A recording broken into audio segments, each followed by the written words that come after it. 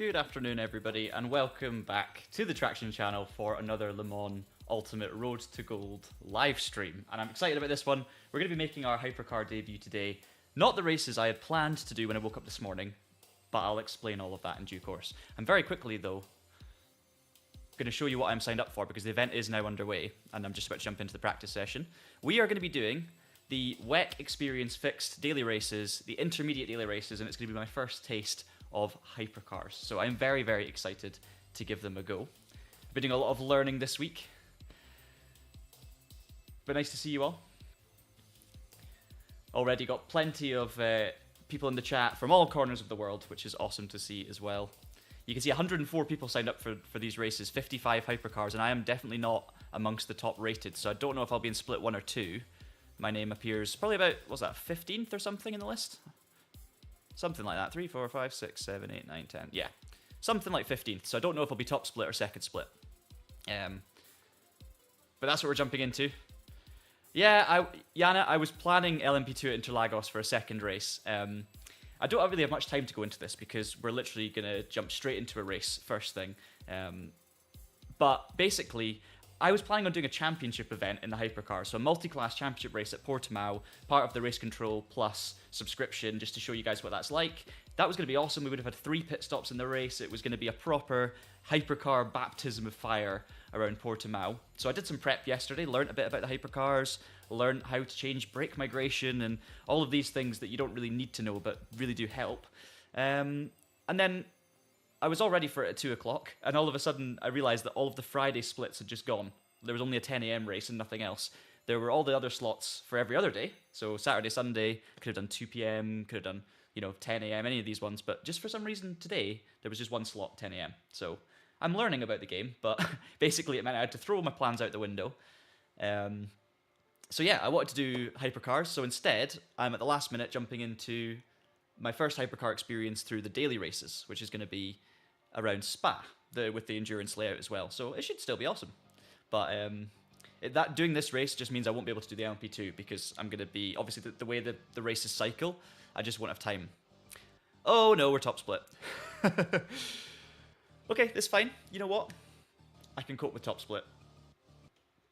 Because it means that I'm not going to be a favourite. I'm going to be amongst the lowest safety or driver ranking, I should say. Nothing to lose. Good way to kind of get warmed up and get settled in here to hypercar racing. So yeah, the plan was going to be to do that championship race around Portimao first, and then when that was finished, around about 4:10 UK time, I was then going to jump in the 4:30 LMP2 race at Interlagos. I did some laps yesterday, really enjoyed that combination, so I was ready for that as well. But then, obviously, this has completely changed my plans now. So we're going to do a couple of these Spa races in the hypercar. We're going to start off in the Whelen 311 Action Express Cadillac. Reason being, when I went to Le Mans in 2023, I was supporting the 311 car. I've got my 311 merch. I've got my shirt. It's got 311 on the back. There you go. Only bit of merch I bought at Le Mans. That's not true. And then they crashed out in the first lap. So that was really good. 24-hour race. First time going to the 24-hour of Le Mans with a car to support that was competitive. Jack Aitken, Pipo Durrani, and Alexander Sims, and they binned on the first corner. So, or the first lap. So, wasn't great. I'm going to do them justice today, though. So I've picked the 311 Action Express car for this event.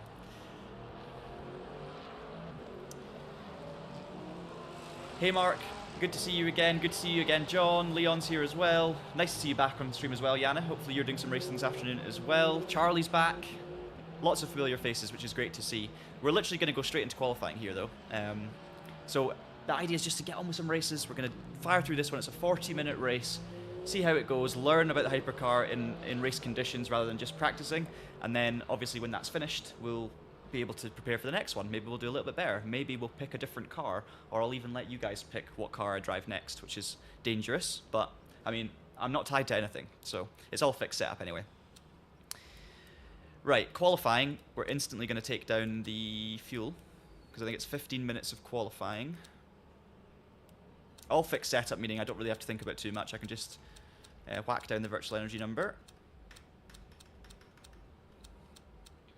Don't know whether to fuel up for all 15 minutes. Yeah, it is. Yeah, it's 2 times fuel, 100%. I think I know, it's just a one-stop strategy for Spa.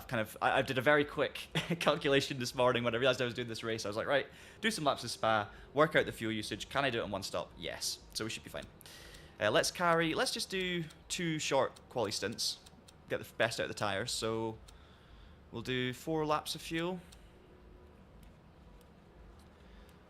See how we go, 3 flying laps, and then take it from there. You know what? It's a long pit stop, long pit lane. Sorry, I might just do more just to make sure we'll do 7 laps, just to basically get us through the whole session. Might not get us the fastest qualifying time, but we'll do our best. Hey, Chris Boland's here. Nice to see you, Chris. Nice to see you. I missed you on Wednesday evening, though. Are we just going to do this? We're just literally going to jump straight in. It feels weird. Usually I give myself like 15 minutes to prep before the stream so I can give you guys context. We can chat about things, but literally because of the change of plans, I didn't want to completely mess up the stream timing. So I just kind of moved it forward by 10 minutes and we managed to make it to this race. And we're going straight in, so it is what it is. But yeah, good to have you on the stream, Chris, as well. Hopefully you enjoy this. And Paul's there as well. Do you think there's much difference between the hypercars? Well, to be honest, that's what these streams are about, learning. So this is my first ever online race in Hypercar. Oh no, it's only 10 minutes qualifying. Well, there was my first mistake. I thought it was 15. So we're overfueled, but that's okay. There will be differences between them. There are lots of differences with setup and electronics and things that I'm trying to learn about, because I think that's where most of the advantage can be gained in Hypercar. Once you obviously get used to actually driving the cars on a basic level, you really have to play around with a lot of other stuff. Things like the motor map, for example. So there's a lot to think about with Hypercar compared to LMP2 and GT3 and GTE. So the idea in this stream as well is, amongst all the chaos in the actual races, I'm going to be talking about some of those things that you can do. Okay, let's try and get some heat in these tires. I have overfueled quite considerably. I thought it was going to be a 15-minute session. I was going to take enough fuel to just do half of it and then do 2 runs, but then I thought I'll just fill up for a full 15-minute run, and now the session's only 10 minutes, so we're definitely going to lose a couple of tenths here and there, but that's okay. We're getting the top split anyway, so it kind of takes a little bit of qualifying pressure off, I guess. But yeah, I'm expecting quite a big difference between the hypercars. The ones I've driven so far, the Ferrari, the Cadillac. I've obviously driven other hypercars offline on this game over the course of its year and a bit of being in existence, but this is the first time I've really, because it's the first time I've done an online race with them, it's the first time I'm really trying to explore them a little bit and understand the nuances. The first thing though is just understanding hypercars as a concept. So it's not about, for me, it's not really about knowing the differences yet between each car. It's about actually understanding what I need to know with any of them, especially the ones with the hybrid units, so basically most of the modern ones. I've been watching some fantastic guides on YouTube by Alex K, who did like a hypercar, your guides to hypercar racing in Le Mans Ultimate, and it's just a really good way of spelling out what the different things actually do, what you can change with a fixed setup, and you know how virtual energy works and all that kind of stuff. So I highly recommend going and checking out those.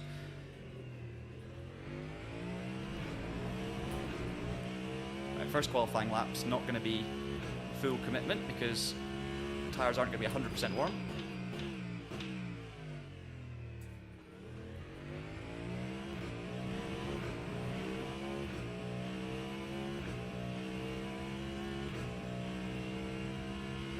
Forgot to take my motor map down. See, that's the first thing. With the motor map setting, you basically want to burn off quite a lot of energy on the outlap. Get the bar on the right hand side, the little blue bar somewhere in the middle, and then try and keep it there with a kind of safe setting. So there's all of those things you need to start thinking about, but I've got a basic understanding of what they do and why you need to change them, which is obviously going to help me a lot early days.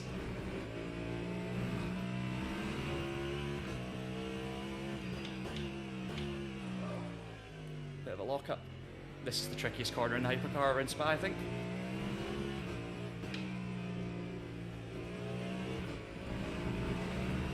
TC down 1 as well. Yeah, I'm seeing some tips about tyres. That's another thing. So I'm obviously on softs for qualifying, but I didn't know whether to go softs or mediums for the race. So if you're saying, if you're saying put some mediums on for the race, I might just try that out. I kind of want to see what everyone else is doing as well. Obviously, you don't know until you try, right? That's the problem.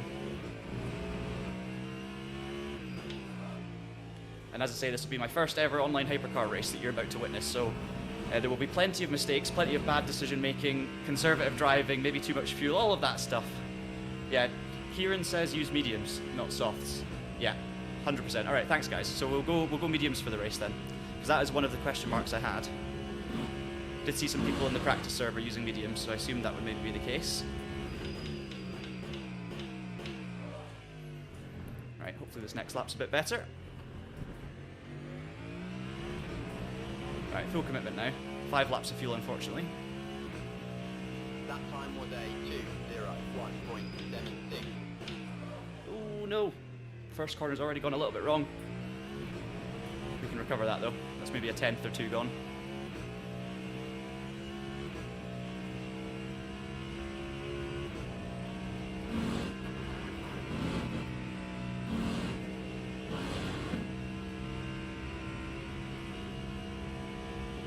I think the fuel, from my calculations, Charlie, I think fuel's okay, but that is just my calculations.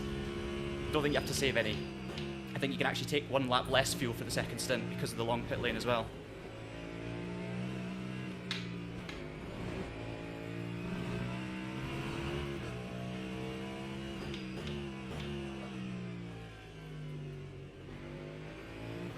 So I think I'll have one of the lowest driver rankings in the hypercar class in this race, so that just means that you know, my expectations should be quite low, and it just means that you know, it takes the pressure off a bit. Kind of feels like anything's going to be a bonus.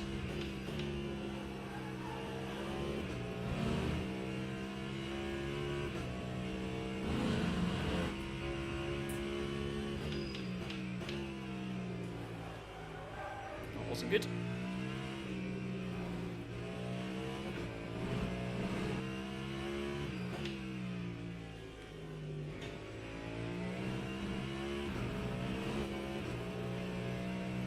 Okay, not a great lap, but not terrible either. 4 tenths up on it, on the previous one, so we're about 8 tenths off of pole, so I'm happy with that at the moment.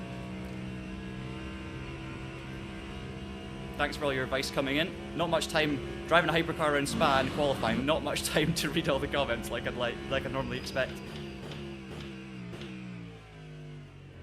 A bit early on the brakes, maybe into the chicane. And then missed the apex somehow, the second one. Right, come on. Better lap next time. That time was a 2:01.51.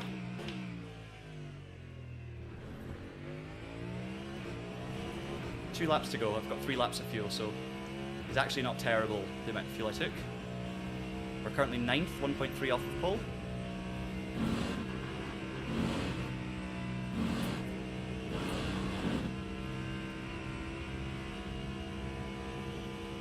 Yeah, POV, it does obviously depend as well on how far away my monitor is. Like, I've done calculations on it, but to be fair, I've not really set it up perfectly for LMU yet.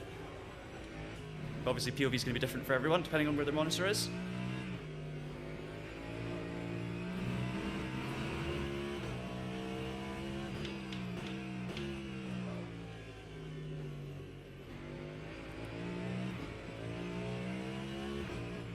Because I run triple screens, I don't really mind having a slightly wider POV than is technically correct, just so I can see a little bit more out the sides.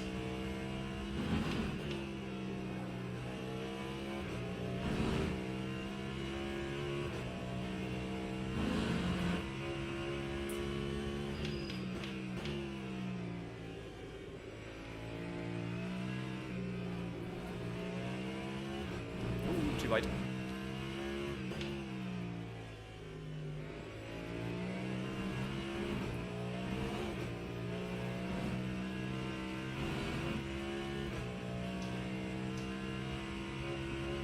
Okay, we're going to get 1 more lap in, guys. Currently down to 11th.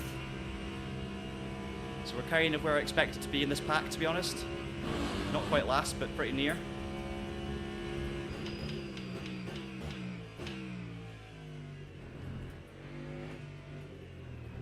Much better through the last chicane, though.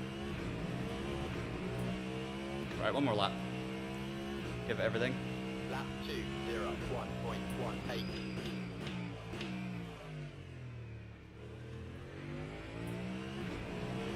it's gone. 3/10 in the first corner. P12, we're within a second of pole. Porsche on pole at the moment, so it's okay. I'll finish the lap anyway.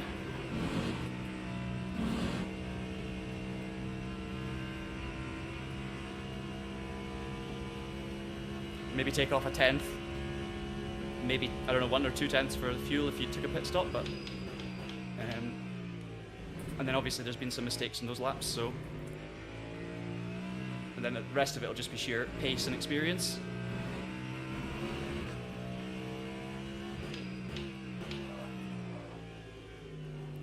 Easy to lock up through there.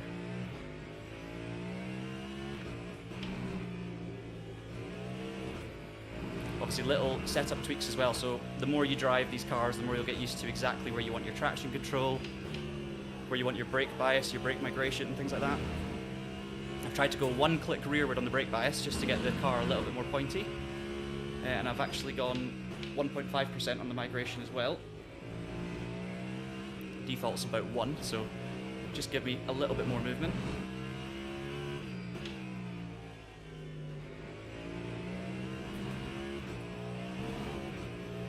Despite that horrendous first corner, I'm actually green on this lap, so might as well attack the chicane. I've got nothing really to lose. I only need 6 thousandths to gain a position.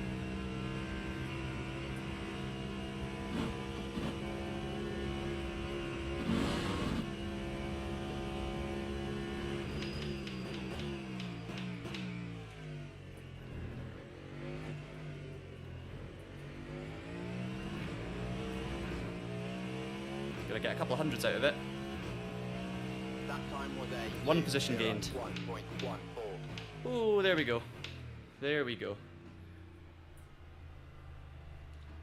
Okay, dropping fuel ratio by 2 clicks. Yeah, nice. Because I realised that the default was pretty safe. It was pretty good in terms of fuel. What was it, battery level or virtual energy versus fuel? The ratio was pretty close together, so I probably could get away with dropping it a click or 2. But that's all right. I'll take that. 2:01.1 in my first qualifying session. Clearly there was 3/10 in the first corner. Anyway. So yeah, it's top split, Kieran. And I'm in the deep end here. First hypercar race, I'm in top split. So 2:01.1's. You know what? I'm happy with it. I mean, you can see there's a bunch of hypercars around where I am. In fact, geez, there's 19 hypercars in this split. I did not realize it was that many. Oh, that's scary. Yeah, 2 clicks will be fine. All right, cheers. We'll go with that then. So, obviously we're gonna go 100%, and then I think we're gonna basically do a one-stop strategy. The second stint's gonna be 1 lap shorter than the first stint, if things go to plan based on my calculations. 94 litres of fuel should be absolutely fine. And we're gonna go mediums, which I've not done a lap yet on because I just jumped on this morning and went straight onto softs. So. That's something. We're going to go backwards on the brake bias slightly, forwards on the brake migration, or increase the amount that it moves forward. 100% on pedal force. That's good advice as well. Haven't actually tried that yet. Always great making setup changes when you've not tested them. Oh, did I forget to change both sides? That would have been ridiculous. Teams and drivers go to the grid for a race start. Oops. Thank you, Charlie. You don't really get much time, do you? As soon as qualifying's over, it's the kind of panic of what do I need to change. Okay, yeah, we're on mediums. Thank you so much. That would have been really funny if I'd gone just softs on one side, mediums on the other, like a rally setup. Probably would have worked. Everything else is locked, so there we go. Cheers, Matt. Drag some brakes. Yeah, that's great advice. Oh, Yerne's here as well. I've got all the help I'm going to need in the chat. What I'm definitely going to need is a drink of water.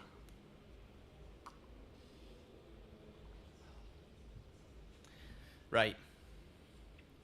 40 seconds, guys.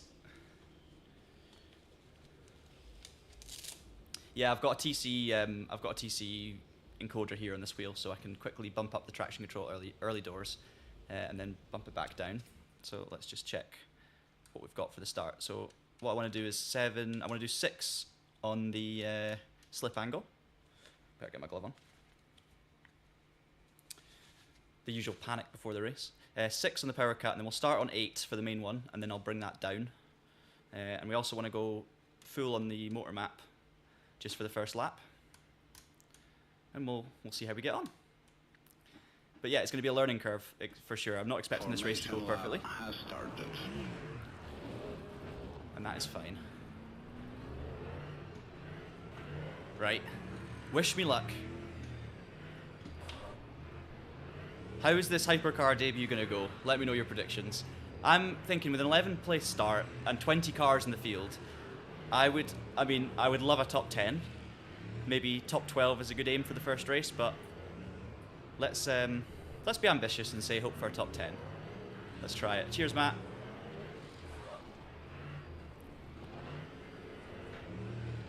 Been riding the brakes, so we've got a bit of heat in the front tyres as well. Gonna take it a little bit cautiously as I always do in the first lap when I'm not as familiar with things. Let's go. Green flag, green flag. Very good start.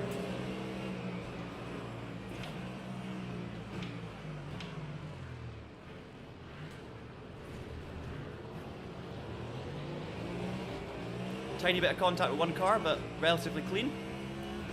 It was basically just keeping my eyes fixated on the radar there.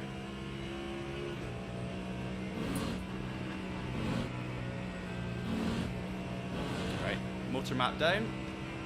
Go 20, and then we'll just focus on the race. Get some heat in these tyres.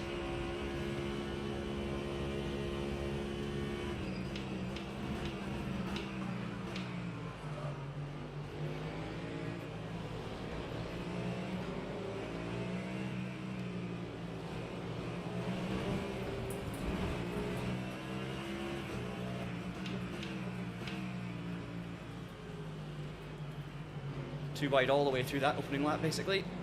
Tiny bit of contact, that's okay. They've got the position back, though. So now P14, so yeah, lost a few spaces, as is not a huge surprise on that opening lap. But hopefully we can get the head down and focus.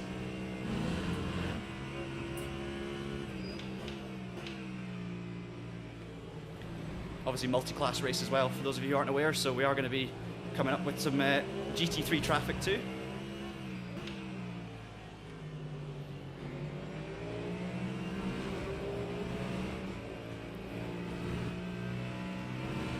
Oh.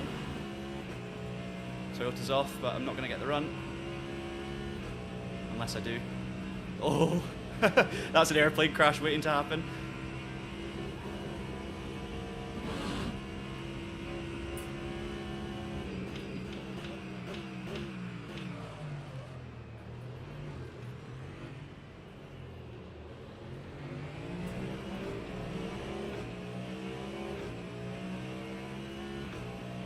Time 2:30.90.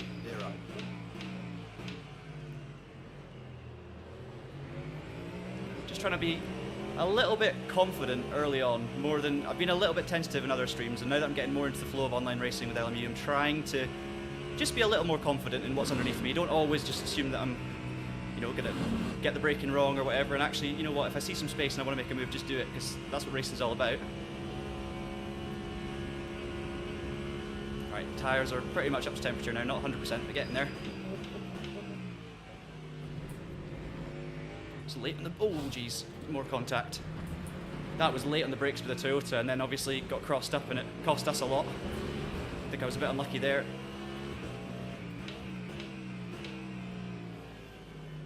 Got orange damage on the front as well, that's not good. Don't know how much that's going to affect front aero, but there's a baptism of fire for you.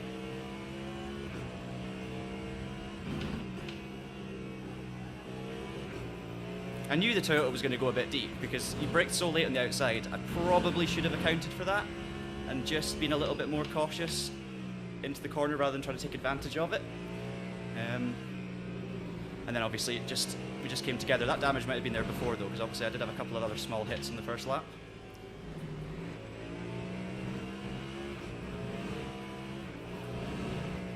So I'll just have to see, oh dear, just have to see how much downforce is missing with this orange damage. Journey says probably not significant, so I will take that.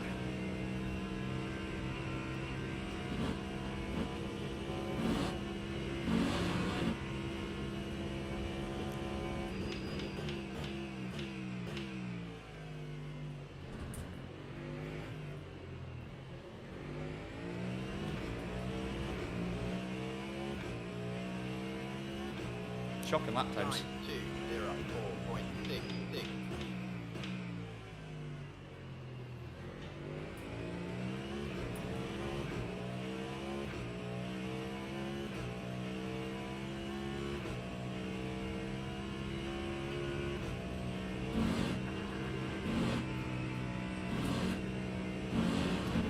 Right, so energy usage, I'm basically going to be switching between 20 and 30 on the motor map, just to try and keep it somewhere in the middle.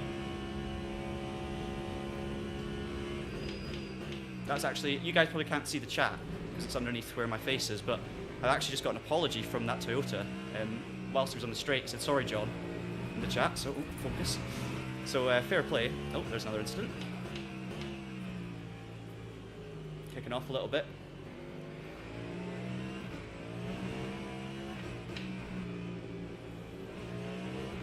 I don't think the Toyota, like, just to the Toyota there's, is it Russello? I don't think he did anything terrible. He just braked a bit late, you know, while I was trying to go down the inside, and then obviously just rejoined in a slightly iffy position, so I don't even think it warrants an apology. It was just racing and I was unlucky, but fair play to him for giving me one.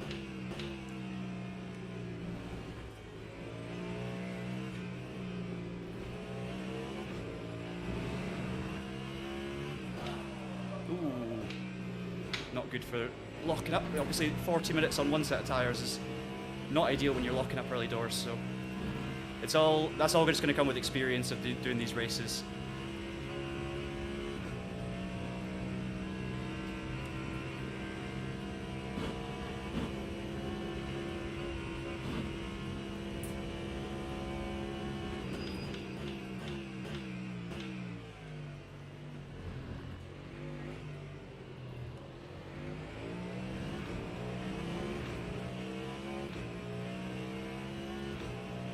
Lap 202.79.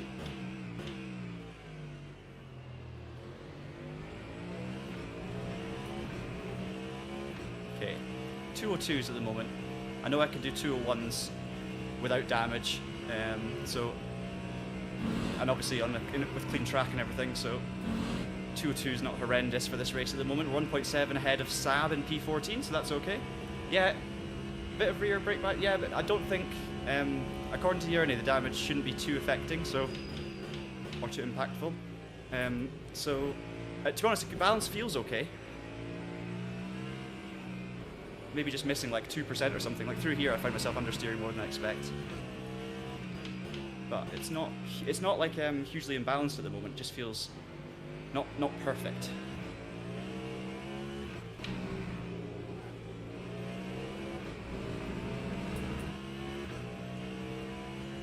Yeah, that's the plan, Kieran. Let the race come to me. When I don't have the pace, the confidence, at the early stages in a new car, let the race come to me.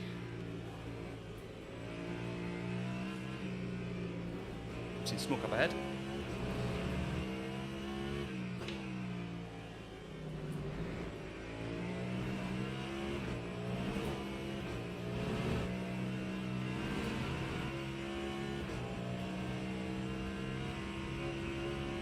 We're going to get fairly close to GT3 soon though. Keep an eye, I've got 7 laps of fuel left. Thank you for the tip to take 2 less litres.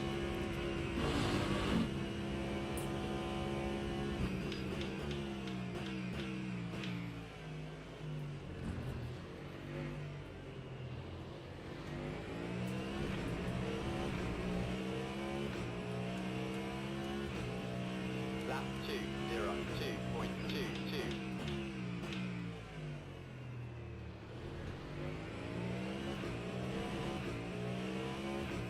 Just going to start setting this early so I'm not panicking about it later.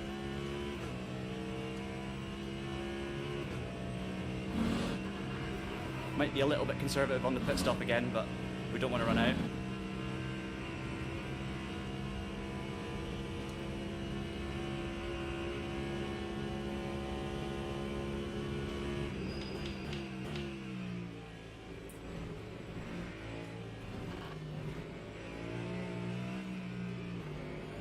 Better. That's what we want to do through there. So much cleaner, nice on the tyres, made up time on the car in front. Just don't overdrive into the chicane.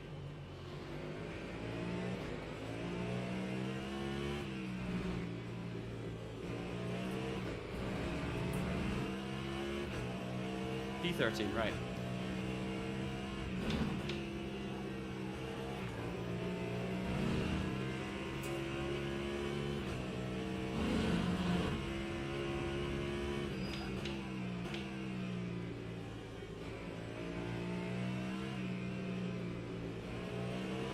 Always dust being kicked up through there. It's so easy to run wide. You saw me do it in qualifying as well, and everyone else is doing it in the race. I've definitely dipped a wheel 2 or 3 times in the race too.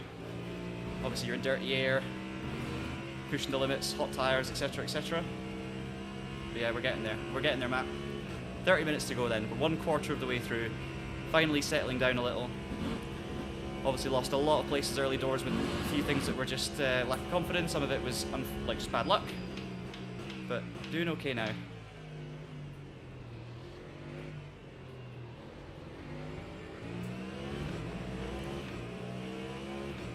And I think, as you said, Yerny, there's the big soft runner train. Time was a 2:02.25. It's just going to get worse throughout the race. That's not going to get any better.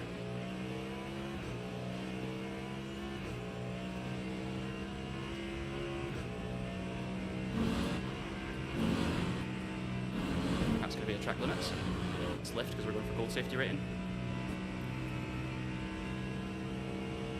That's the most aggressive I've been on the curbs through Old Rouge Radion, and I've paid the price for it, for sure.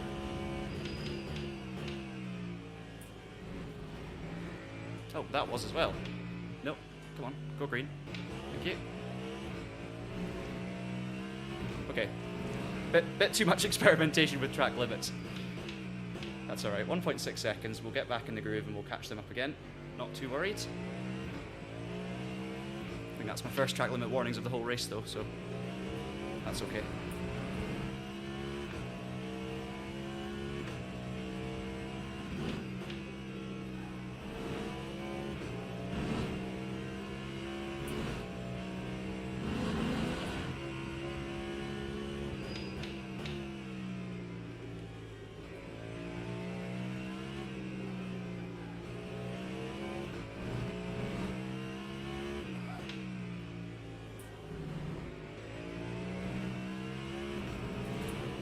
So this is where an experienced driver is with Hypercar is going to be going, right, you know, am I locking up? Which tyres am I locking up? Is it the front tyres? Is it the rear?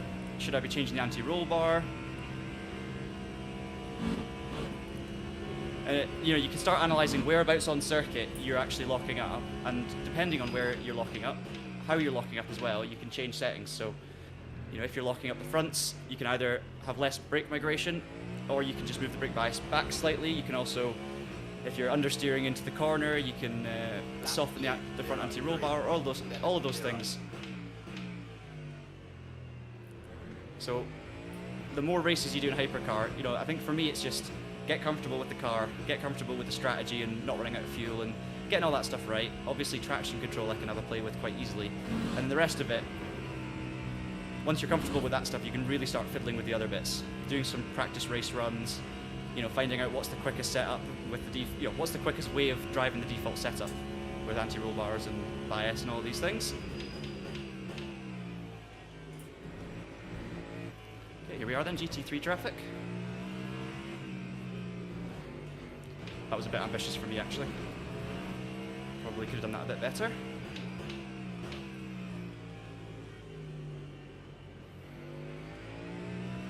Unfortunately not right in the mix to make up places when we're coming up to traffic here just because of those mistakes I made in the last lap with the track limits, but it is what it is.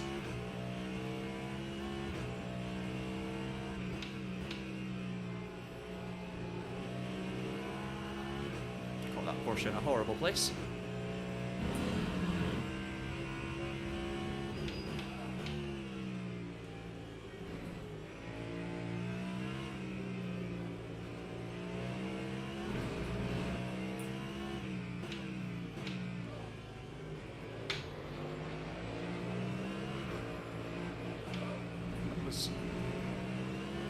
That was probably on me. The thing is, I got one of them, which I knew I was going to get before the next right-hander, and then the other one, you know, there was no gap between the two of them, so I was completely indecisive whether to go in between them and break them up, or just to go for it, and I kind of started going for it, realised he was going to turn in, and then tried to be as careful as possible, so That's on me. Bit sketchy. If I was a GT3 in that situation, I'd be a little bit pissed off at me. Time 25.27.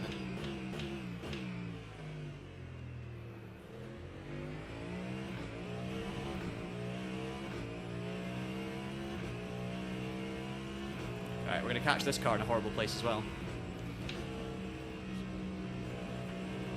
Just nothing we can do about it, really. Could have been more aggressive, but no, don't want to be doing that yet, so. Oh no, there's a Hypercar right behind us. Yes, we've lost loads of time in the traffic there. I didn't even spot that Porsche coming.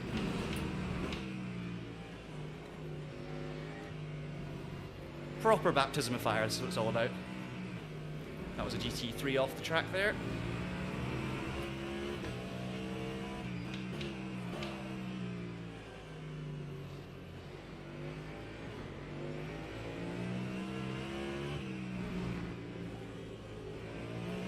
Obviously, it swings and roundabouts, right? Like, things will come back to us later on. I got a little unlucky in the timing there with the traffic, but I also didn't do a very good job with it, so combine those two things together and that's what's happened, but it'll come back to us at other points.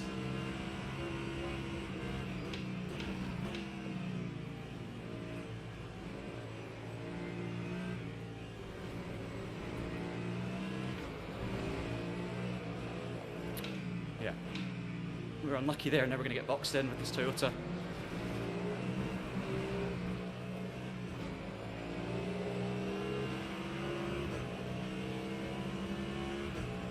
Oh no! Oh, oh, that's just so unfortunate. I was playing with the Toyota there. Oh no. Oh, I'm sorry. I'm so sorry. That, again, split-second decision. I was playing with the Toyota there and focused on the exit. And then I just got boxed by the Ford, did nothing wrong again. And then I shouldn't have gone for it through Blanchimont. It's been really poor for me. But I managed to get through safely, but it was probably too sketchy. If I was going for a win, you know, and it was the last lap of WEC, and all the drivers were pros, you know, ooh. It's tricky, isn't it? It's really tricky. You know, I'm going through all of these thoughts out loud, whether I should or shouldn't go for a move, and I've had so many 50-50s so far in this race.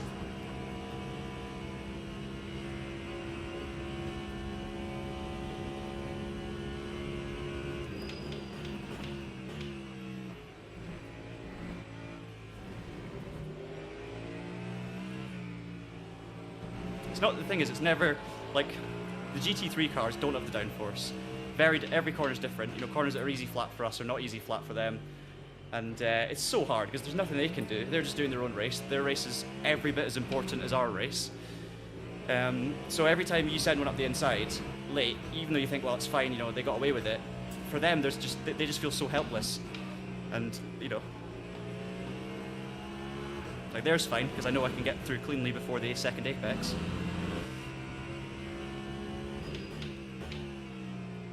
Anyway, 15th. So, position-wise, the race not going perfectly to plan so far.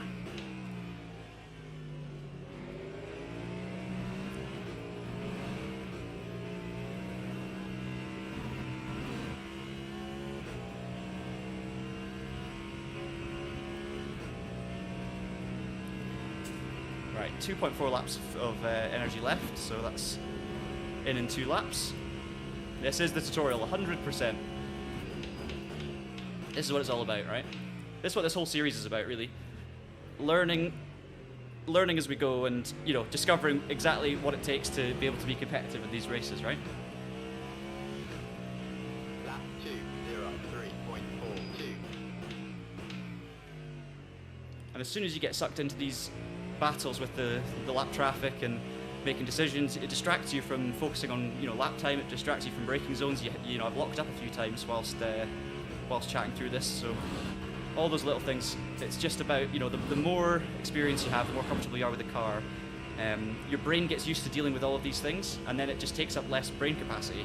And as soon as you have more available brain capacity, you can make better decisions and you can make less mistakes.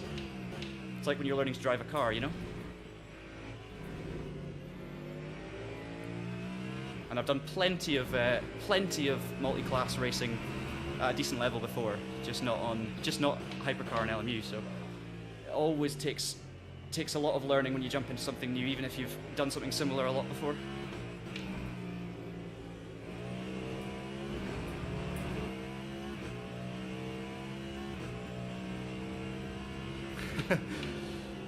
Yeah. It's so hard, isn't it, John? It's difficult. But as a GT car, it's very annoying when the Hypercar, does something that completely puts you off. Sometimes though, inevitably they're gonna make a move that just slows you up a little bit. Like that happens. It's just more about the timing of it. It's about how risky it is, and both classes will lose time. There's no denying it. So sometimes you've got to take it on both sides. But it's just it's finding that balance of at what point do you accept time loss? Oh no. At what point do you accept time loss? I should have gone left, but he didn't see me coming on the right.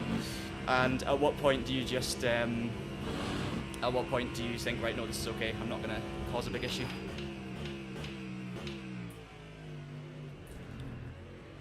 One more lap. Suddenly panicked. Right. Ready for pit stop. 2:02.65.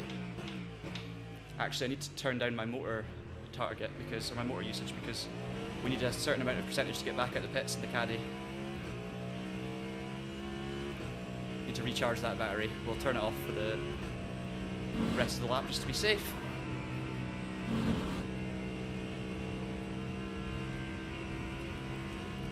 Right, so 91% virtual energy. That's a safe number, but I think it's okay.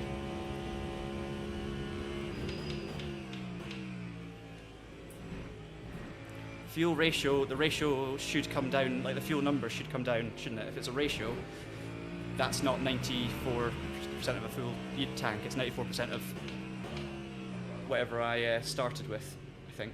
Or something like that. Not exactly like that, but... See, this one's too late to send it, I think. Is it 30%? Is it that much? I hope it's not that much.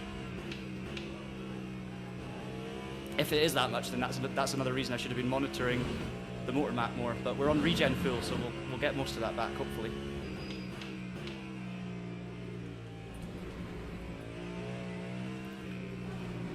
Okay, so I've got no tyre change, that's what we want. Don't think there's any damage repairs.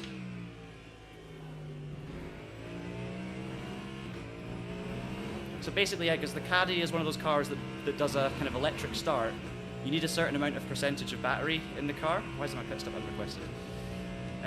You need a certain amount of percentage in order to get away again. So that's what that is, just for anyone wondering. The blue bar on the right, which mine is about 30%, or even less at the moment, I'd say. Let's hope I've got enough to get out the pits.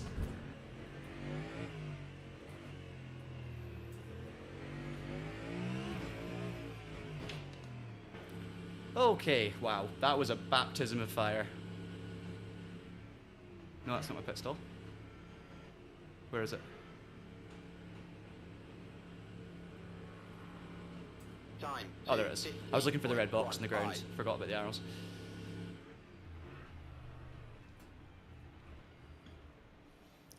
Oh, wow.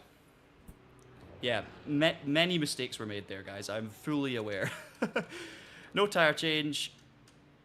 We're just going to go with that. I don't know if it'll be... I think it's going to be slightly on the safe side for virtual energy, but that is fine. Probably slightly on the safe side for fuel as well. Whew. Yeah, you know what? It's okay. I think it's an okay stint.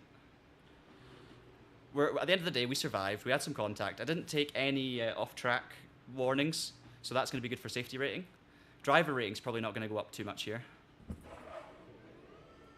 Right, we've got that Porsche. Nice. We've got back past Saab. Yeah, driver rating's probably not going to like me too much.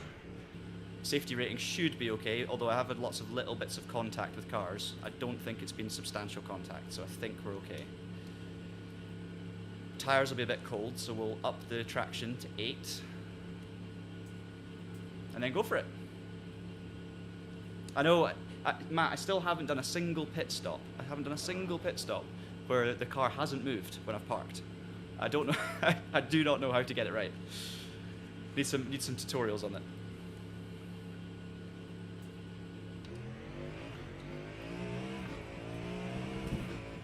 Okay, new pit lane exit's a bit sketchy, so there's a bump there. Alright, we're away. And we've got a clear track. Right, motor target, we'll go 20 kilowatts.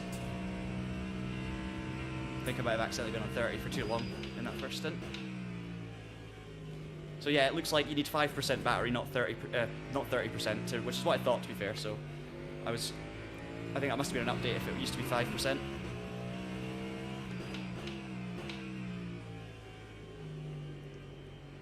Tires are still pretty warm, actually, slightly on the cold side, but I can probably push relatively okay from the off here. 6 seconds to the car in front, 1 second to Sab behind, P15. Maybe a couple of cars still to pit if they saved some fuel, but not 100% sure on that one.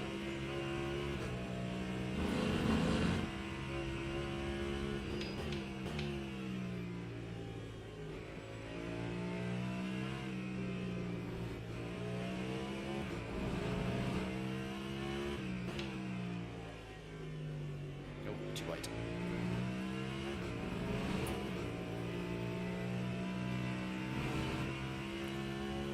Right, back into it again.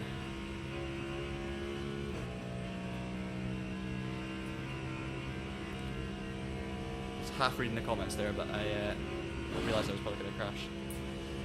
Oh, it's still... Oh, okay, so even if the car moves slightly, it doesn't actually matter. That's good to know, because I do worry about that if I'm losing 2 or 3 seconds, like an ACC, when the car moves.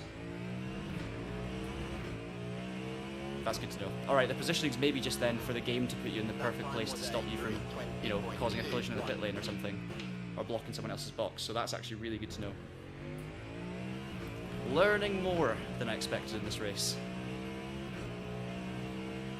Right, 6-second gap to the car in front. I'm afraid it's going to be a bit of a head-down grind here, guys, but I will do my best, see if I can get my pace back that I know I've got somewhere.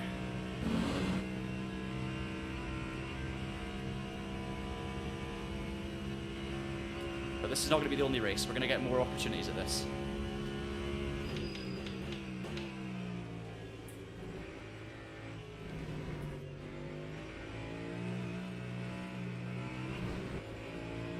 Traction control back down again. Almost screwed up.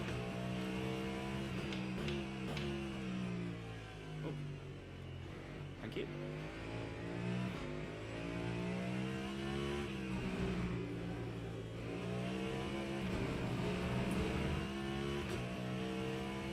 Obviously, because the fuel is ×2, it means that like you've basically gone from a near empty qualifying tank, but not with qualifying tires, you know, with reasonably good tires, to suddenly having, you know, the same tires on but full tanks of fuel. So you have to kind of remind yourself sometimes that with the ×2 fuel usage, that the difference is way bigger than you expect. The swing between having low fuel and high fuel doesn't feel like it should be as big because you've not been driving for as long, but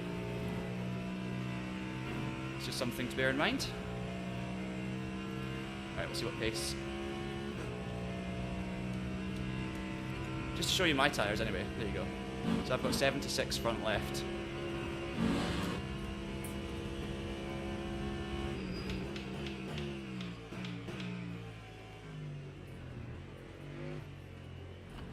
Too early on the brakes into the chicane. Right, 203.1 from the car in front, so I'm slower at the moment. Need to get that sorted, but I am quicker than the car behind. 3.45.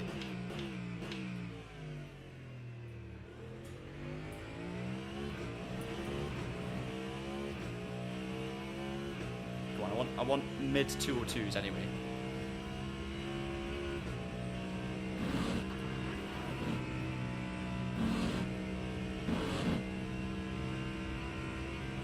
Traffic's going to come into it too.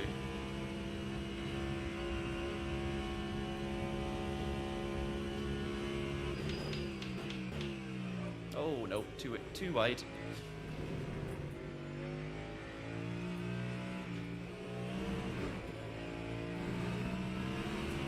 Couple of tenths gone.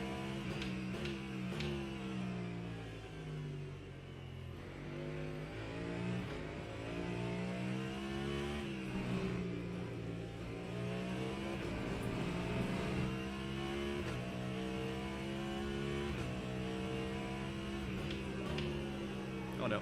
You can see the fuel mistake. So obviously, Charlie, you were saying that there's one less lap than I was giving it credit for. And you can see everyone around me has got less virtual energy in the tank other than the car behind me. So I was definitely took an extra lap there compared to everyone around me. So that's good to know.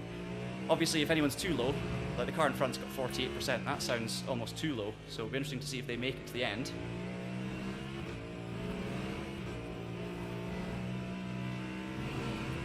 Then it's 59 and then 46, 46. So they probably will. If the leader's on 46, then they'll have done the calculations properly, you would think.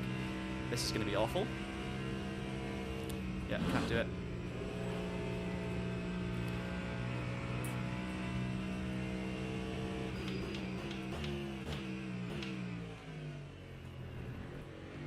It was a good lap until I got Blanchimont all wrong. Or Pouon, sorry. Time 2:04.13.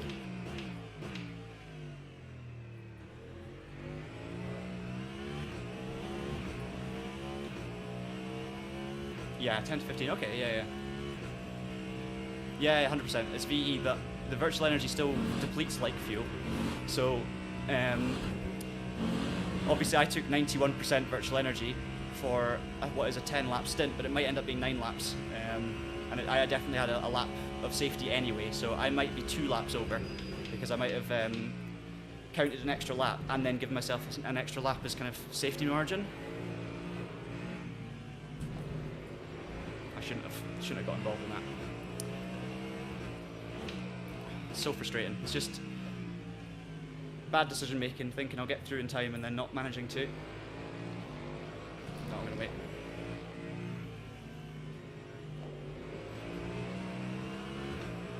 I could do so much better in that, guys. I could have not dived down the inside when I did, and then probably got them both on the run out of the corner, or at least one of them, but it's just because the Hypercar doesn't have that much of an advantage at low speeds in terms of mechanical grip. It's not like the old days. With LMP1, you could just send down the inside of a GT car and you know that you were going to be braking way later, you were going to be carrying more corner speed and you'd be gone. The problem with these Hypercars is they don't really have that much more mechanical grip. At low speed they're pretty docile. So you can't really, you've got to get them on the straights really, because you're going into the corners, you've got more downforce, so in a high speed corner you've got a bit of security, but the low speed stuff, it's just really, really tricky to decide, and this is my first experience of it, and I just feel like I'm making all of the wrong decisions. Sometimes too safe, sometimes not, too risky. It's just a really, really difficult balance.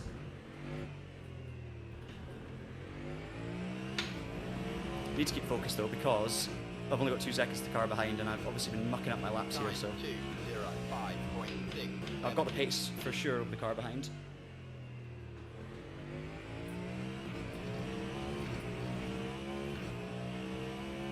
This is going to be difficult. Did we get him before? Yeah.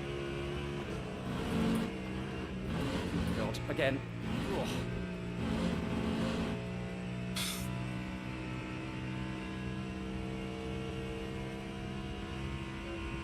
Poor GT3s.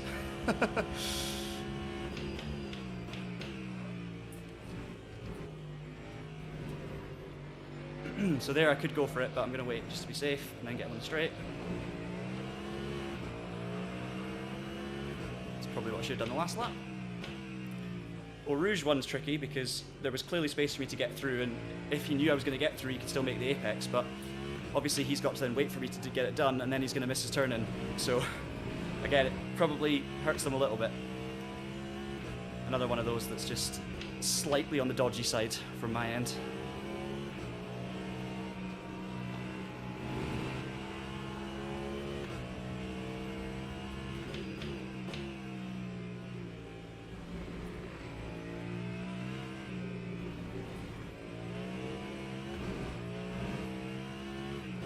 It's a lot of fun, honestly. I don't enjoy the bits where I feel like I'm putting off a GT3, I'll be honest. They're not fun. But the whole when you're in a proper scrap and you're chasing other people through traffic and trying to take advantage, that is just one of the most enjoyable things you can do in sim racing.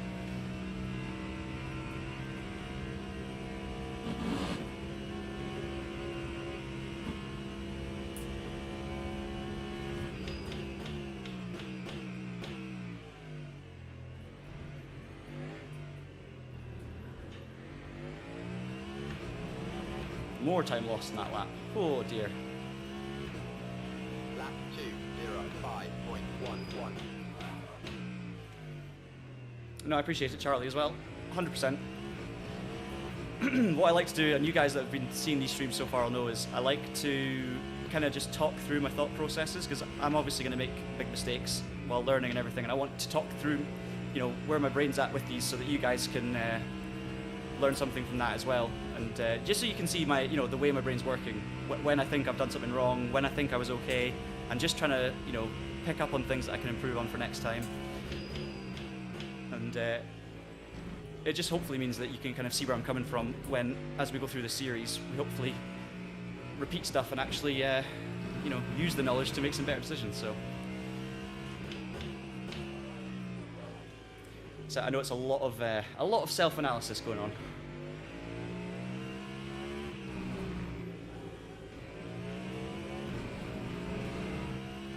8/10 of the car behind, but again, I maybe should be worried, but I somehow am not. I think I'll be okay.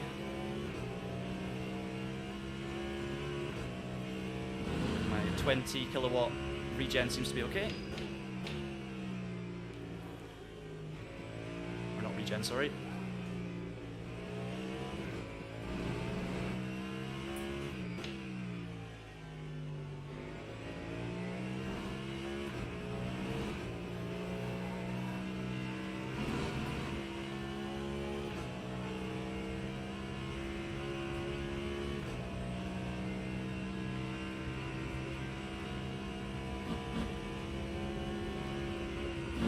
To go.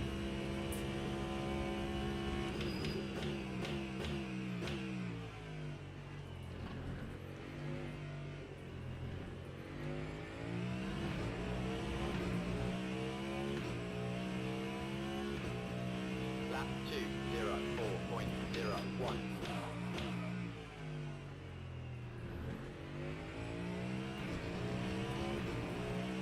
Yeah, we're still going. We're still going, Matt. We're not quite last.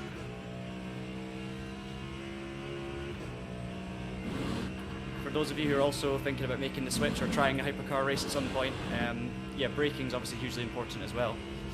You want to, you know, use pretty much full braking power early on when you're at high speed, and then obviously just it's about knowing when to roll off it.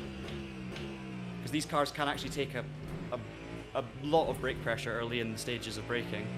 Like for example, going into that chicane there, you can pretty much go full 100% on the throttle on the brake, sorry, without locking up. But you just need to remember when to get it off. Down this hill, opposite, so tricky, very easy to lock up, so you've got to be really gentle. But those are the sort of things you've got to think about with Hypercar. There's no ABS.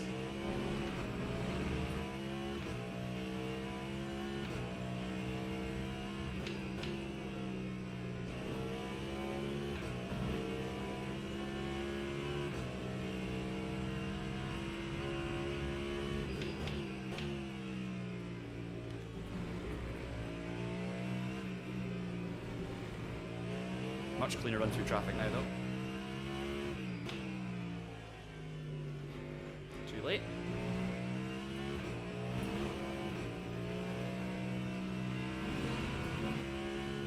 Yeah, so we're way behind P14, but it's alright. A minute and a half to go. If I can hold on now, I've got 3.5 seconds to the Porsche, so he's obviously been caught out by traffic. And then we're going to hang on to 15th in the top split. It is a start, but I definitely want to try and better that in the next one, if we're in the top split again. I mean, I want to better it if we're not in the top split, let's be honest.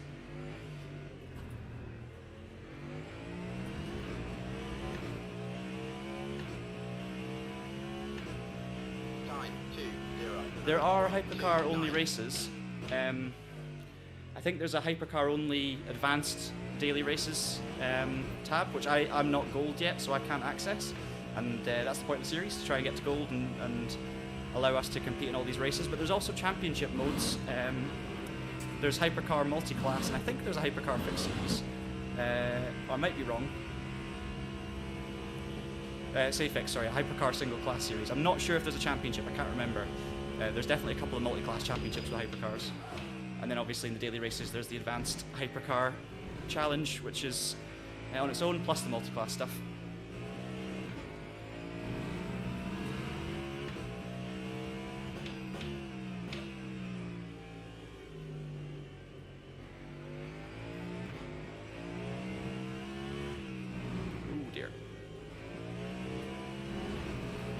plenty of missed apexes here.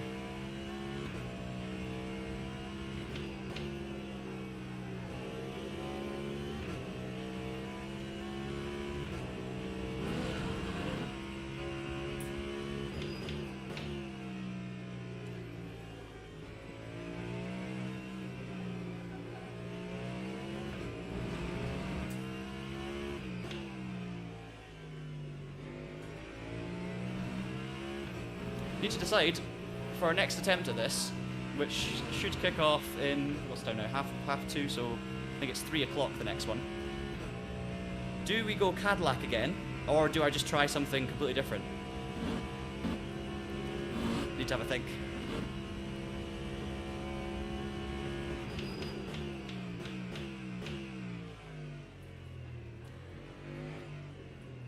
Anyway, exciting, messy, lots of learnings, but 15th in the first Hypercar race. No big crashes, couple of small moments, couple of sketchy overtakes on GT3s, but we didn't put anyone off. P15, it's a start. Ooh, so yeah, so Alpine, BMW, Lambo would be very different. Cadillac won that race, so fair play. We could try the Alpine. Not too worried about speed. Like, we're a little bit off the pace. I mean, it's all for fun. I don't know what the fastest cars are, but looking at that, it was Cadillac, Porsche, Peugeot. That's another interesting one. And then a Toyota in 8th. And yeah, so basically mainly Porsche, Toyota, Cadillac, to be honest. Not many Ferraris. We could do Ferrari. BMW, Alpine. I'm not too worried about the stability of the car. Like this Cadillac was okay. I don't know if it's a relatively stable car or unstable, but it was okay. Yeah, not a single BMW. Maybe we go BMW, just for fun. If no one else is in a BMW, I'm happy to take it. I think we will gain safety rating a little bit, and I think we'll probably lose a tiny bit of driver rating, or maybe keep it around about neutral. Let's see. So we did lose 4 positions. Yeah, exactly as expected. So we lost a little bit of driver ranking, but we were expected to finish kind of where we did. I just think we could have done better. If I'd have got a better start, if I'd have been a little bit less, I think I was unlucky at one point in the early stages. But then at the end of the day, I did take too much fuel in the pit stop, so. What we got? No Lambo, yeah. Lambo would be fun, but there's no Lamborghini in WEC this year. But I'm still happy to drive it. We got plus 40% on the safety rank too, though, so that's the important part, because we're trying to unlock all the races.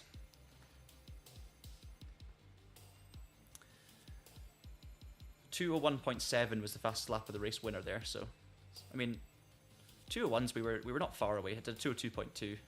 A lot of people in the kind of high 201s, 213 there.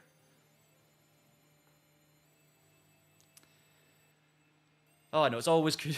It's always good to win a shooter. Story of my life. Well, I mean, it's every racing driver, isn't it? Oh yeah, if I'd have just done that a bit better.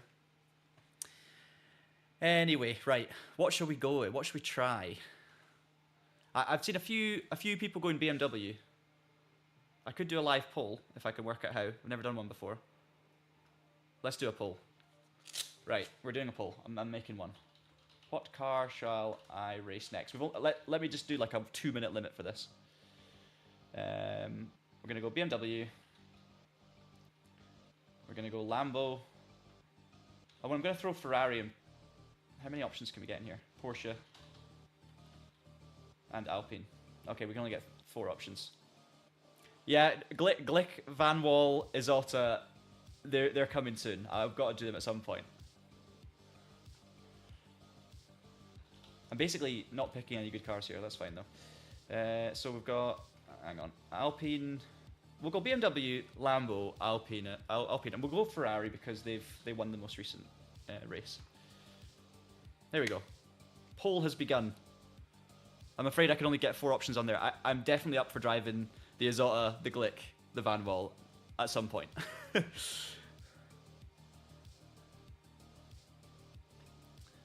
Let's see what happens. I'm sorry. I'm let you down. I'm so sorry. One day I'll make you pick between the 4 that aren't there anymore.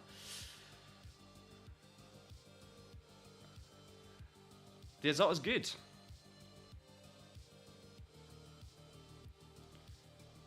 $19 votes in. BMW's winning at the moment. I'm going to give it another minute or so.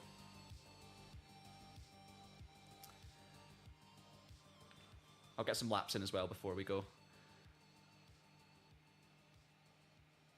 Alpine closing the gap a little. BMW. No, it's looking BMW. Yeah, let's not do the Van Wall today.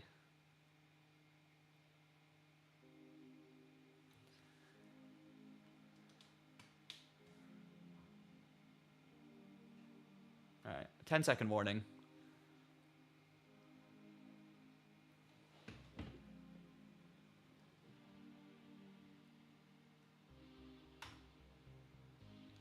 It's over. It's the BMW.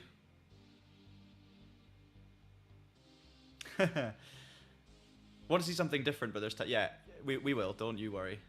I mean, I could do to be honest, I might do a 3rd race here. So if I do a 3rd race, I could do the Azota.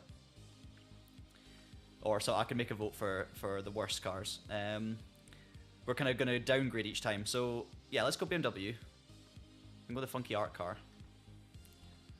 Oh, we'll go standard.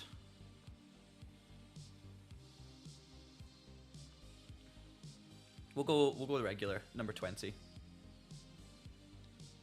Hang on, is that 2023? 2024. Of course, the BMW wasn't in 2023. Right, register. Let's get some laps in and try and do a better job. So, we'll go over, like, what did I learn from that race, basically? What did I learn from that race? What did I learn from that race? So, I learned that the traffic is worse than I expected around Spa. I think there's so many crunch points where you've got to make a decision. And I think because it's a sprint format, in a normal longer endurance race, you just end up being more careful and you kind of develop a natural position. But I think because you're kind of coming up to a whole pack and it's a bit of a sprint race, I think that it's tough. It's just tough to decide how aggressive to be and how safe to be. And I always think I'll layer on the side of caution, and then during that race you saw there was a few iffy ones, but you just got to commit. That's the problem. It's the half-hearted ones that cause issues. So that's something I've learned. I've learned that it's very competitive, which I knew it would be. I don't think pace was horrendous, but it wasn't great in the race, to be fair, once I had damage. And maybe the damage wasn't making much of a difference. I definitely trust Urinay on that, but I just didn't feel quite as strong in the race. I did feel like my pace overall would have been a bit stronger. Or I was expecting it to be a little stronger. So that's something to bear in mind. I was on mediums though, and I hadn't done any practice on mediums, so maybe that's why I'm feeling a bit understeery. I just maybe need to adjust for mediums more. What else did I learn? Yeah, good. Thank you for the tip. I learned that the Cadillac, you don't need 30%, so that's something for you guys. You only need 5% battery when you come in, and it's fine, because I think I had about 20 or 15%. So that's all good. Pit stop was pretty good, but I can take less. There's definitely one. I can take less fuel. It should hopefully work. Top one's only got 14 drivers. No. Try number 3.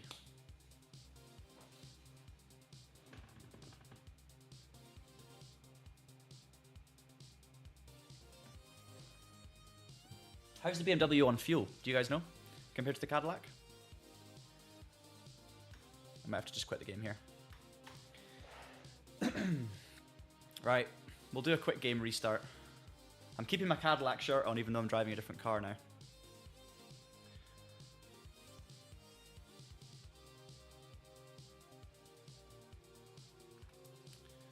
Right, relaunch.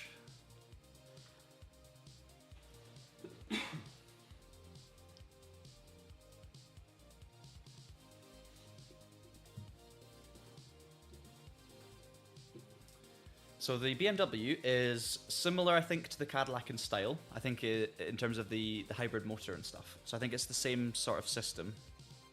Fuel and things will be slightly different, but it should be relatively close. So just got to take, a couple of laps less fuel in the pit stop, and we should save, 5-6 seconds maybe, stationary.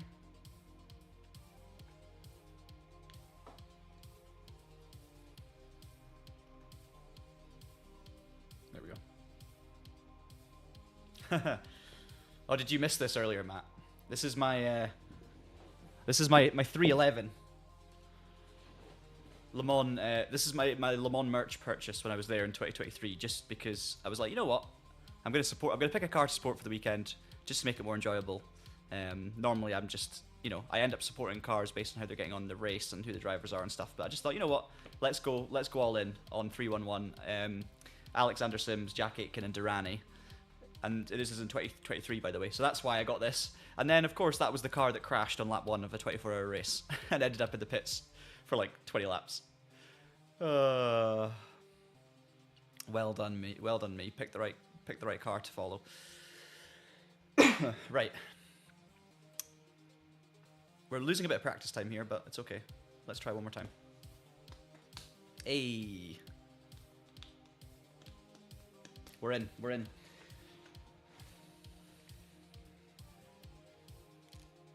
One thing I didn't mess around with in that race was brake bias and brake migration. I kind of picked a setting I was happy with and just left it. And I think, to be honest, there's too many other things that I need to learn first before I worry too much about that. Like, that race would have been much better if I'd have driven better and I'd have pitted for less amount of time. The other settings, they were secondary. I need to improve the first parts first, and then I'll worry about the other things, getting those last few tenths out of the car, because you need a bit of time to work it all out. But I am already adjusting things from default. I'm just not adjusting them hugely. I'm kind of, taking a few educated guesses and then just sticking with it.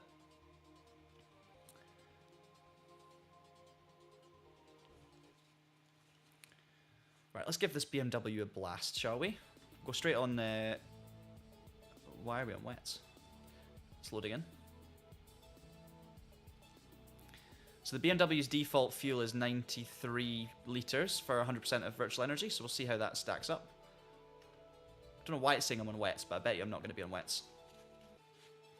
Oh no. It's crashed.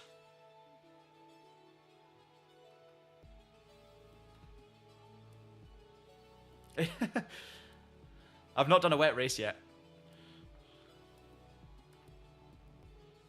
That's too much. That's too much. Baptism of fire. Hypercar alone is definitely enough.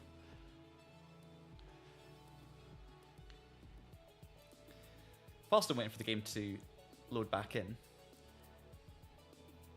I'm just going to give a shout out to Go Setups, because you may have seen the little ticker next to me that's rotating, and one of the names on there is Go Setups. Basically, they've given me a subscription to use their setups. So they have pro setups for ACC, for Le Mans Ultimate, for iRacing, all of these things. You can get a subscription, and then you can download a certain number of setups per month that allow you to be competitive in ranked races with open setups without having to do all the hard work yourself of building a setup, which I am rubbish at, and I'd rather spend my time racing than doing setup work. So, can I share my in-game FFB settings? I definitely can. Click next race at top of menu. All right, cheers, Matt. My FFB settings in-game are this. So I've got collision strength 150, torque sensitivity 100, strength 100, 0 smoothing, 0 minimum force, and inverted. And that's it. Simple as. Most of the adjustments for me come with the SimuCube 2 Pro and the SimuCube software. So it's going to be different for everyone.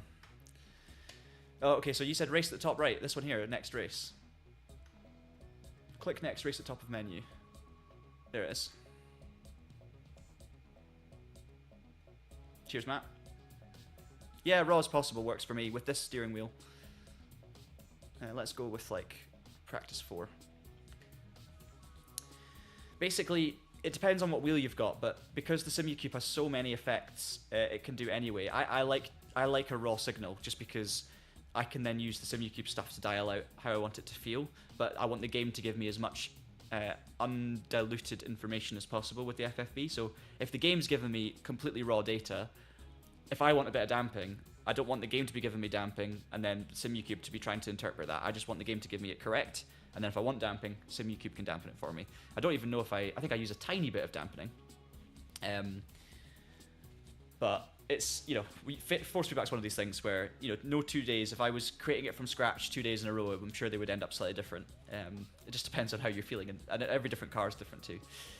Where did I get the Cadillac shirt? Asks Sandalo Gaming. This was from my one trip so far to Le Mans. So this was from 2023 Le Mans, in person.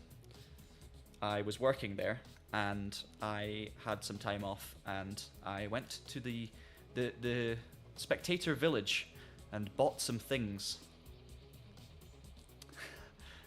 Cameron, you were there. You were there when you remember the moment. You were with me. Me and Cameron watched the race start together, I think, from memory. Or maybe you were out taking photos at that point. Either way, I was sporting the Cadillac 311, and it ended on lap 1, so that was just the best car to pick. Right, 10 minutes. Can I get out on track? I'm not worried about the visual glitch. I just want to start driving. Yes! Yes, we've done it.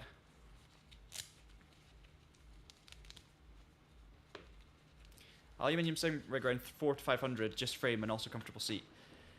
I would need to have a think about that properly to look at the prices and stuff. I really like my sim rig, which is a Pro Sim Rig PSR 3.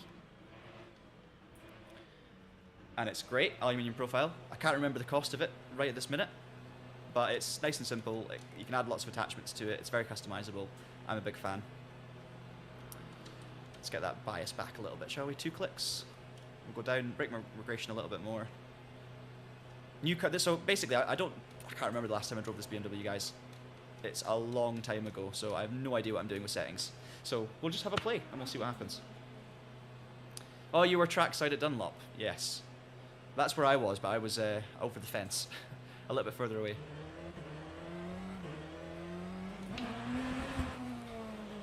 Right. New car to learn, and I've got 9 minutes of this session.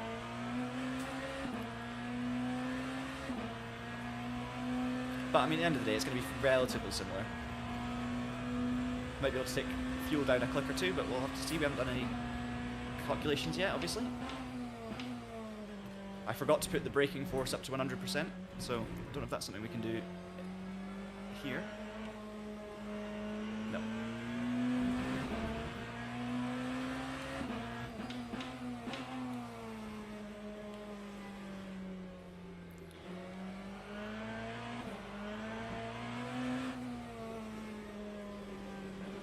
Also, I might be on soft tyres because there was a glitch. Yeah, I'm on softs, but I didn't want to break the game just because it was saying we were on wets, and I thought if I try and change it, it might break it again. So let's just do some laps on softs. Does sound good though, doesn't it?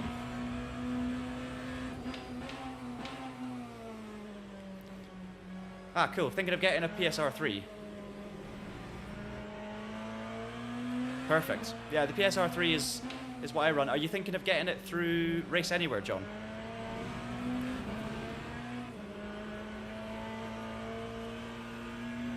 Martin at Race Anywhere, who sells the Pro Sim rigs, yeah, he's absolutely brilliant. And he will give you all the assistance you need if you ever have any questions. And the team there are great, so I'd highly recommend it for going to somewhere to go to get a sim rig. And any sim racing gear, really, because they only really sell stuff that they know is good. So if it's available at Race Anywhere, it's going to be good.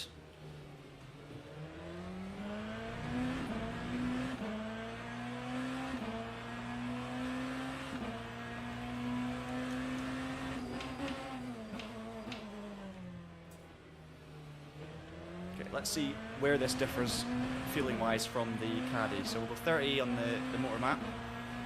We'll take the traction down to 7, we'll go 6. Oh. Isn't really ready for Eau Rouge. 3 laps. 3 laps to get up to speed.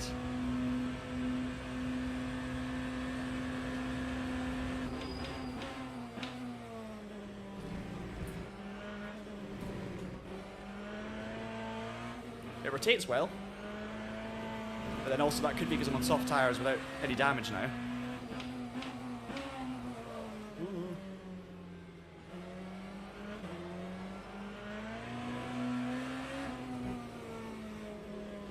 Traction control working pretty hard if we let this Porsche go.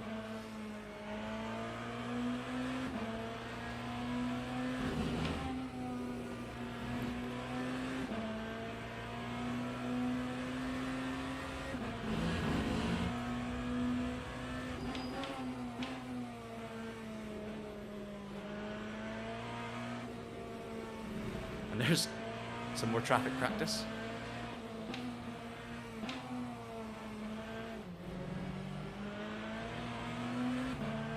So if you get a perfect run there, you can sneak down the inside between those 2 corners, but you need to, so that's good practice for the race actually. If I'm behind a GT3 car heading through the first of that double right-hander, if I'm right behind them on the exit, I can sneak through down the inside. Anything else, I need to wait till after the second right-hander. And to be honest, I might be better waiting anyway, just to get a better line through the corner and everything. Ooh, wow. That was strange.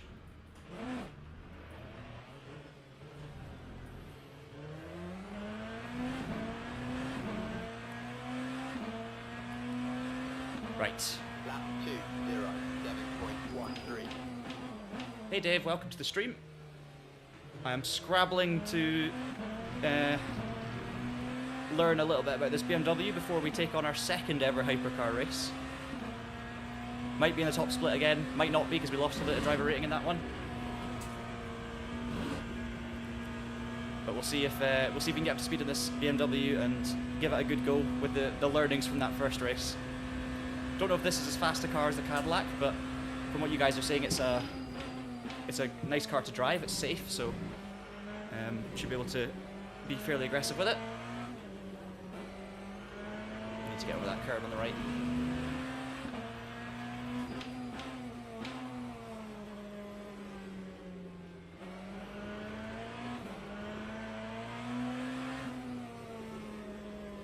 Doesn't feel actually is the track less grippy in this practice session. Might be. That's high grip.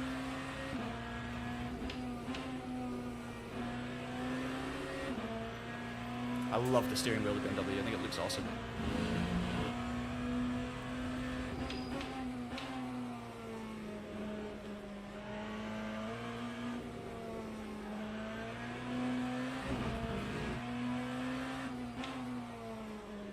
Missing so many apexes, so maybe just need to dial back my driving a little, and it's probably going to help my lap time.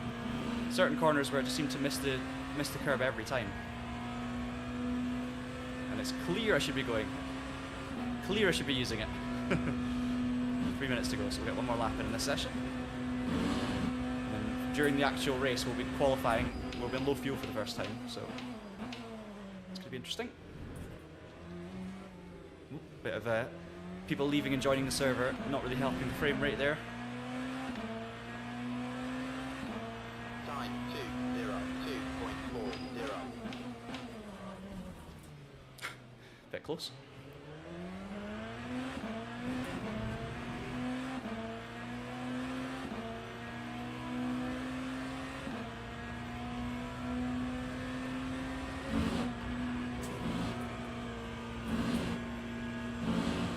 So at the moment, I'm running, just to let you guys know, I've gone traction control, so I've put the power cut and the slip angle down to 6.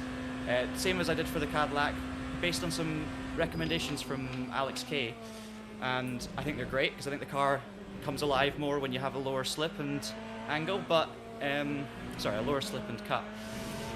But then you can play around more with the main setting. I think once those settings are down, you can then, you know, adjust just one setting, and it makes it a little bit more manageable when you're focusing on so many things in a race. And I found that, you know, start the race at like 8 or something and then get it down to 6 or 7.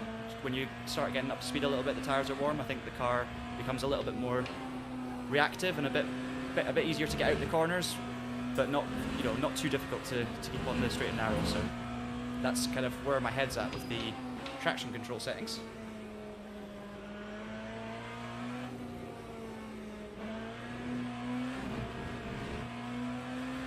I'd say first impression of the BMW, it doesn't feel quite as responsive as the Cadillac. It doesn't feel like I'm quite as hooked up as I was in the Caddy.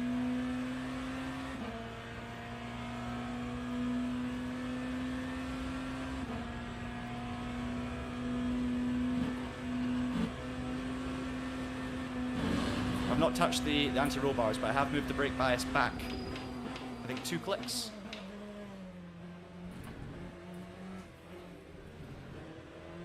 And migration forward by 0.5%. Lap 2:02.81. Yeah, Alex K is great. His guides for the Hypercar really helped me kind of learn a little bit about what I need to know about these Hypercars before this stream today. Because I was trying to take in a lot of information in a short period of time.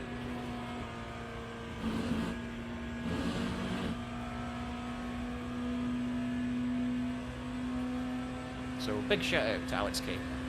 And he was very helpful as well. I jumped on his Discord server and straight away he was offering me advice and, you know, giving me car suggestions and all sorts of stuff. So really, really helpful guy.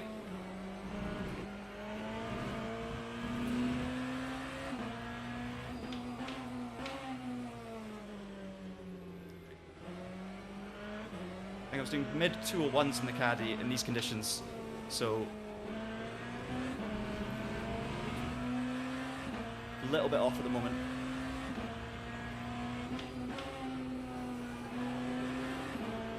We'll see how this lap ends.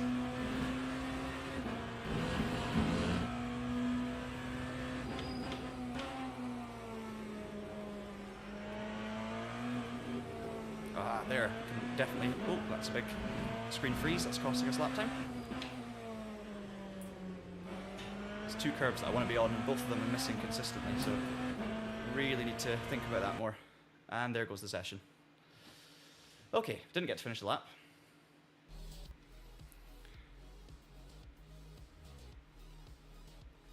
Hopefully we should be able to back out and then join the event. Actually no, it starts in 2 minutes, so we're fine. We don't have to back out. Let's see if we've... so I think there was 19 people in Split 1 in the Hypercar class there. 1, 2, 3, 4, 5, 6, 7, 8, 9, 10, 11. We're 12th this time. So I think we'll still be in Split 1, guys.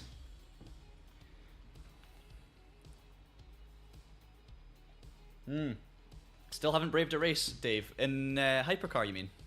Or in LMU at all? I would highly recommend giving it a go. I've had so much fun doing this series. Just trying to really get into the game. Learning so much from you guys in the comments as well. Your advice throughout this. There's too many of you to name, but so many people have been giving me hints and tips throughout, and it's really, really helping me learn more about these cars and how to get more out of the races, and it's kind of fast-forwarding my learning process. And obviously, I'm doing my learning on camera for these first races, so I'm making lots of mistakes out loud and trying to share with you some of the mistakes so that hopefully you guys can pick up something from them too. But there's so many little things that would have gone further wrong if it wasn't for the support, so much, much appreciated. Yeah, 963 can be an option for the next race. If I end up doing a 3rd race, we'll see how we're going. If I back out, surely I should be able to join now. Oh, and it's still 1 minute too, actually. So here's just for anyone who doesn't really play LMU too often, just to show you the races. So right now I'm doing an intermediate race, which is the WEC Experience Fixed at Spa. You've also got the Prototype Classic Trophy, which is LMP2 and GTE multi-class. So that's one of the intermediate races. That's open setup. You've also got the Beginner Series, which everyone can do from the start. So that's LMGT3 Fixed at Monza and LMGT3... LMGTE Fixed at Bahrain, but those can switch around. There's different series, but they're always GT based. And then the Advanced Series, you've got 1 stint sprint, and well, normally there'd be 2 things there. I think it's maybe Hypercar Fixed or something. Let's see the schedule. It probably tells me there. Oh no. It's just showing me 1 thing at the moment. Anyway. Ah, yeah, fair. You'll get there, Dave. You'll get there. Get up to speed and then give it a go. But to be honest, the first time you do it, don't worry about that, because as long as you've done enough practice to feel comfortable that you can keep your own car on track to a degree, everyone who's doing a first race is going to have issues, and there are people that jump into online racing with no practice, no experience, and do wipe people out and crash into people, and it's okay. It's okay to do that at the start, especially when you're doing something that's ranked, or because everyone's got to start somewhere, right? So definitely don't worry about jumping in. The confidence will come.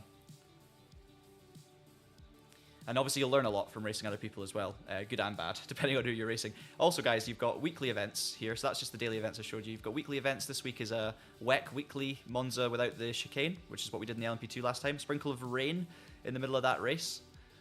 I do want to do soon some weekly and championship events on the stream, because that was the plan for today. Special events, there's nothing at the moment, but special endurance races show up here. And then you've also got the championship mode, which is behind the paywall. So this is Race Control Pro, which is £40 roughly a year or something like that. And then if you pay that, you can enter these online championships with rounds. You get attempts per week at certain races, and there's 4 different championships to choose from.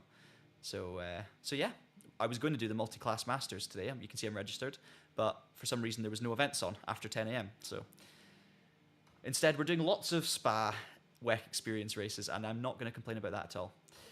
So let's get into our event. This is LMU Houston Kang, so Le Mans Ultimate.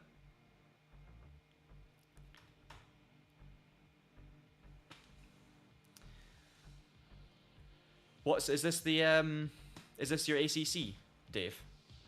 I know that you've I saw your video where you said that Traxion was one of the channels to go to for advice and guides on sim racing, which was thoroughly appreciated.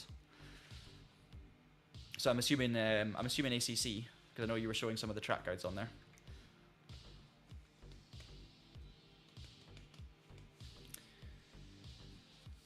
Yeah, Rafa's correct. I love AI racing when you have good AI, and I love career modes and all these things. But I think it's a great attitude to have, that you're kind of preparing for online races by preparing offline. That's definitely the right thing to do at first, but don't be afraid when you actually jump into it, because I think you'll really, really enjoy it. And don't worry about making mistakes and wiping people out. You might get someone really upset. At the end of the day, if it's a daily race, if it's not a league that people are paying to be involved in, and people are taking it super seriously, at the end of the day, if you make a mistake, you wipe someone out, you apologize, it's going to be absolutely fine. And in the beginner races, it'll probably be you getting wiped out, because if you have the attitude of being worried about wiping people out, you're far less likely to wipe people out than half the grid in these things, and it's fine. So yeah, don't worry about it. Give it a go at some point. ACC ranked races as well, they're good fun, but I'd recommend LMU. ACC is only going to have so many more updates, if any, whereas LMU is obviously still early access and on the rise. So it's I'd say those 2 games are a great place to start. Right, let's get ready for qualifying. So it's 10 minutes. That means 5 full laps. Or 6. 6 full laps. So what we want to do is, we'll just keep the ratio the same, and we'll change it for the race slightly. I'm going to take the overall virtual energy tank down to... we haven't had time to do fuel calculations, so I'm just going to take it down to 6.1 laps. I mean, one lap to 8 minutes, 2 laps to 6 minutes, 3, 4, 5. It's going to be 5 laps, because it takes longer than 2 minutes to get around.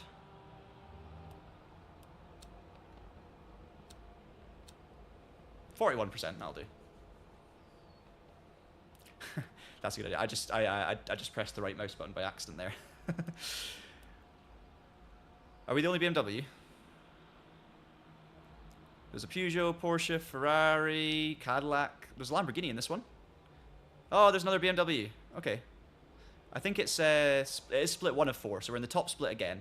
So I'm not going to expect crazy results. I just want to have a slightly... You know what? I want to have a race that I'm more proud of than the first race. I want to be happier with my driving. I want to be happier with the traffic. It can still go wrong, but I just want to... Yeah. I want to come out of this race happier with the race. That's my only goal than the previous one, and hopefully with a better result. So let's see how the BMW is in qualifying.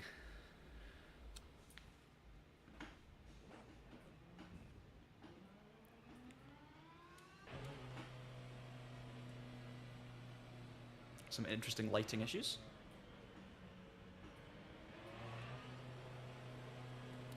Let's get the traction control settings done on the outlap. While we're in here, we'll take that down by 2 clicks. Oh, don't crash into the pit wall. Regen up, and then remember to take it back down. Lap target is an incredibly interesting feature that I didn't really fully get until this week, and that's definitely going to be something we'll talk about in future streams and things. I'm also going to be making an LMU video at some point soon, so do keep an eye out. I'm trying to learn as much as possible about the game from my online racing experience, and then I'm going to throw it all together and basically make a summary video of my feelings towards the game, what state it's in right now, whether it's worth the money, all these sorts of things. So do keep an eye out for that in the coming weeks. I've just got a few more things to test on stream first before I come to my final conclusions on it. Okay. Let's get this car warmed up.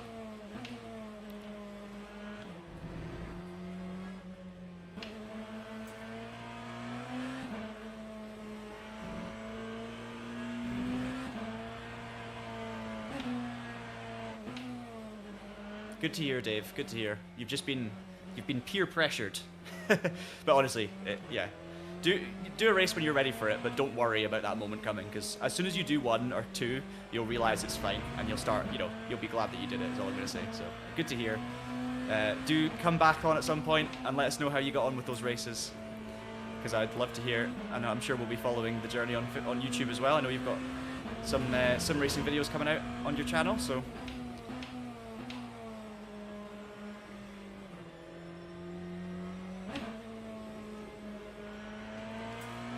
Get some heat in this thing.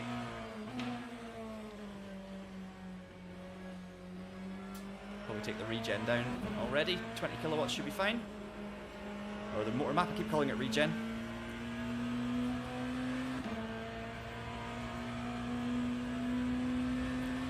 If you don't race hypercars on LMU, all this talk about motor maps and regen and migration is probably all gobbledygook.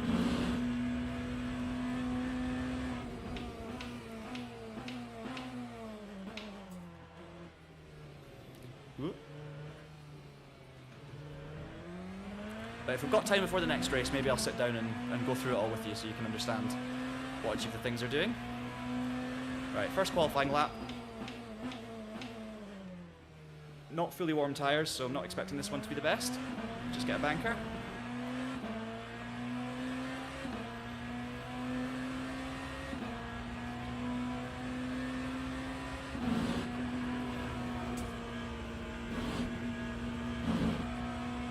Traction control down now.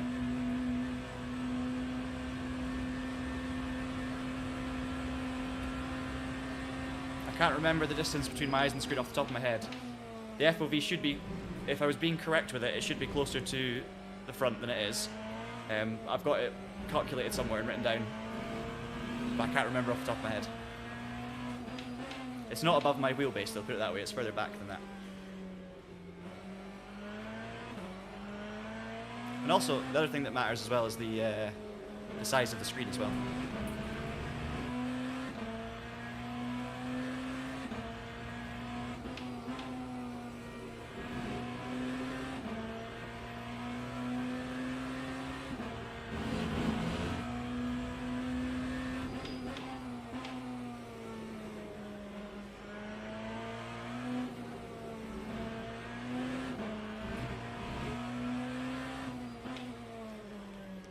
Right, let's try and get the head into qualifying mode now.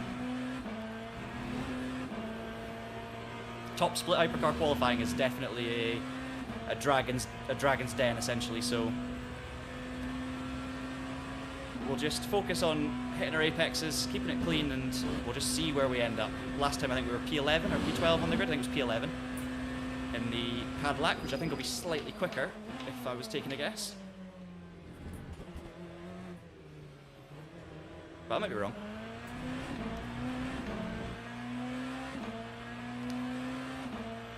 That time was a 2:02.40. Small lockups. Gonna cost me a tenth or two.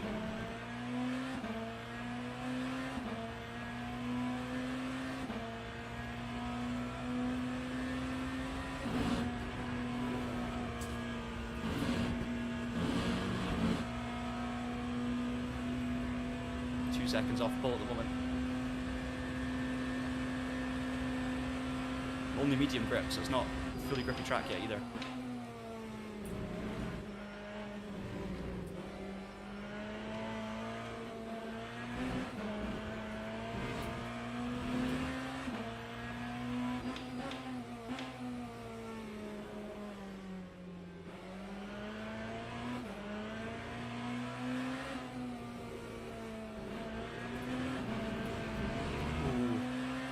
Running a bit wide.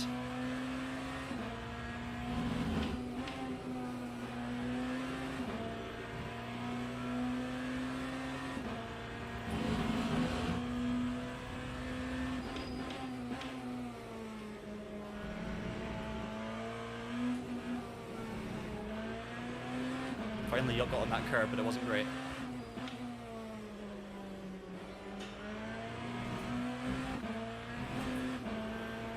Okay, we're second up on this lap, so it's a little bit more representative, but we're still going to be a second off of the pole. That should gain us quite a few positions, but everyone else is going to be finishing their second laps as well. Just make sure I get the last corner right before I speak too soon. That's too late in the brakes. Oofed. Yeah, not great, but do you know what? Could have been worse. 2 more quali laps to go here, and I think we're going to be just shy on fuel by a litre.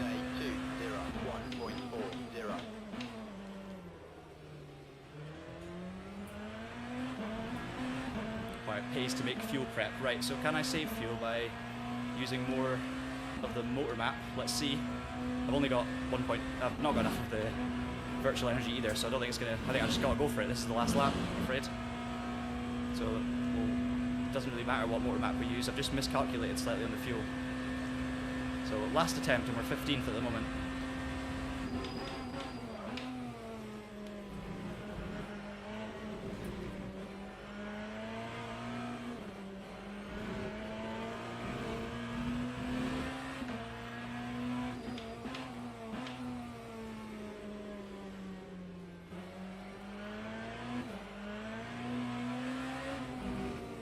Too wide.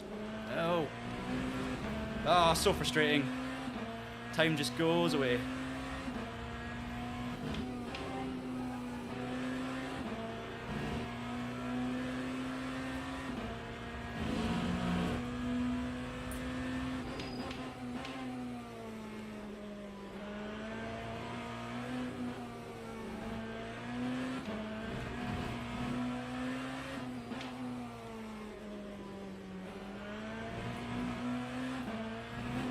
Bit of a scrappy lap. Could still be fast enough though to be an improvement.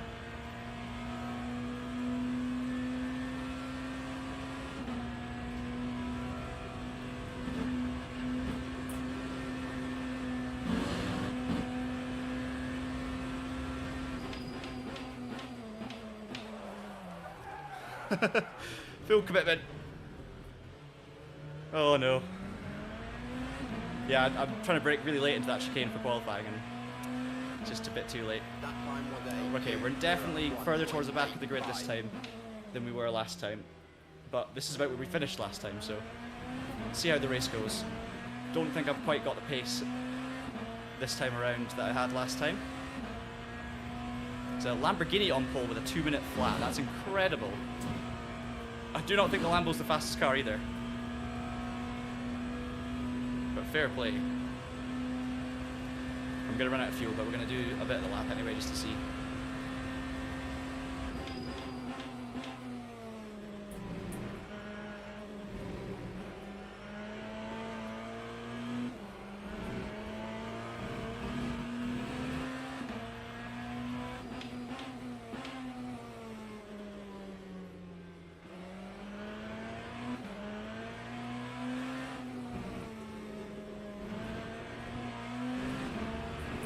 Very much matching it so far.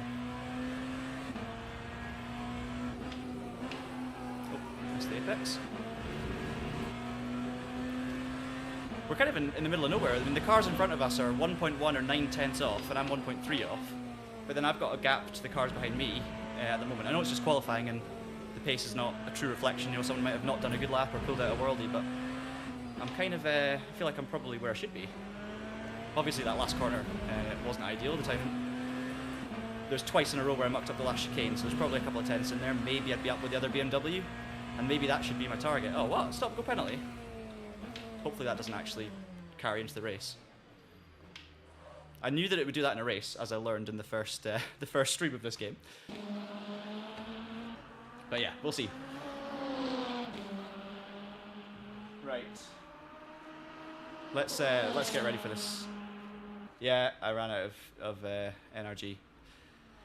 I knew I was going to anyway, so it's fine. But I hope that doesn't give me a penalty for the actual race. I hope that's just that's just a qualifying thing. Right. So lessons learned in the pit stop. I'm going to take a couple of laps less fuel. We can start with 2 clicks left on the ratio, 91 litres. That's absolutely fine.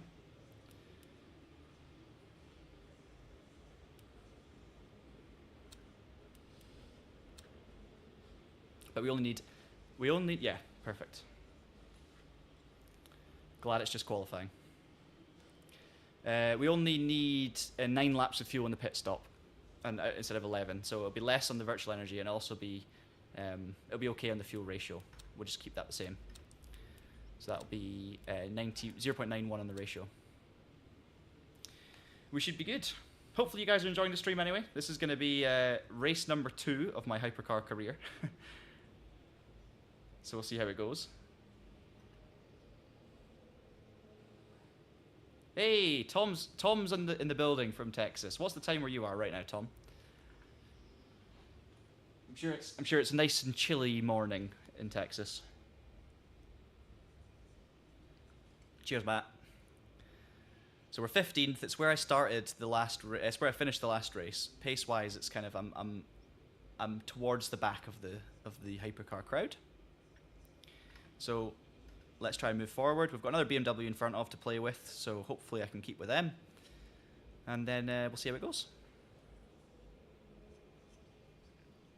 Oh, cheers, Dave. Good luck in your meeting. Thanks for tuning in. Hopefully see you a little bit later. But if not, enjoy your weekend. Teams and drivers go to the grid. Right, for I race need start. to change tyres to mediums, and I'll do both sides this time. I'll not forget. That would have been a real bad mistake. 100% fuel, 91 on the old fuel on the ratio.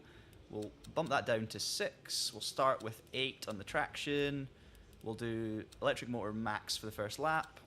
These are the kind of things. Again, I'm happy to talk through what all of these things actually do and mean a little bit after this race. So if you want to stick around, if I've got time between this and the third race, which I'm hoping to do, should all things go okay, then I'll give you a little bit of insight into what all those things actually do, because I think that's kind of important. 9 a.m. Ooh, 27 degrees at 9 a.m. I admire your commitment jumping on here from Texas, though. Hopefully you're having a nice trip. Let's go brake migration plus a couple. That's the wrong way. Let's go that. I think, was I locking up the rears in that qualifying session? I couldn't really tell. Cheers, Matt. I should have. That would have been a better way of doing it. Let's just go with that for the brake bias for now. Okay. Okie dokie. Thank you. Is it Rafa? I can't see the last character. I don't know why. Formation lap has started.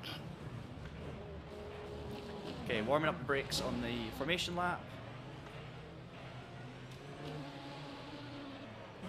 Thanks, guys. Thanks, John. So I've had my hypercar baptism of fire. It's time for episode 2. Hopefully goes a little bit smoother. Hopefully a little bit smoother, but if it doesn't, it's alright. Erratic driving?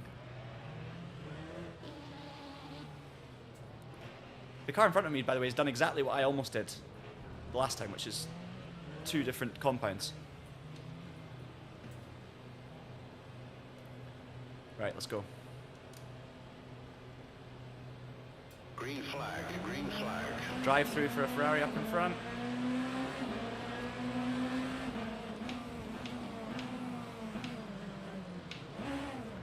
That's neutral jump.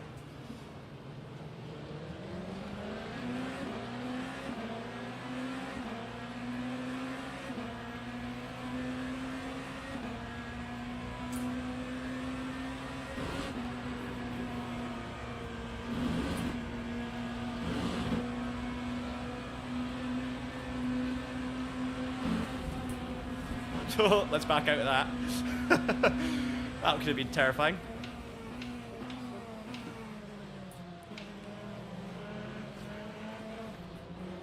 Lamborghini did a punt for me. I had such an overspeed, and I went for the wrong side, but honestly, we survived. It's okay. Car's going to rejoin.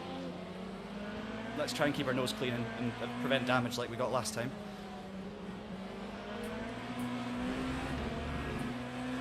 Okay, P14. Oh.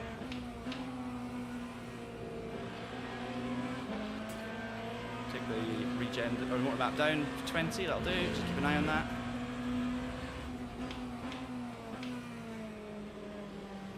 Already got some tyre temperature from that exciting start. So we'll bump the traction control down by 1 click.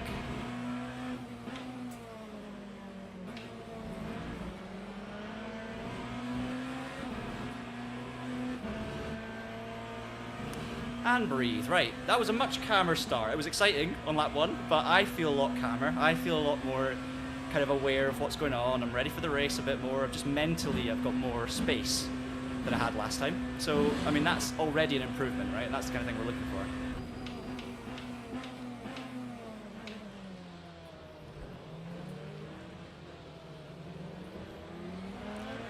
Was a bit scary down the straight though, wasn't it? I almost did a full Earl Bamber.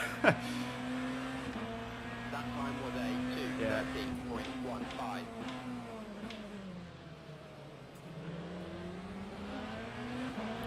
Great first lap from split 1 in general. Saw a couple of mistakes, a couple of bits of contact. One car got nerfed off in front of me just with side-to-side contact with that Lambo, but other than that, it looked pretty good from where I was sitting. No contact for me, which is obviously important for the sake of this series and for this race, hopefully.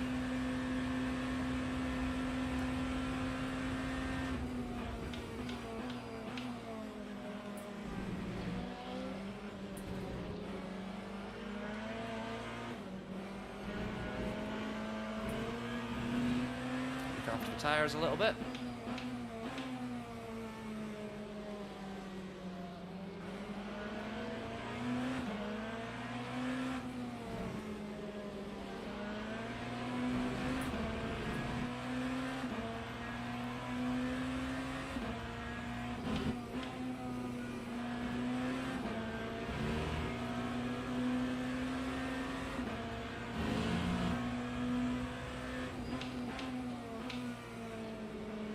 I don't know if the Lambo's lifting coasting with maybe the lap target feature, but it seems to be coming back towards me just before every braking zone. Don't know if it's just maybe taking it a bit easy to not crash into the BMW in front, or if it's lifting and coasting. But yeah, see if you notice it as well. Just before we hit the brakes, every time that Lambo just drifts towards me. Maybe the Peugeot was thinking the same of me.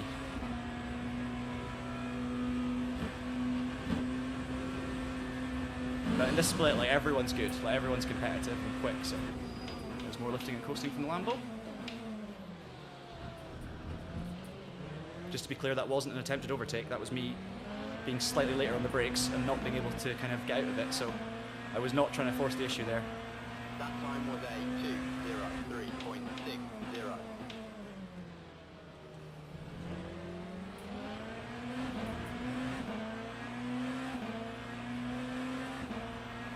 Okay, traction control down to 6. So we're now 6 all round on the traction.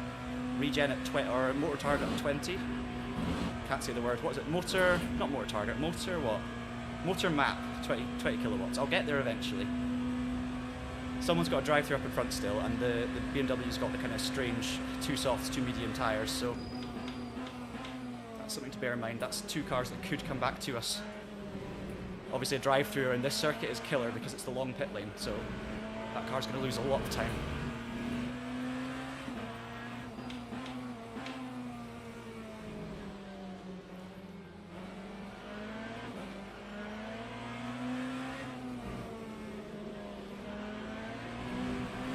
everyone's closely matched for pace. So I think it's going to be one of those races where it comes down to lap traffic and mistakes.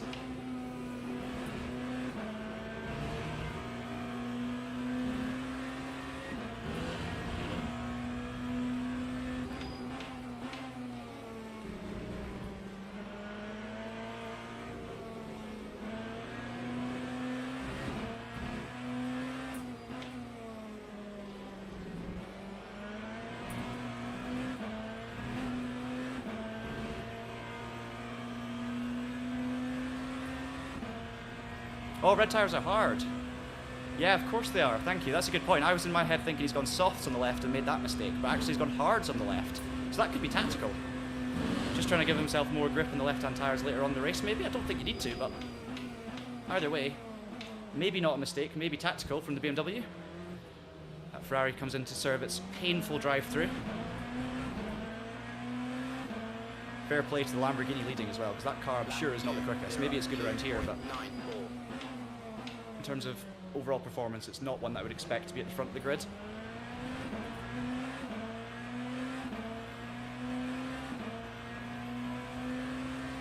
It's been a much calmer race so far from my end.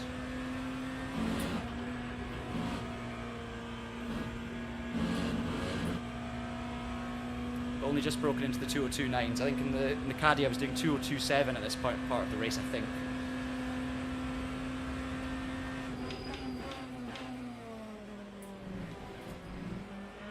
Track limits.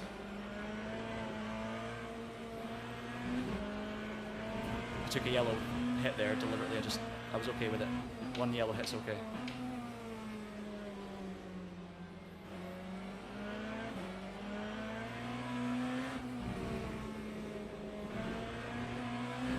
Didn't do that in the last race, but now that we've done one, I'm okay with it once or twice.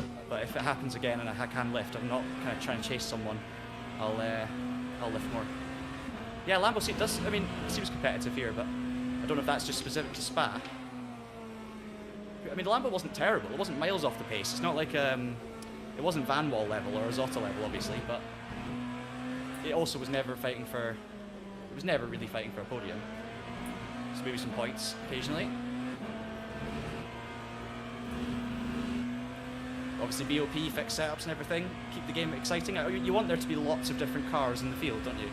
You don't want everyone to just pick the fastest cars, and if they're close enough, you can get away with it. Like this Beamer might not be quite as quick as some others around here, but it's close enough that it's still fun to race.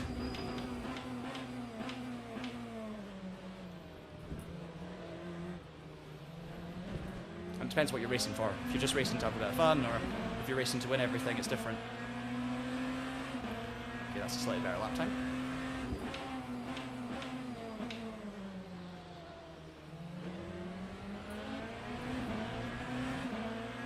Probably won't count as my... Yeah, it doesn't count because it was because I cut the track.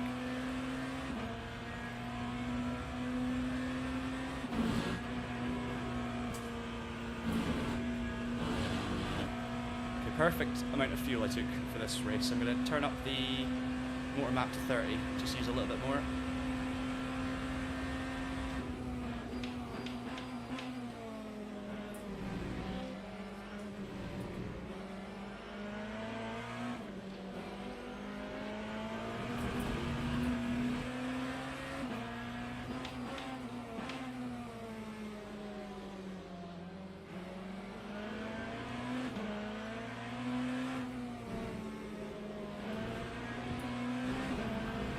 We're 2 seconds ahead of the Toyota behind as well, so we've dropped those guys a little.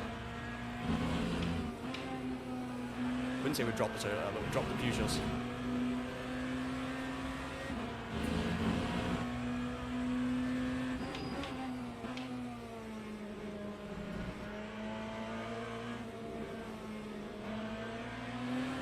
And that other Beamer, which is obviously a big target for this race, if we're looking for targets, he's right in sight.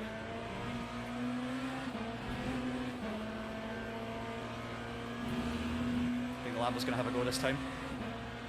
This could get interesting. It's 40 minutes, so... Oh! There was contact. Oh, go! Scared.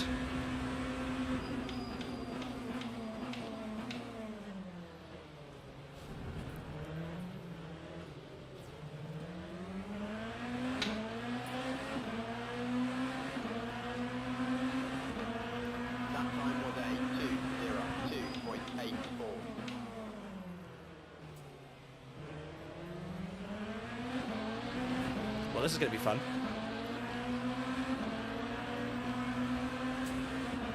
Oh no.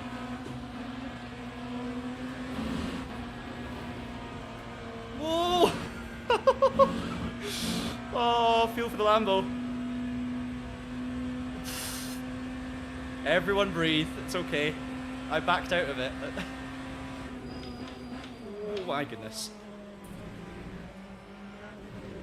That was fun. And now we're coming up to traffic, just what we need.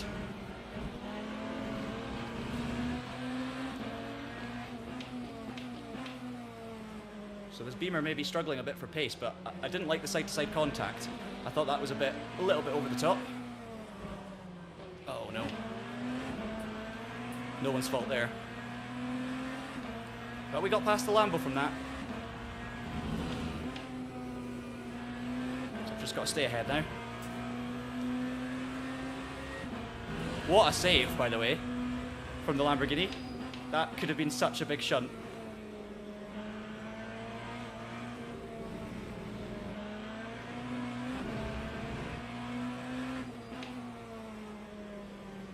Yeah, I don't know who was to blame for the side-to-side contact. I mean, in its nature, side-to-side contact's kind of a bit of both parties normally. I would need to watch it again, but it was quite an aggressive little bump going on there. Whoever instigated it, and it almost brought me into the mix, but I couldn't really go anywhere with the runs I was getting, and obviously there was 2 cars in the way. But I nailed the hairpin, just couldn't quite get enough of a run, and I had no slipstream either, which didn't help.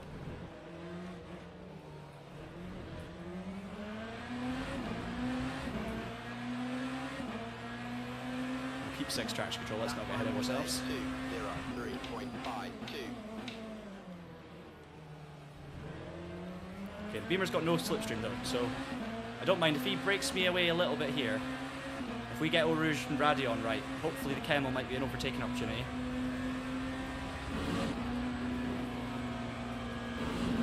Okay, I didn't get it right, but it's okay. My line was worse than the Beamer's through there, than the other Beamer. Let's go for it.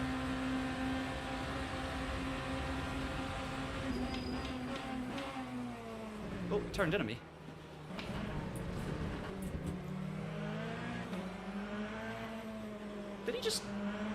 Did he turn in as I was making that move? I think he might have done. Anyway, that's the confidence I was looking for. Now, I don't think I did anything wrong there. It was a late, bold move down the inside, but it was not half-hearted. I got fully alongside, got past, and then stayed on the track just. So it was a bit of a rude. Oh jeez, that was a mistake. It was a bit of a rude move, I would say, from me, but I think it was okay, and that's what I need to be better at. So I'll take it. I need to be a little more elbows out, but in a good way, in the right way. And then I think he did try and kind of turn, which was a bit strange. Focusing the exit. There we go. Nice. Right, that was what I needed. Yeah, I don't know if that was the same BMW that did the side. I don't know if the BMW instigated the side-by-side with the Lambo the lap before, or if it was the other way around. I need to watch it all again, but it was, yeah, it was something.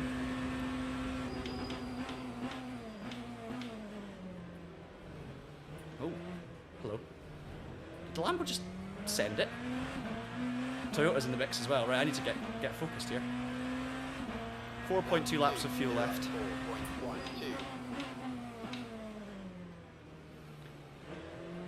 So we've successfully, I mean, compared to the first race, we've successfully navigated our way past a couple of hypercars. Other ones have made mistakes, and suddenly, oh no, this is bad.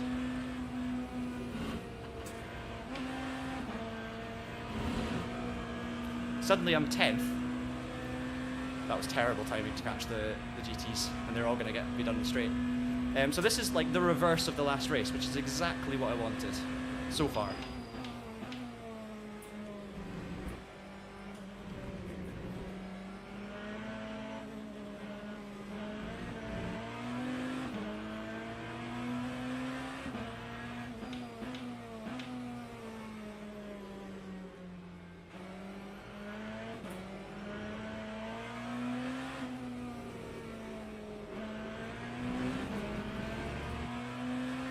Nice.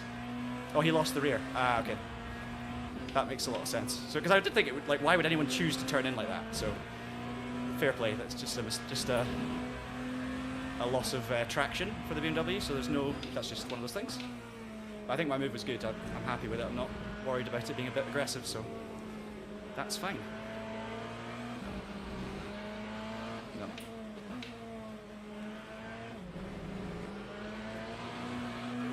That's better than like that. That's why I wasn't doing well in the last race. Pick your moments. Like, yes, I lost a little bit on the first go, but then I knew from that practice session that I could just get someone in between those two right-handers safely, and that's what I did. And yes, I lost a little bit of time, but I didn't cause any massive brown trouser moments. So that was improvement in action, I would say. 3 laps to go on the fuel. Need to remember to pit. Start working on our menus. Lap 2, So I want 82%. 9. Actually, I actually might be able to get rid of 2 laps.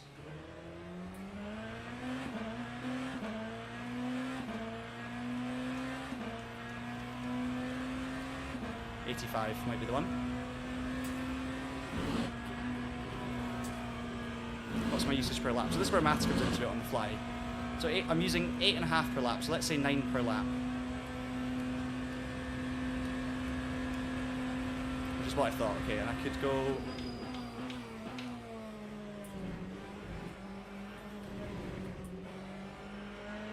Let's get through these corners first. Doing maths whilst navigating traffic's never the best idea.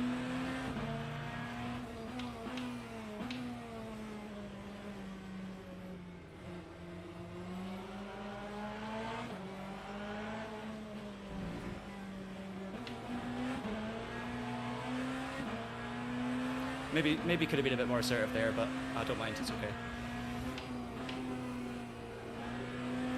Again, if I was going for a race win and I was a top level esports event, I would have definitely had the confidence to just send it, but I just wanted to play it slightly safe. Keeping with our learnings from the first race.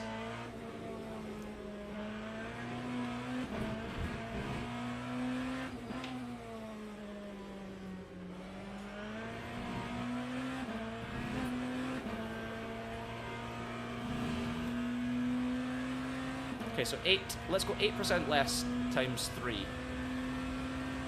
So 24% less. So if we do 76, so let's go 78 on the virtual energy.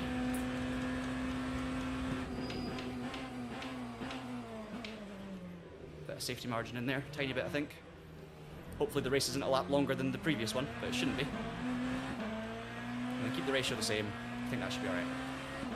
Lap 2, 3.52.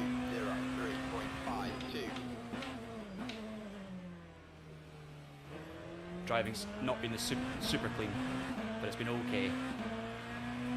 Oh yes, you know what? I cannot wait. I cannot wait for the Valkyrie in this game. Assuming it's going to come at some point, because the sound of that thing. I was actually saying after I'm cameraing all this, after testing, I was thinking, oh, it sounds amazing. It would be nice, you know. It sounds a little muted though. And then Cameron said to me, yeah, but wait until you hear it unrestricted, like it's actually, or with the correct restrictions for the championship, not the testing. And oh my goodness, during the WEC broadcast, it was like you'd be looking at a McLaren 720S GT3 and you just hear a V12, and you no idea where the Aston was on circuit, but you could hear it. It was amazing, and that's just like, it's so good that we can, in a top level FIA series in 2025, we can still experience that sound. I thought we might never experience it again.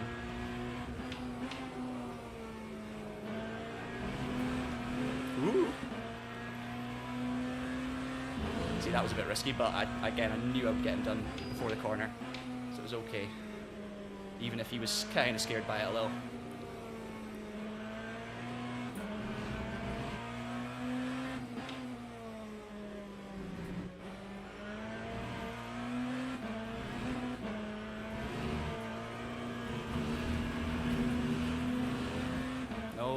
Yellow track limits. No, that was totally my bad.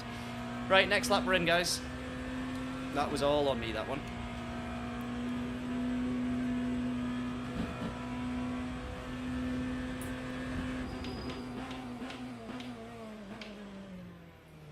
definitely locking up more in this BMW than I was in the Cadillac, but I'm not exactly sure which tyre. I'm trying to pay attention to the little tyre temperature gauge on the bottom right when I'm actually locking up. But obviously I'm keeping two eyes on the apex as well, so it's kind of difficult to do both things at once. So I feel like I'm locking up, but I don't know exactly. Oh, let's take the water map down. I don't know exactly where I'm locking up or which tyre's locking up, so I don't know therefore exactly what settings change to make. But when I watch the stream back, I'll know.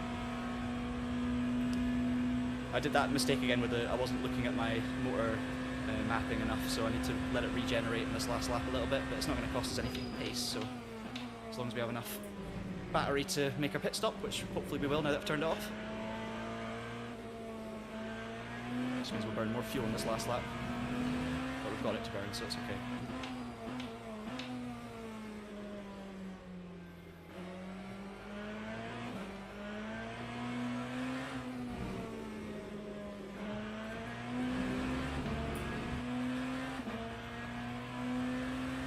I'm going to go 79% because it did say 8 laps for 78, and I don't trust that.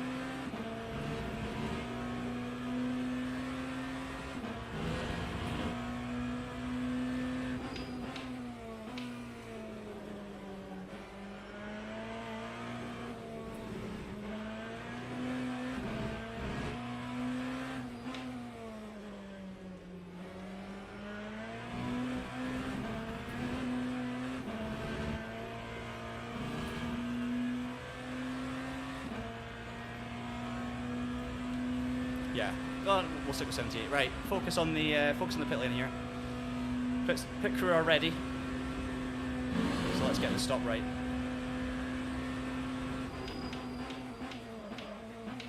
I've definitely got my energy back up, so that's good. Need to remember to turn that back up at the outlap.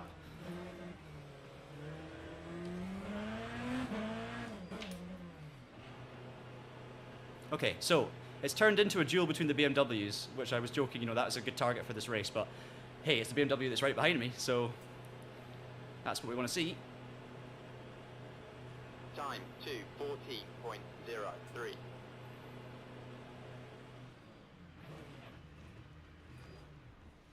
Okay, yeah, 6 seconds faster pit stop this time. Get the motor map up to full for the next lap. Let's see what happens. Whew, this has been good. I've enjoyed this. 20 seconds to go. Tire wear is... Oh yeah, for locking, that's a good point. Front left. Front left is lowest, so they're all pretty even, relatively. 3% from least to most, so I think we're okay. Whew. Yeah, that was you know, I said to you earlier, I just wanted to have a better race than the last one, regardless of results. Just out ahead of the BMW as well. And I think that's what we are on target to do, in theory, at the moment. Right, traction control back up by 1 for slightly colder tyres.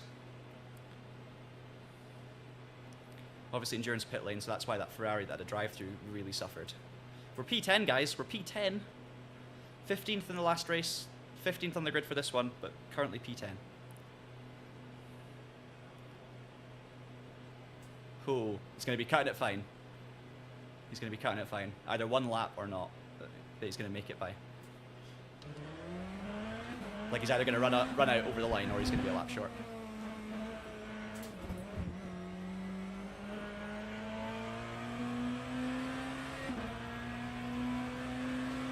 You have to really focus on that pit lane exit as well because the Toyota's going to get the other BMW because it's so bumpy.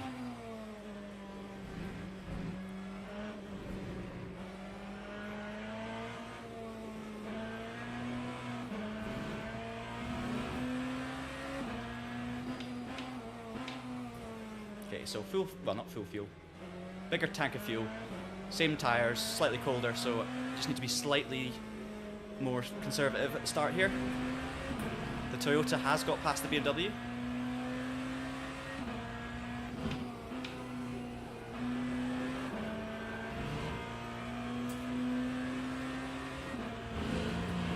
Nine seconds, we are behind P9, so it's not going to be a race for, unless there's obviously mistakes and issues up ahead.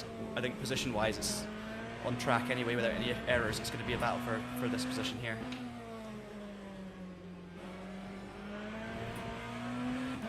I think that Toyota was the one that I was behind on the second stint during the last race, and I couldn't really, I was driving badly, but I couldn't catch him. And now I'm in a BMW rather than the Cadillac, so I think that's going to be a tough one to try and hold off. The Lamborghini's lost loads of time, it's nowhere now.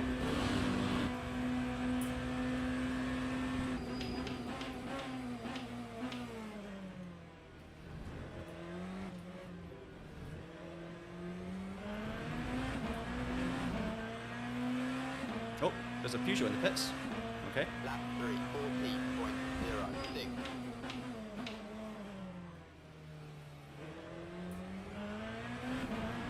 Right, eyes forward. Need to stop looking in the mirror. So we are now P9.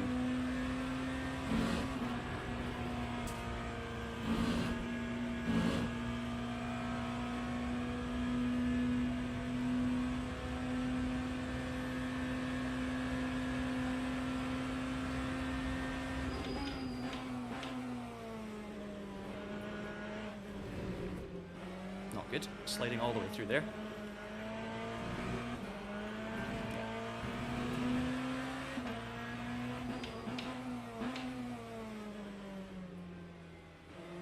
The rear was definitely stepping out at me there. I don't know if I should maybe move my brake bias forward by one click, but you could see without down the hill the rear was really struggling.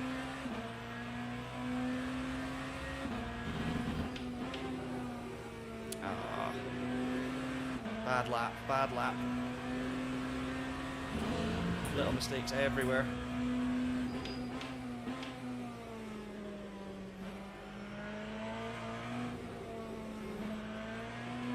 Maybe not compensating for the extra fuel compared to just before the pit stop.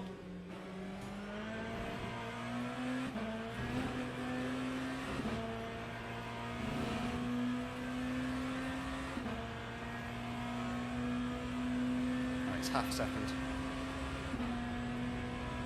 And we're going to leave the brake bias. I'm just going to leave it for now. Focus on this battle.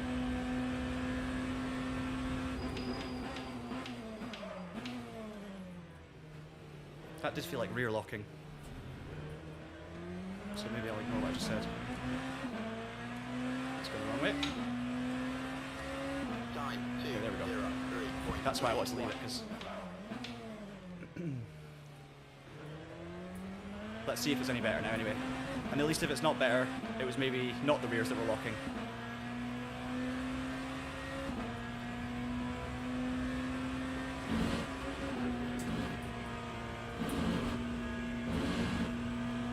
We've still got all the GT3 traffic to come back through again though, so it all depends on where we catch them.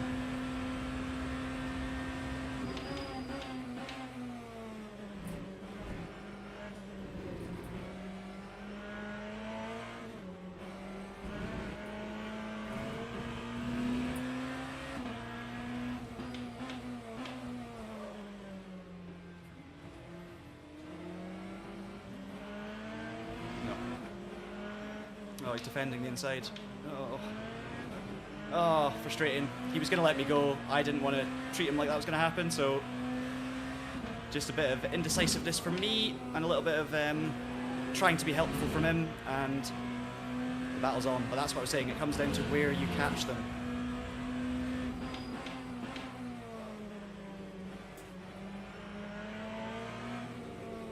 So now it's about car positioning until we catch the traffic again.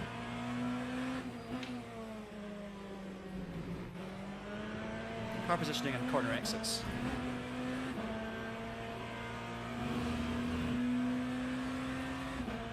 Both of them are there as well, Toyota and the BMW.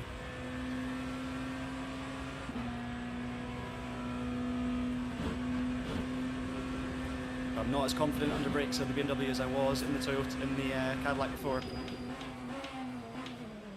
So defending under braking is going to be tough.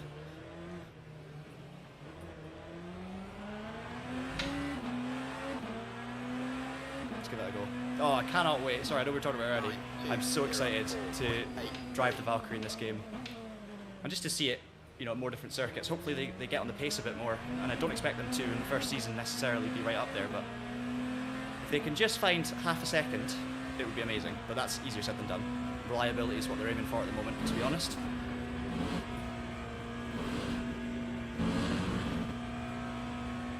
Right, I've got the gap back. GT taketh and giveth away.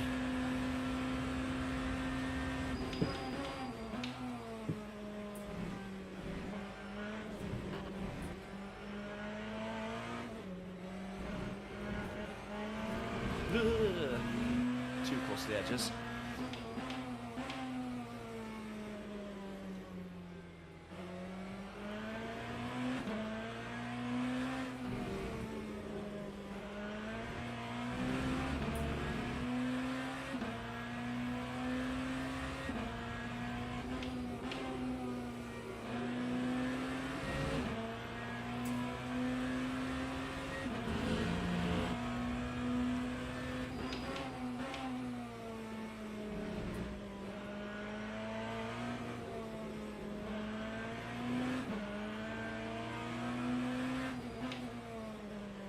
Perfect. Was it decisive there? Had to lift a tiny bit, but not much. Oh, Hypercar off in the background. I think it's the BMW. Just saw that in the mirror. Or maybe it was the GT3 that went off. Maybe it was hit by the Hypercar, but something happened there in the mirror.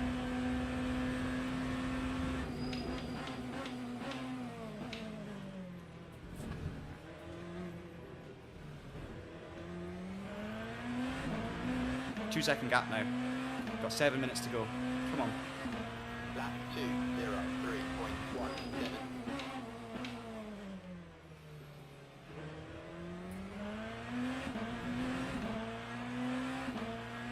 We're not, you know, we're 2:02.8 is our best lap, so that's 6/10 slower than we were in the Caddy. So I do not have the pace, even though I've got no damage in this BMW that I had for one reason or another, but it's okay. Oh yeah, the AMG, that'll be great as well. I always think the Mercedes is such a, of all the GT3 cars to drive, it's a very satisfying one just because of how well it rides the curbs and obviously the sound of it and stuff. I really enjoy driving the AMG GT3, so that'll be a nice addition as well. But I have to say, I'm happy with what we've got at the moment. I mean, the Porsche's awesome, the Mustang's awesome, the Ferrari's awesome, the McLaren's good in a different way as well, BMW's a really solid choice. Like, we've got so many good GT3s to pick from. But again, the Mercedes is good because it's different, it sounds different, it feels different, and that's what you want. You just want the variety so that everyone can choose. But having the Mustang and the McLaren as free cars is a great start. This is going to be really bad timing for traffic. And they're battling as well, so it's the lead battle in GT3.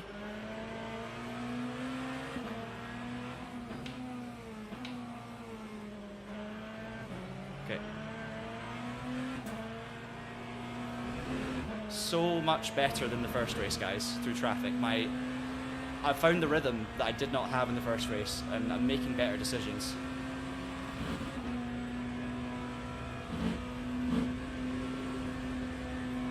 Obviously the Toyota closed in on me again there, but now it's losing some again.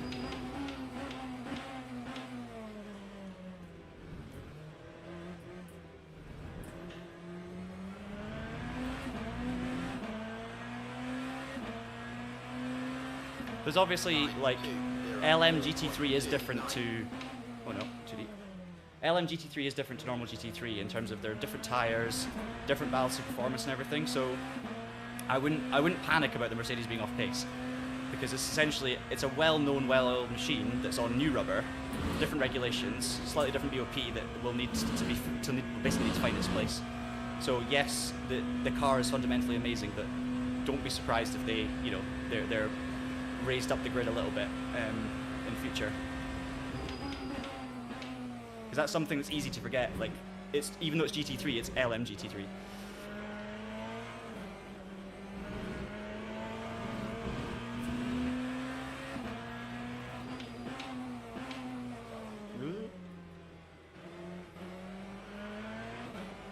It's getting dark, isn't it?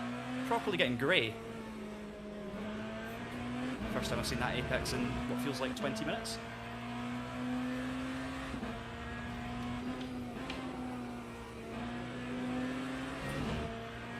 We're hanging on from this Toyota and the BMW. We're hanging on.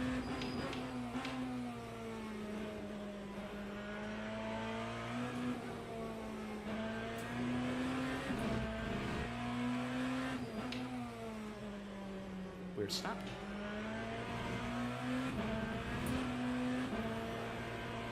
What car am I going to drive next? A little bit concerned if I jump in something stupid. Because I'm in the top split, I'm a bit concerned that it's just going to be a waste of a race.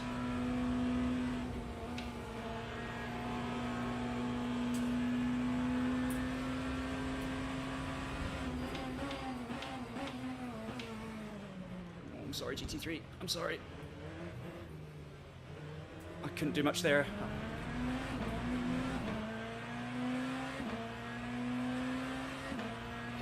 That's the first slightly questionable one where I've definitely cost someone time, but I had to get past them, and it wasn't dangerous. It was just I was just on the inside, right? So I'm not gonna. That's not as bad as some of the ones in the first race. So just the first one that you could argue I should have waited, I think.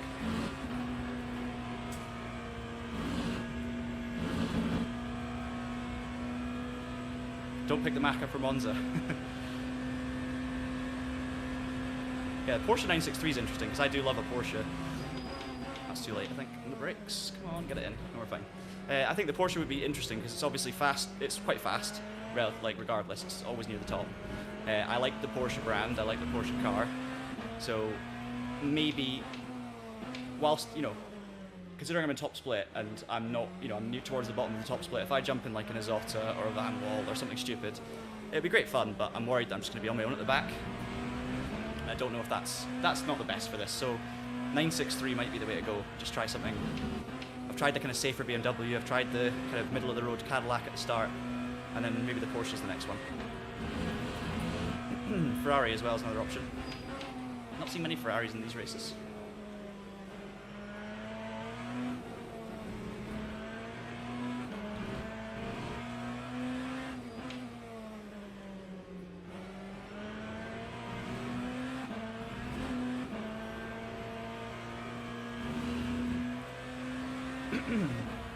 Toyota and BMW still within range. Oh, have I have I got you interested, Matt? You're getting the hypercar bug from watching this. It's just the thing is, all the electronics and stuff are a bit of like, I think they put you off a little bit at the start. Or they put me off just knowing that like the amount of prep that needs to go into it is more, and just understanding it all just feels like a bit of a science project at times. But once you actually understand the settings and what they're actually doing and how you might need to change them, as soon as you get it, it doesn't become too bad. Like, I've not had the mental capacity to be playing around too much with, brake migration and bias and all these kind of things too much. But now that I understand what each of these things are doing and what I can change on a fixed setup, etc., and also the regen stuff, it's like no longer an obstacle and something that's kind of rewarding because you can kind of plan your race around it a little bit and try and use a bit of strategy. And I think it's just going to make it, for hardcore fans, it's going to make it more enjoyable in the long run, even if it's a bit more off-putting to beginners, I would say. But that's the thing, hypercars aren't for beginners. There are no beginner series that run hypercars for a reason. So, like, I've been sim racing for a long time, and I'm finding this a genuine challenge, like, to just, get my head around a simple race here. And I'm grateful for that.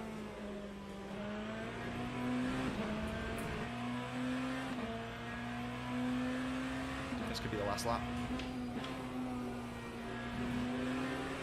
Lambo will be praying it's the last lap. It's got 4% battery. The car in front's got 5% as well. So it all comes down to whether or not he'll finish the race in this lap or not.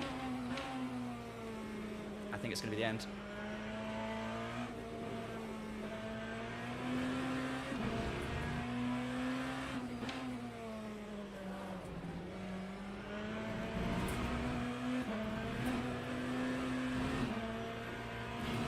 Trying so hard to have a clean final sector there, and I got in the gravel. I was trying that hard.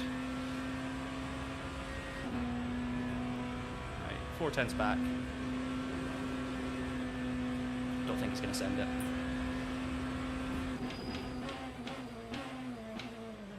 Just focus on my exit. Nothing you can do if I get the exit right. There you go. P9. There, that's what I wanted, right? A cleaner race than race 1. Not as much ultimate pace, but just more consistent, better driving, much better in traffic, better pit stop, better racecraft. So much better. And a top 10, despite being 15th fastest.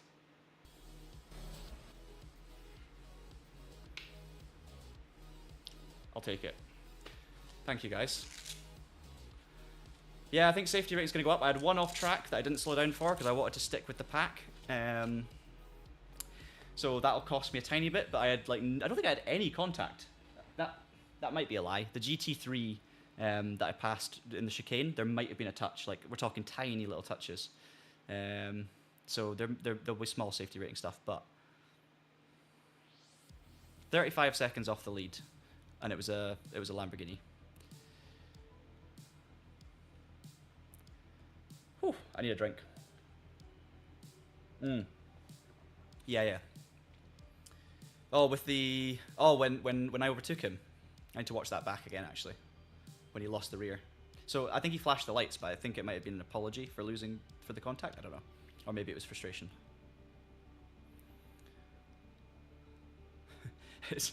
There needs to be some unsaid sim racing etiquette, or not etiquette, but like some sort of sim racing standard for flashing lights. Like there should be like, you know, flash lights twice if it's a sorry, flash lights 3 times if it's a what are you doing?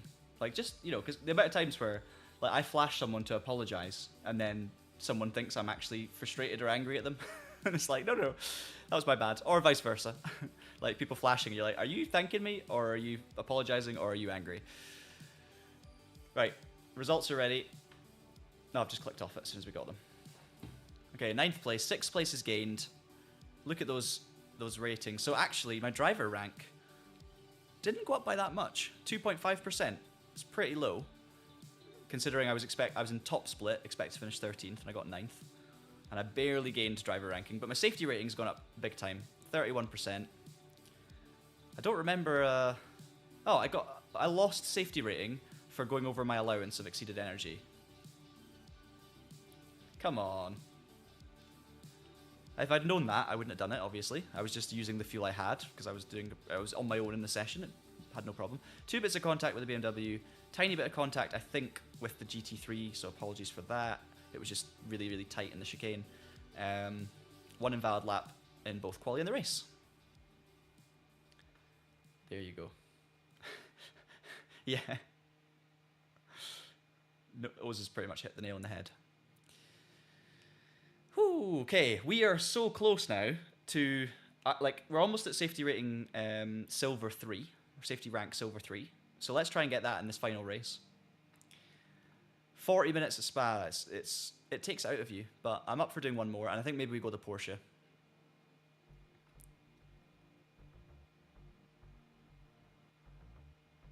That's all my results from the series so far. It was, the first race I did was this one. So 18th, 9th, 7th, 5th, 4th, 3rd, 3rd, 9th, 1st, and then Hypercar happened.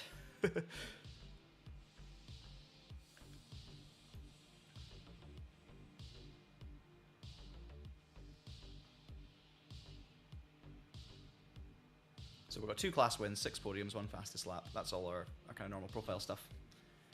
The Lambo's a good choice, yeah. Can we see replay of the BMW overtake? Yeah. How long we got? 24 minutes? Yeah, we can do that. We can do that. If I get a chance, I will talk a little bit about the different electronic things on the Hypercar, because I think that's like one of the biggest barriers to enjoying them. And I'm obviously, I'm learning about, thanks to, mainly to Alex K's guides, I'm learning how they work. I'm still not applying them as much as I could be, but I'm at least understanding them now. So I know what I need to apply and what I can choose to apply, if that makes sense. Let's take a look at that BMW incident. It's been a mammoth stream. I mean, what's that? We've done 2.5 hours. I started off this aiming for like 2 hours to 2.5 hours, and then now I'm thinking of doing a 3rd race. So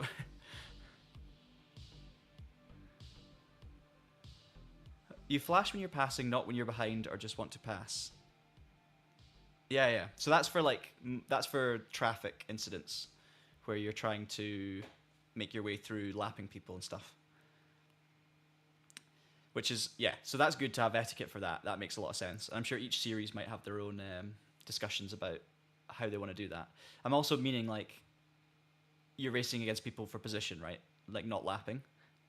And in those situations, how can you tell when... Obviously, you should be able to tell if it's obvious when someone's apologizing or whether someone's angry.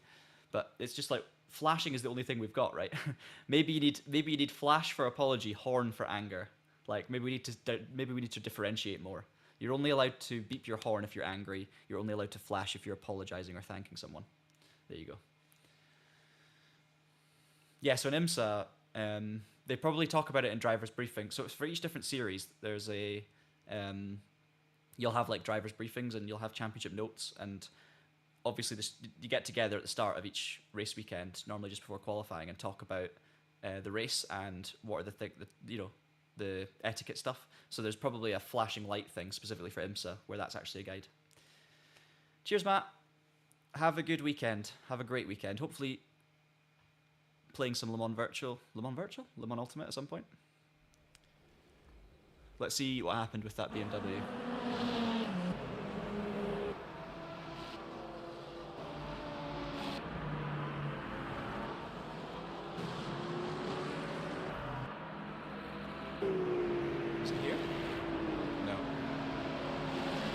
It was quite early on.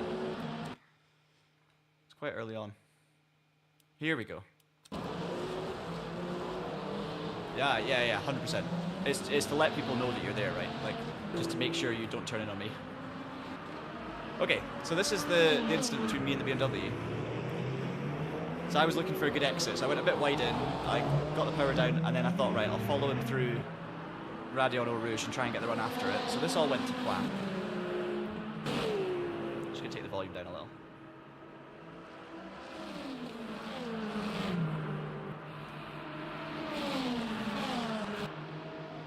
And then, this is the move. So I got the slipstream, pulled out, went for it down the inside, and then... Oh, yeah. Oh, wow. Tell you what. Absolutely nothing against the BMW driver there at all. He almost did an amazing accidental cutback move there. Look at that. He lost the rear on the curb. Let's just play it full speed one more time. Okay. So he locks the rears on the curb, I think, or tire on the grass maybe. I don't even know if it was the grass. Yeah, maybe. Loses the rear. I think that's a rear lockup. Touches me there, but could have been a lot worse, let's be honest. Tiny nudge. But then, in doing so, like, beautifully comes over the chicane. And then is actually, like, almost in cutback position.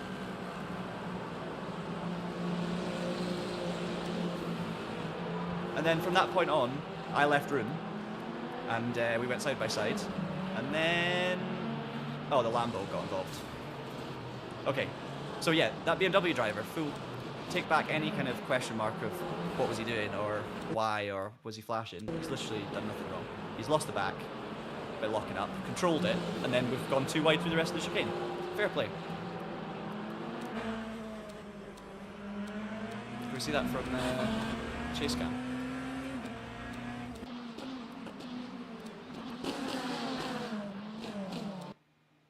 Let's see. There he is. Actually, we'll go on board.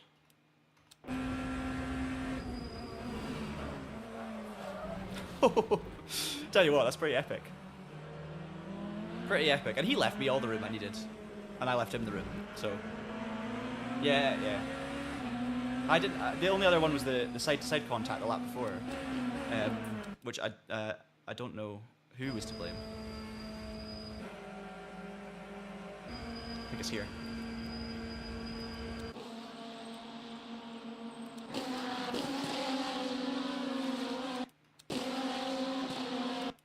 Yeah, I mean, nothing crazy. The BMW moves across a bit as the Lambo's moving a tiny bit left. So, yeah, he's moving right. The Lambo's clearly there. The Lambo could have stopped coming left, but they're both moving towards each other. I'd say the Beamer probably was had the more aggressive angle.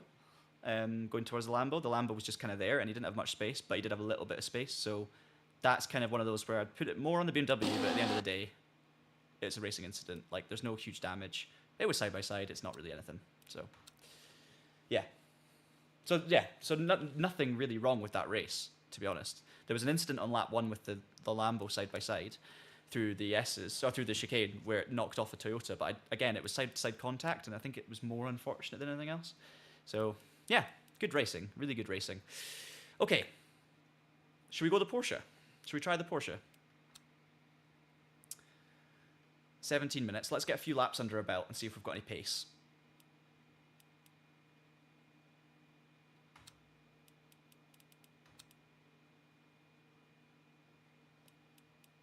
I definitely will look into, we're going to go to the Jota car from last year. I definitely will look into online sessions and stuff at some point. Custom servers, all that kind of stuff. But we'll do that in a separate thing.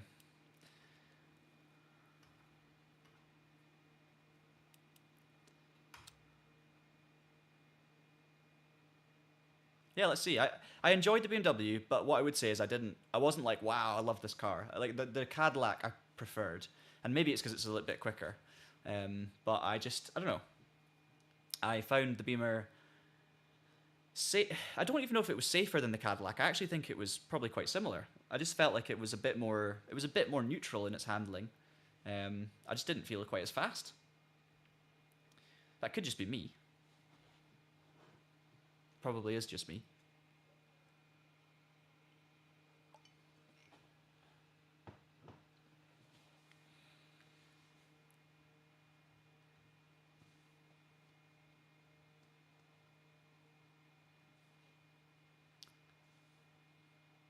Oh, Charlie, yeah, I saw your name on the leaderboard, but I think we're spread too much on the driver ranking. I think we're quite close, but I'm near the bottom of Split 1, so, and I think I'm going to stay there, to be honest, because I seem to always, I think there's like between 17 and 20 cars in Split 1, but I think that I'm kind of like 13th or 14th on the driver ranking, so I think I'll always be in Split 1, which is good. Oh, that's good pace, John.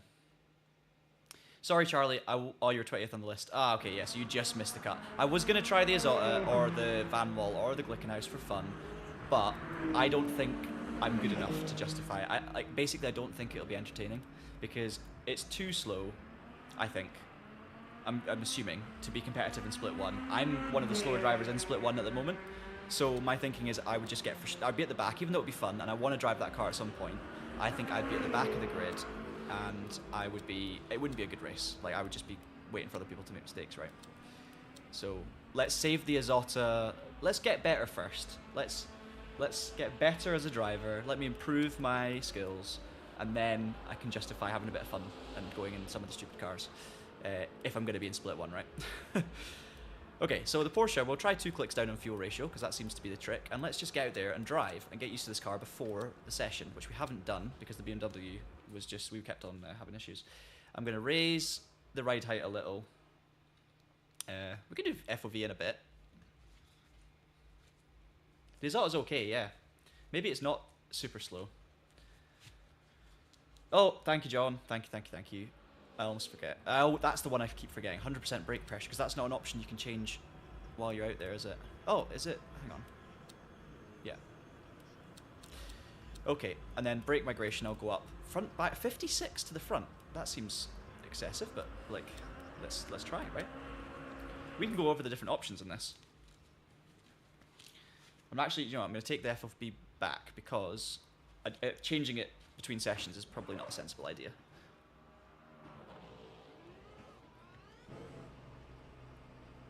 Okay. Quick and high speed, nice. Let's see then what we've got. So, and then I can go over the different things that you have to think about in Hypercar. I think this is perfect. We've got about 15 minutes to chat about things. So the electronics tab on the bottom left, you can see here. I've got overall traction control. I've got TC power cut. I've got TC slip angle. I've then got front anti-roll bar, rear anti-roll bar, brake bias, and brake migration, motor map, and finally, regen level, and finally, lap target at the bottom. So when you're driving the Hypercar, obviously some of you watching this will know this way more than me. This is more for those of you who are watching and haven't raced the Hypercar. Traction control is fairly straightforward, but it's something you can gain lap time with. So usually by default it's a little bit high. The TC power cut is essentially when the traction control kicks in, how much traction control kicks in, as in how much power is reduced. Whereas the TC slip angle is how easily or how quickly the traction control decides to kick in. So how much lack of traction is needed for the traction control to kick in. So that's kind of basics of traction control settings with these kind of race cars anyway. You know that already if you've played ACC and all that kind of stuff. So that's not different for LMU. But obviously then, aside from that, you've got an overall traction control number. So what I've been doing is I've been taking my TC power cut and slip angle down for all the cars I've driven, just because that's kind of what's recommended. So going a little bit less interference, and so basically it interferes less often, and when it does interfere, it takes away less power. That's the thinking there. But then I can play around, once I'm happy with those settings at 6, I can then play around with the overall traction control, which I'm guessing is some sort of, either a combination of both, like an overall kind of metering thing, or if it's something slightly different. But for me, that's what works. So I've been going 6.6, and then traction control, 7 at the start, and then I've been pushing it down to 6 when the tyres are warm. So that's traction control. I'm getting some recommendations in from Charlie as well, which I should probably listen to. What are you saying? 7, 6, 8. Yeah. So if I go 7, 6, 6, I think it's okay, right? I've been okay with 6, 6. So we'll go with that. Then you've got anti-roll bars. So these are, yeah, John. It's hard. It makes it slightly harder to drive potentially. Like you got to be a bit more careful in the throttle, but it's faster ultimately. You can use the power more to rotate the car and get out the corners better.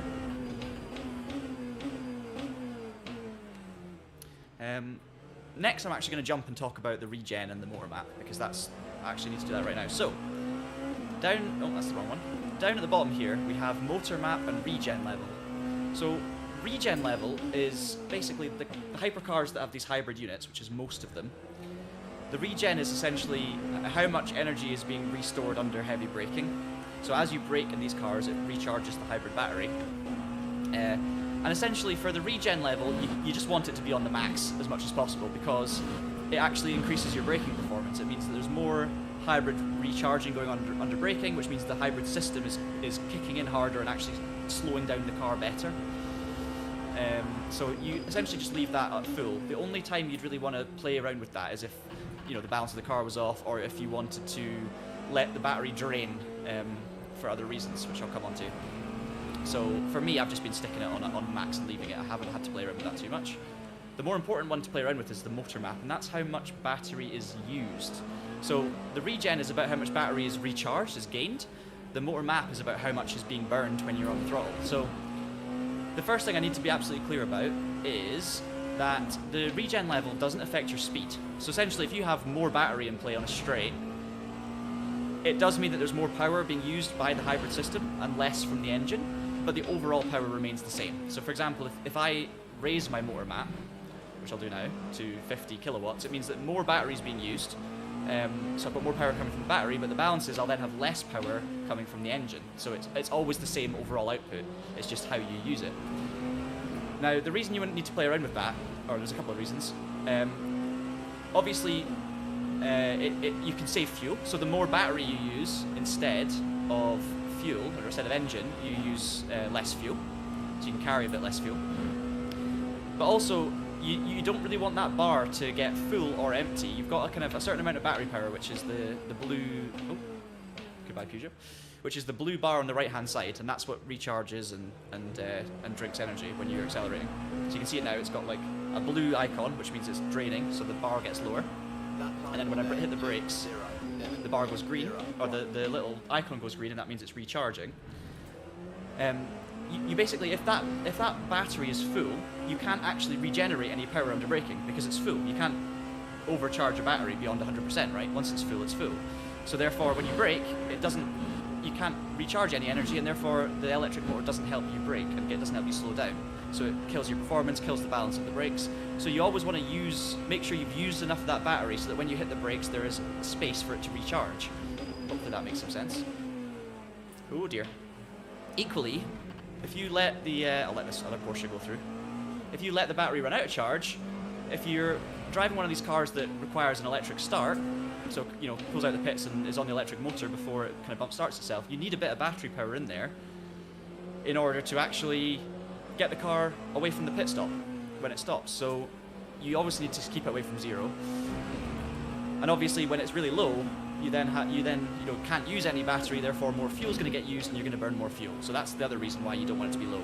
Hopefully all of that makes a little bit of sense. If not, maybe go back and listen to it again, or just honestly just go and watch Alex K's descriptions of it, because he does a really good job of explaining it. So essentially what I do is I leave the regen level full and I just kind of play around with the motor map so that I change the amount of battery I use to try and always keep it somewhere in the middle. So if it's beginning to get low, I'll use less battery. If it's beginning to get high, I'll use more battery to burn it more. And that's kind of how I do. That's why I'm changing it slightly throughout a stint between, somewhere between 20 and 30 generally speaking. So right now it's kind of low, so I'll use 20 and then let it recharge a bit. And that's all. I mean, it sounds like a bit complicated when you're just wanting to go out and have some fun and do some racing. But obviously, I'll let this Porsche go a little bit.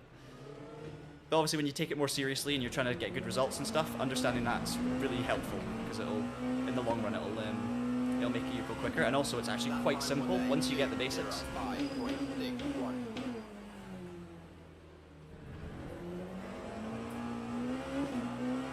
Oh yeah, I've seen, Mishy's also got superb videos.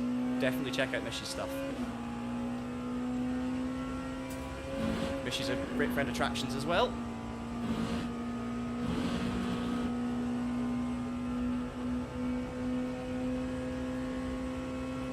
So that's, I'd say motor map and regen level are probably the most important you need to know in terms of kind of just getting to the end of a stint, for example.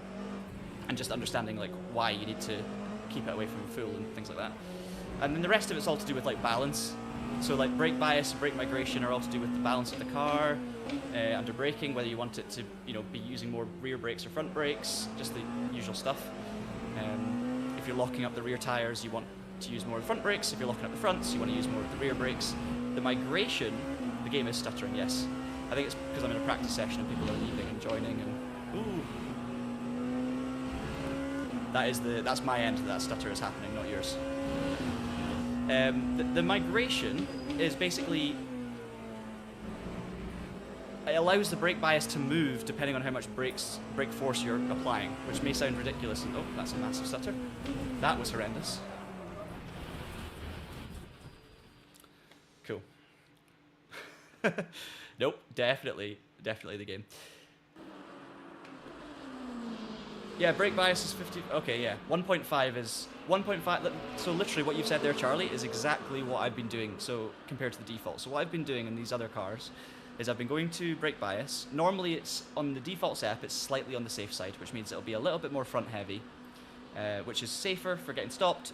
You could lock up your fronts, but it's just more stable. So what I do is I tend to put the brake bias back a couple of clicks. So right now it's 56 to the front, 44 to the rear. So I will go down, that's the wrong way. I'll change it by 2 clicks, so now it's 55 and 45. Charlie's suggesting 55.4 from the setup, so I mean it doesn't really matter, we'll go 55. Actually, we'll go 55.5. Migration is essentially the amount of movement in the brake bias depending on how much brake pressure you're putting on. So let me give you an example. If I had 0 brake migration, if it's disabled, I would always have 55.5 and 44.5. If I put this to 2% F, which means front, it now means that when I hit the brakes full, so I'm on the pedal like 100% or near 100%, the brake bias will move forward by 2%.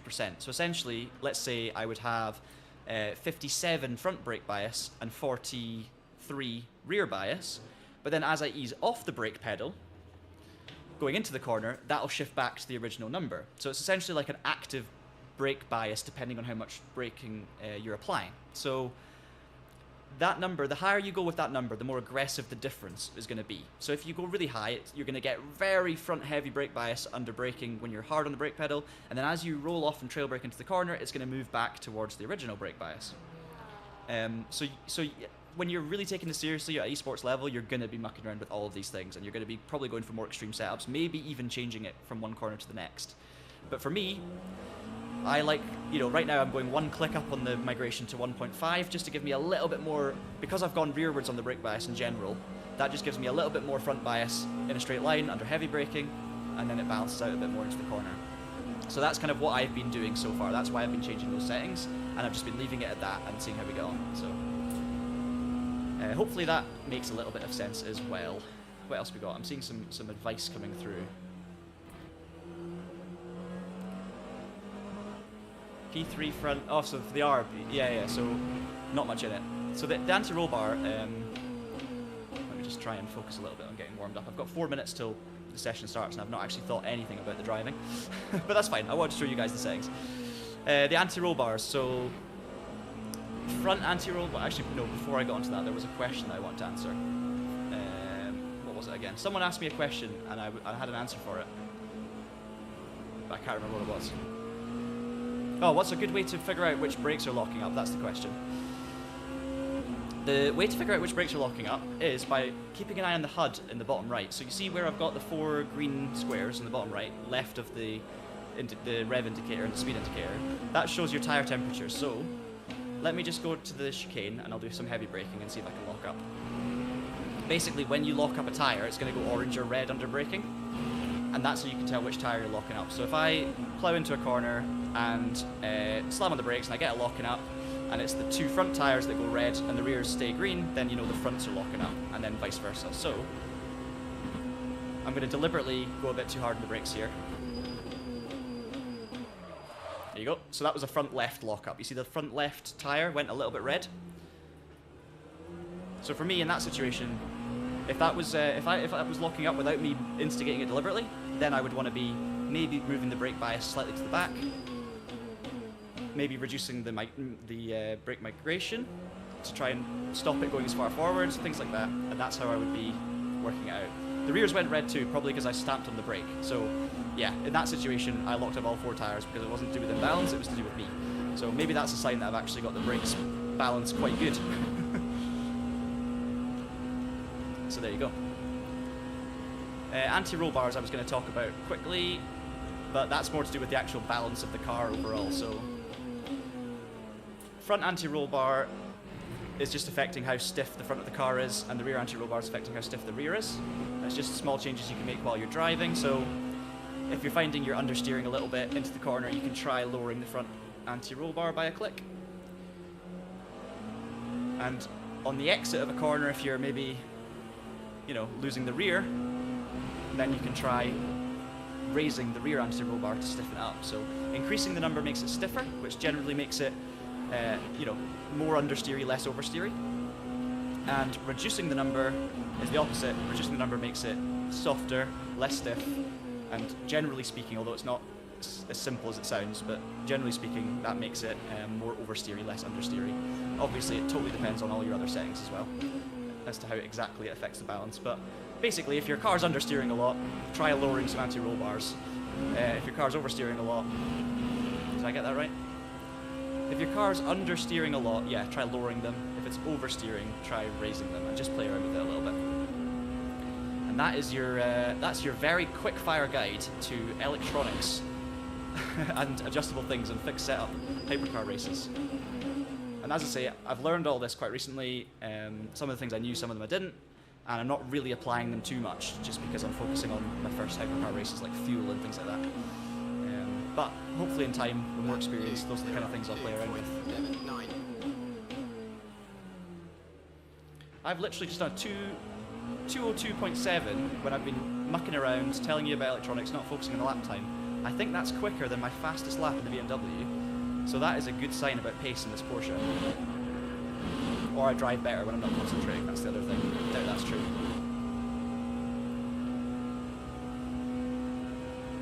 Hey Rev. Welcome to the stream. Nice to see you again. I've missed the Apex.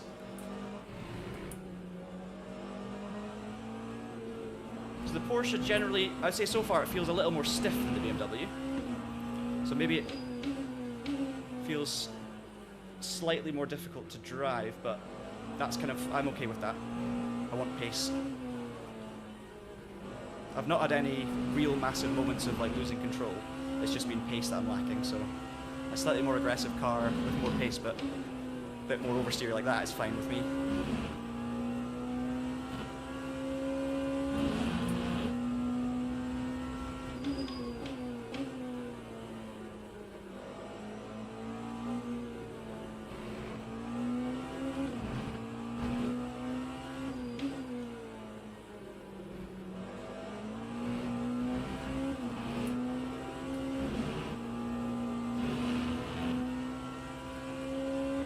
I'm in the Porsche.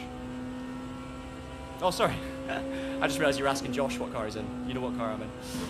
I saw JO and an H in there.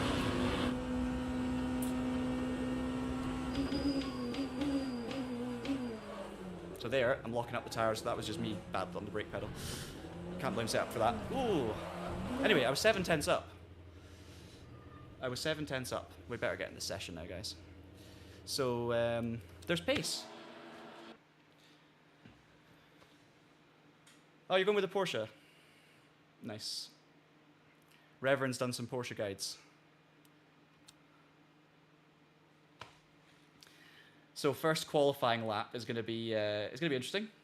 Soft tires, low fuel.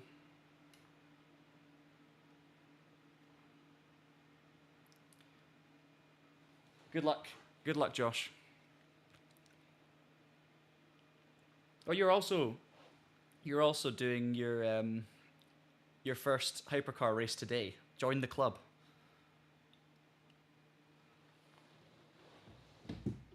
My first race was a baptism of fire, but the second race was a little bit better. We'll see how this third one goes.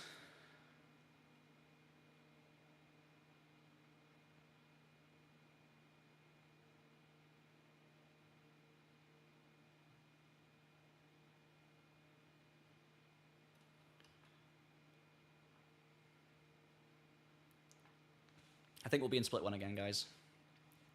Oh, you'll do the next one. Nice, Josh. Very good. They are great fun to race, but obviously challenging compared to some of the other ones.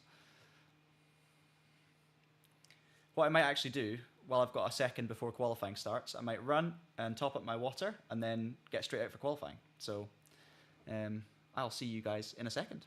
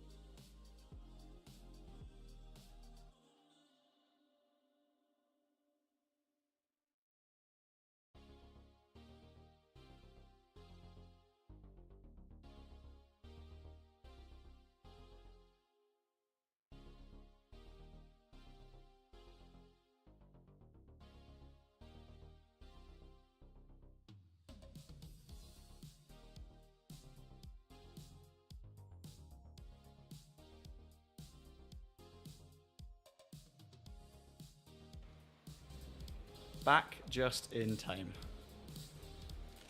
Qualifying is just about to start, so let's quickly get set up. So softs, we are going to go with 6 laps of fuel. Last time 5 wasn't enough. And we're going to play it slightly safe, take 50% of a tank. And we'll just go for it. Sorry, Cameron. Bet the mic's a bit louder than I realise. Right. So, get everything set up. So what I do is I turn the motor map up to 50 kilowatts, which is max, and that means that I will basically use the battery in the out laps so that when I then get to my hot laps, I've got braking performance.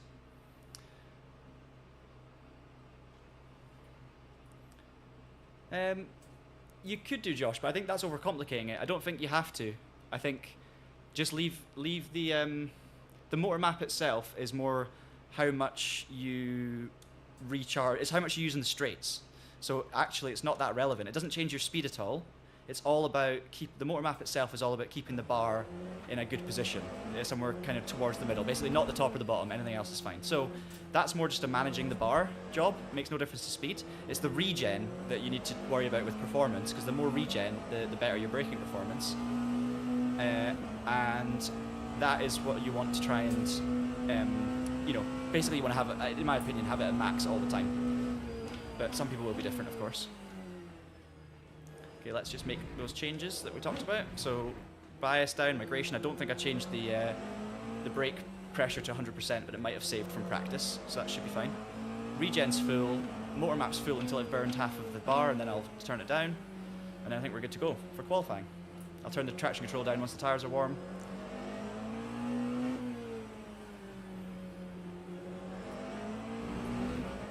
Let's give it a go. Yeah, leave regen to max. And then just turn your motor map up early to just burn it on the first lap. Like you can see now, I've already got only, what, 3/4 of a bar left. And then just remember to turn it back down, because if you burn it all, it's not going to be great later on. So you just have to use more fuel. So literally before I head into the last chicane, I'm going to turn it down to like 20 on the usage, and then we should be good. Maybe 30. We'll get our first taste of qualifying conditions in this Porsche. So, not super prepared, but I mean, I'm very prepared with the combo now, with the Hypercar and the track, so it's just the actual car we're going to have to learn the nuances with. Motor map down to 20 kilowatts. Let's go with that. Alright. Last qualifying of the day.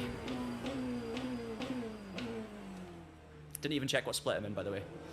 Don't know if I'm split 1 or split 2, but the lap times will probably tell us.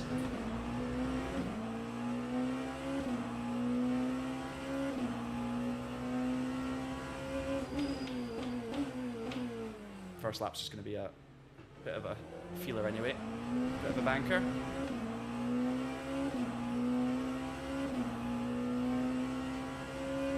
Yeah, it's good to have motor map mapped.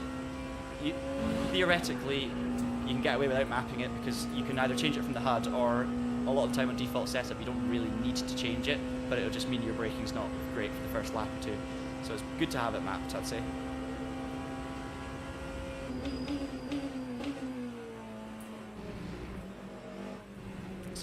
Softs.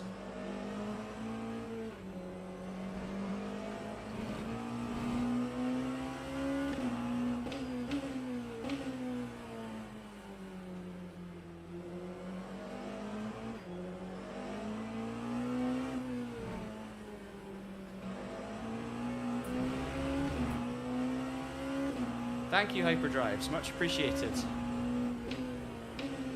Day 1 of Hypercar action. This is the third and final race. We'll see how we get on. I don't know if you guys saw before. You can probably go back in the stream, but I didn't actually check what split I was in because I ran away to fill up my water. I think I'm probably in split 1. I mean, that's a 159.8. So, yeah, let's definitely call this split 1. So 3 races in a row in split 1. My results have gotten better, even though my pace was slower in the Beamer. So let's just see what happens in this one. First time in the Porsche.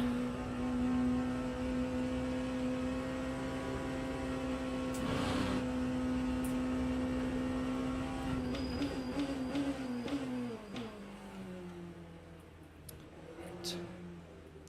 Okay, quali laps time now.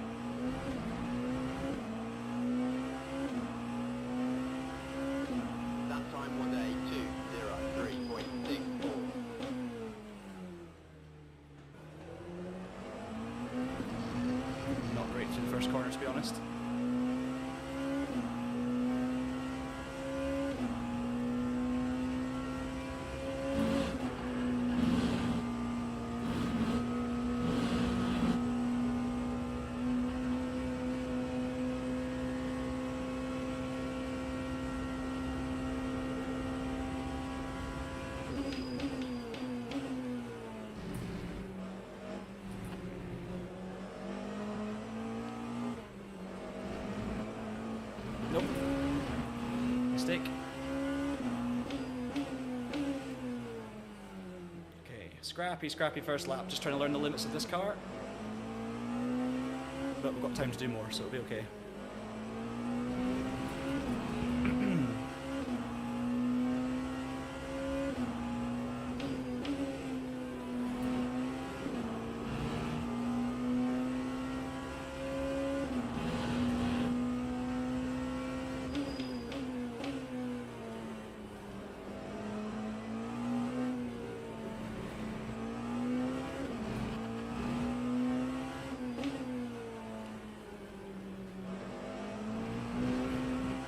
Gravel.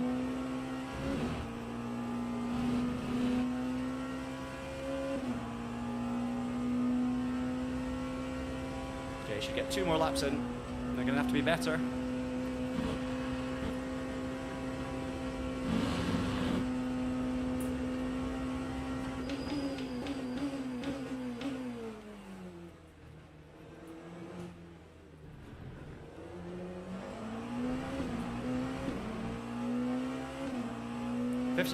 .4 fixed setup. That time was there. Crazy. 1.70. One day, guys. One day we'll get a 59.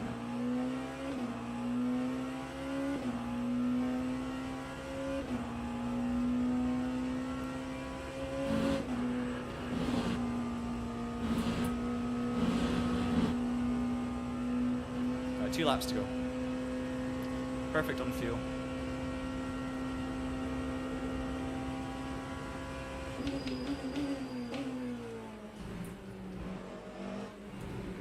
I think the gearings may be slightly different. I might be, I think the Porsche's got higher gearing, and I'm maybe not using it properly.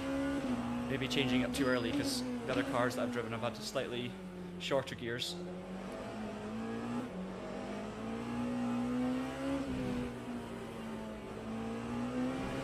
So maybe I should go 6 through Radeon, for example, or Rouge Radeon, for example.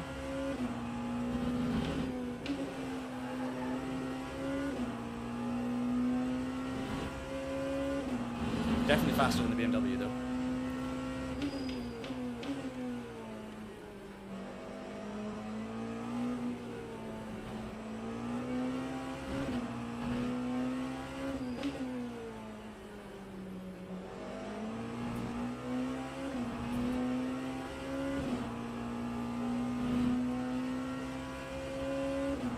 Okay, this is a better lap.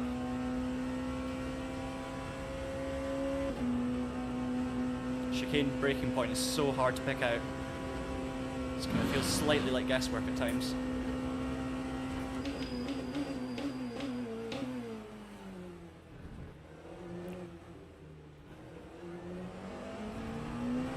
I'll take that though.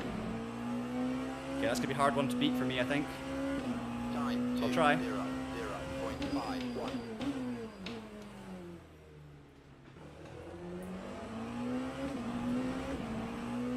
P8, first time we've seen the top 10 in qualifying today, so there's still plenty of laps to come in though. And that was a good lap for me. I said I was going to try 6 there, didn't I? And I didn't. It's okay. Right, I'll do my best to improve, but right now we could be looking at our first top 10 start in Hypercar. 2:05.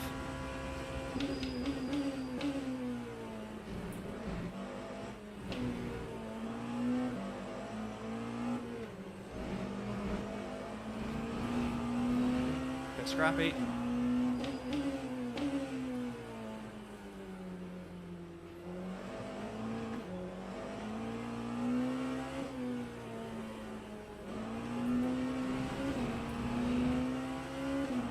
Currently a 10th down.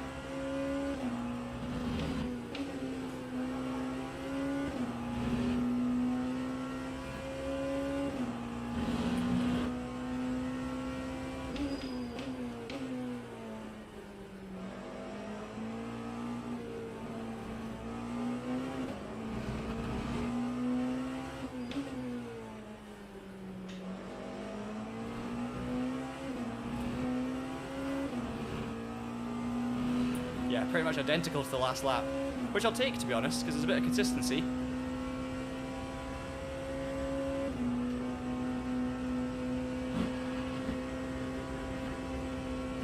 Some accusations of cheaters going on in the chat that you're not seeing. Yeah, I went for it. Finish the lap. Don't invalidate it. Safety rating. Safety ranking. I just pushed into the last corner. Why not? Yeah, lots of accusations of cheating going on, but I don't know if it's in GT or if it's in Hypercar. I think it's in GT. Anyway, guys, I'm P8 on the grid. That's an improvement. You could turn slip angle up by 1 and run the longer gear, the gear longer on corner exit. Ah, okay, yeah. Yeah, that's true. To be honest, I probably don't even need to turn the slip angle up. I think I'm just doing that naturally. Yeah, I'm not. I think obviously the chat about cheating is going on, but I don't think it's anything to do with Hypercar, and obviously I have no idea. I mean, to be honest, no one's rapid, like way quicker than everyone else, other than Fabio at the top. So, anyway, let's ignore that quickly. I need to get ready for the race. That's all mediums. So that's what we want. Everything else we can do. Virtual fuel will take a full tank. And we'll take the fuel down by a couple of clicks. You just have no time to do this. It's like, you have to be on it. I think that's us, isn't it? 100%. Oh, there we go. Almost forgot. Max pedal force, 100%. Yeah, no, I totally believe I don't think they're accusing Grigoletto of anything. I don't know what's going on. I don't know who they're talking about cheating, but anyway, I wouldn't worry about it. I'm ignoring it fully because looking at those lap times in qualifying, nobody in this split is cheating by the looks of it at all. Okay, so I've gone motor map full for the first lap. Regen level still max. Brake immigration bias sorted. 1 down and the front anti-roll bar. 6, 6, and 7 traction control. I'm with you, Charlie. It might be worth upping the slip angle, but I think I'm going to try leaving it and just driving a bit better. Because I think at this point, if I start playing around with it too much. Grigoletto, I mean, to be 6/10 clear in split 1 in Hypercar, well, around Spa, a very popular combination. It's not like he's doing a race with no splits. You know, there's like 4 splits of this at least, minimum. So fair play. Formation lap has started. Right, I think I'm ready. Just like that, we're going straight into this last race. Love to get another top 10 here. Just love to be more competitive.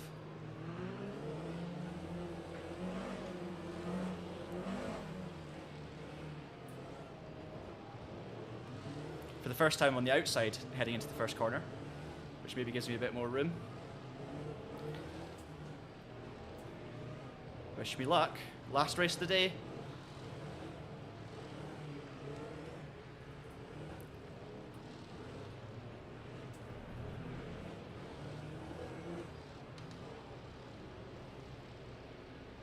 Oh no, it's fine.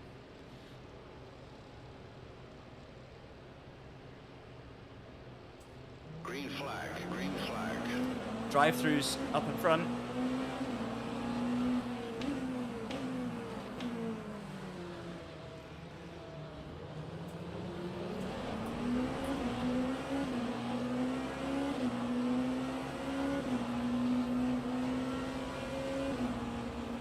Let's just lift before Radion or Rouge and try and get a good run out of it. Didn't quite work, did it? Oh. Motor map quickly down to 20 again.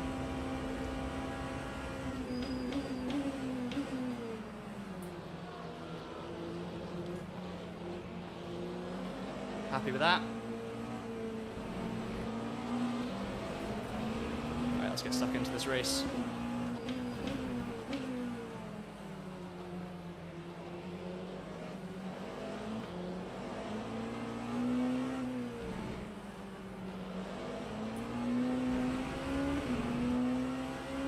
P7 off the start.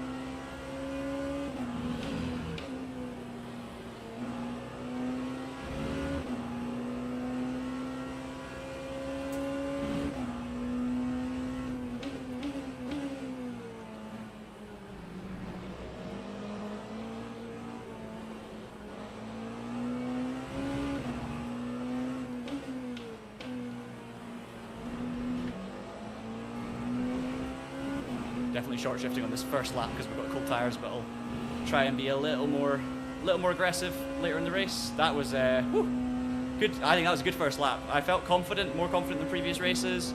I feel calm again. It's just getting better with the experience, for sure. But let's just stay concentrated because there's a lot of fast cars in this split.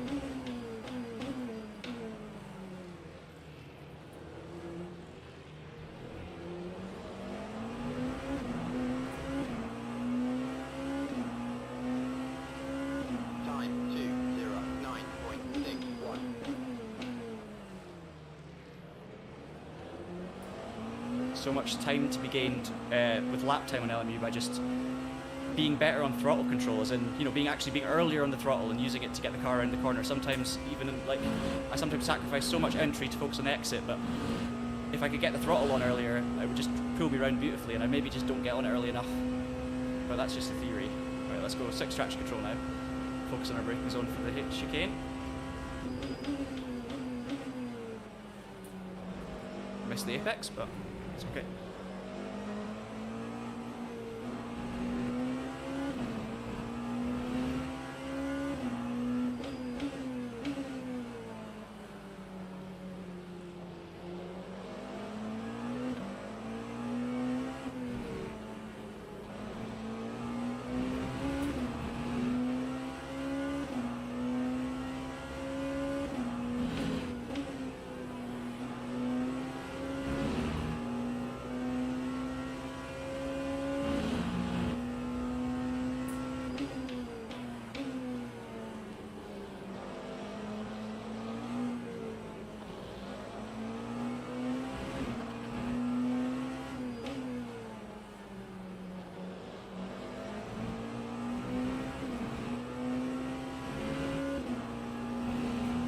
Ooh.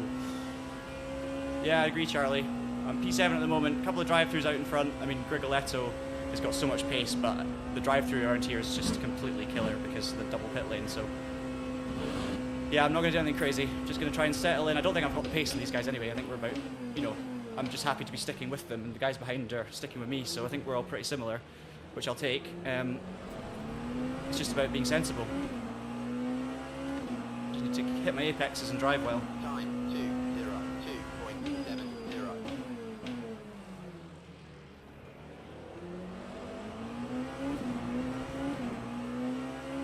To get out of corner as well, because if the car behind gets too good a slipstream and I'm not close enough to the car in front, then we have a problem.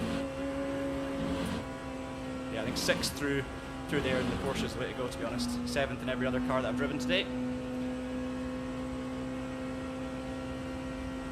To use a bit more motor map.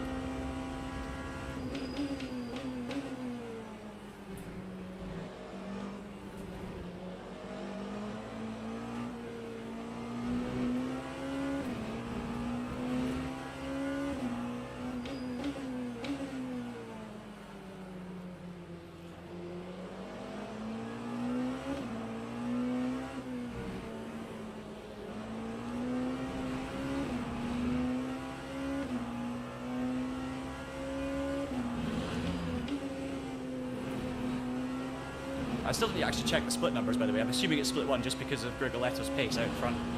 He must be a split 1 driver.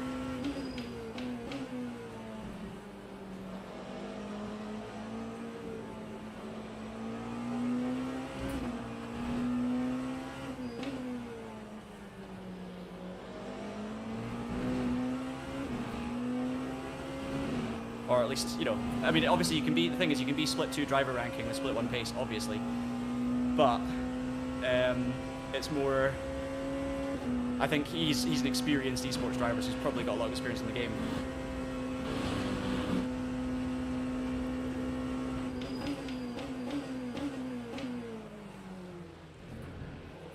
There they come for the drive-thrus.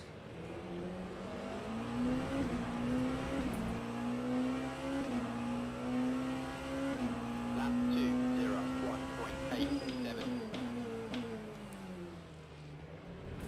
So yeah, I'm about 8/10 a lap quicker in this than I was in the BMW, something like that. Just done a 2:01.8. I think the Beamer fastest lap was like a 2:02.8 or something, maybe even a second difference. So car choice does really matter with fixed setup and speed wise.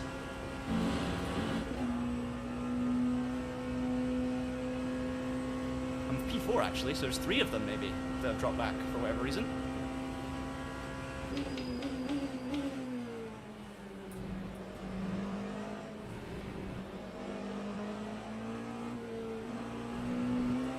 So that's P. I can actually see P1.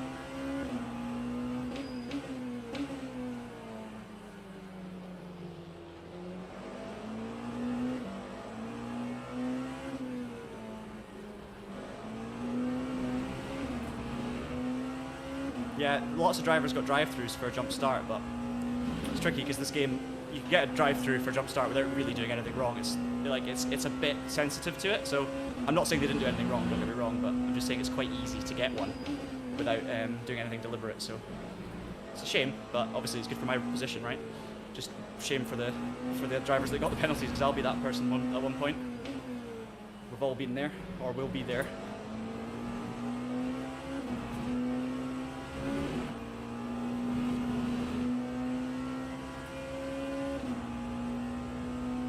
Oh, it's just what I mean. Based on where I was, I'm not. Don't get me wrong. I'm not saying I've improved hugely since the first race, right?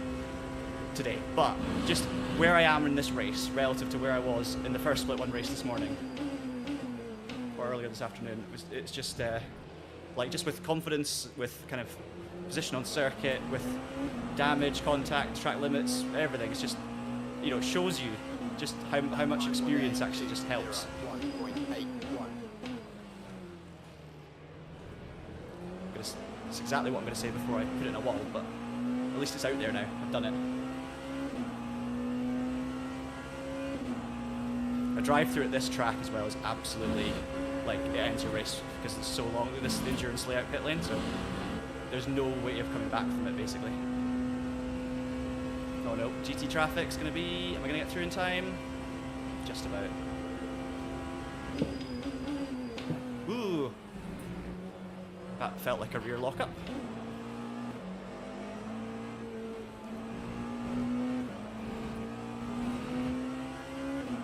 Just not quite as quick as the 3 in front, I think.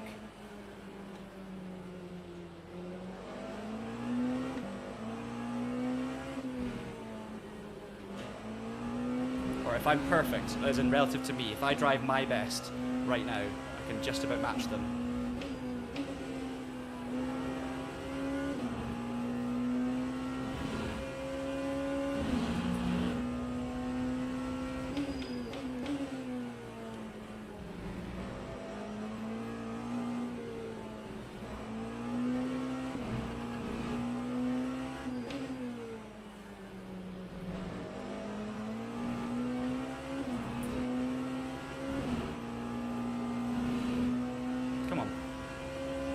I'm really. I've seen Nico Barkley race before as well. Yeah, I'm really kind of. What's the word? I'm in the zone here in terms of this race. Like, I'm so focused. I just want to do as good as I can.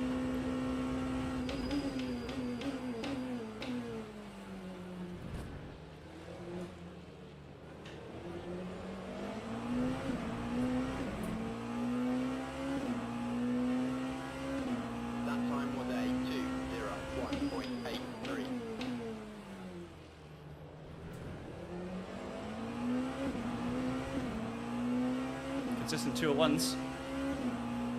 Very high 201s. And probably not. Actually, there's probably been a couple of them. Low 202s at least.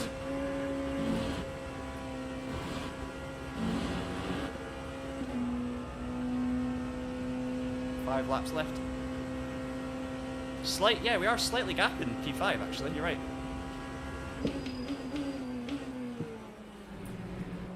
Seems to be pretty late on the brakes in there.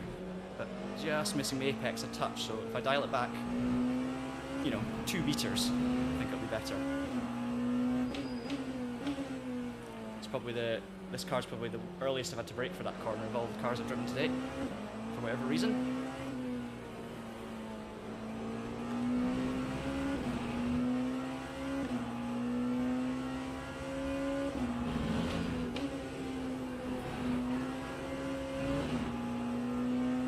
See just tiny little differences, losing a few hundreds here and there just as soon as you get a tiny bit sideways or the car gets slightly loose.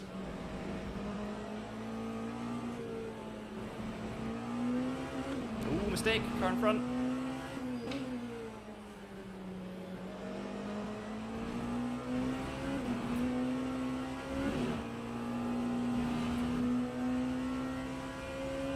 1.4 clear of 5th. Still 1.8 behind the leader here. And we're still not come up against the GT traffic. But lack of experience has been costing me a little bit of traffic today, I'd say, overall.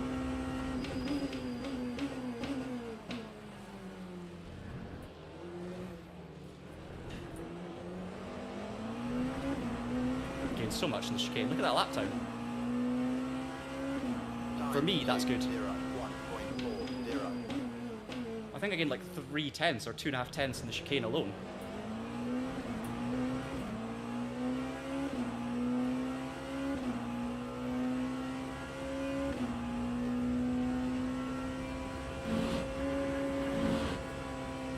But yeah, this right here is why I didn't pick the Azota or the Van Wall or the Glickenhaus for this race.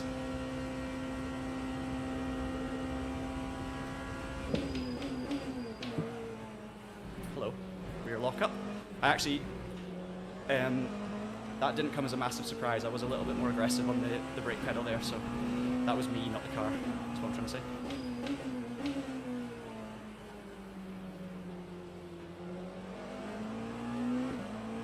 See the traffic, but I'm happy being at the back of a queue, not at the front of a queue coming up to traffic, to be quite honest.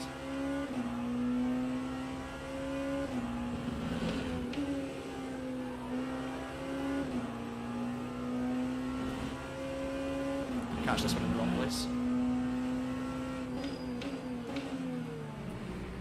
He left the space, thankfully. So did he, thank you. You're right on, Charlie, I shouldn't really rush through this. It's just about being calm in this moment.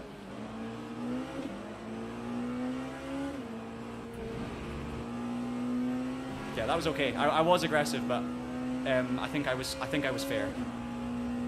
Maybe cost the GTs a couple of tenths by taking their corner, but I was in a position to overtake the assassin I'll get before the corner. A bit sketchy, but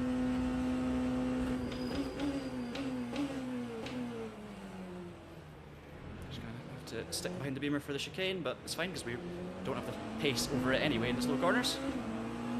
Okay, 3.9 laps to go before the pit stop. Lap 2.03. Does that mean I have to save? Ooh. Wow. Bit of contact, but no one's fault really. Just the cars making contact up ahead. Do I have to save 0.1 of a lap here? Oh no.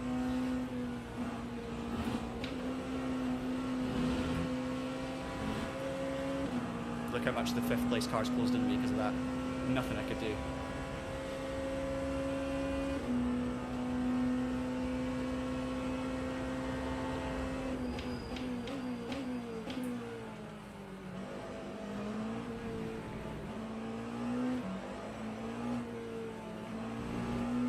Happy with that defending, to be honest.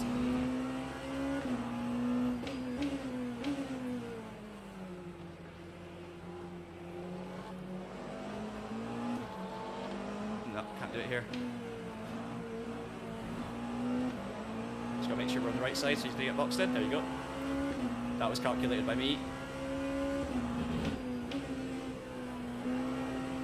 Obviously, lost a huge amount of time to the leaders there, just with where I was catching the traffic.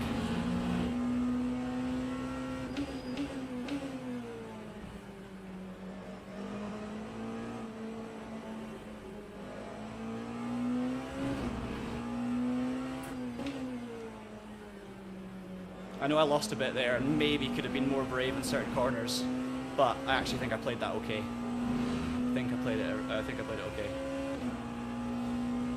okay. Ooh. Change my mind. 3.1 laps of fuel. Do we just extend and get the extra lap? Save on the pit stop? It's so close.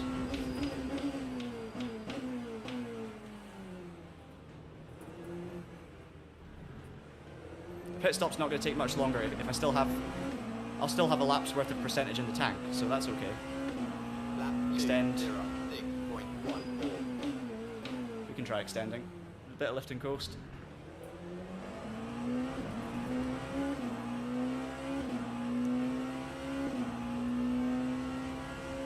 Yeah, what I'm trying to work out right now is, as it stands, am I going to be a lap shorter than previous races, or am I going to be the same? I mean, it's lap 9 right now. Either pit. I don't know if I'll need to extend. Lap 10 is the next one, then lap 11. Yeah, I think I'll. Yeah, I need to save. If I can save 2%, then I can pit the same lap as everyone else. And then it's going to help me, I think. I can do some lifting and coasting.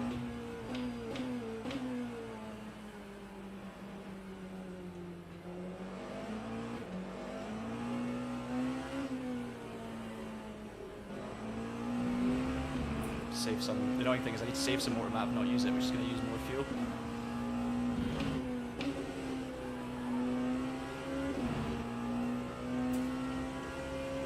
Oh, 0.4 laps. That seems too much, though.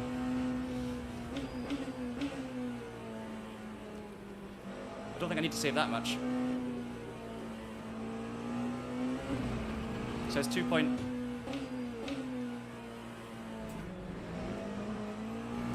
Let's see. So, just 2.3 laps at the moment.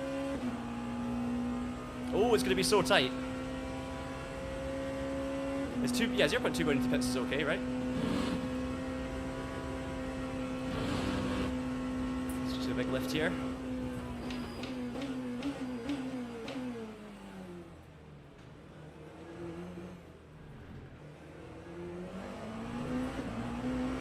Even if I'm behind these two, it's probably going to be worth it. That time was a 2:0.250.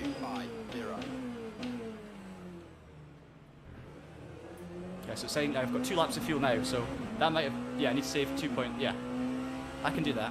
Let's start bumping these numbers down. We'll short shift through Radion Rouge. If I have to let this place go, I will.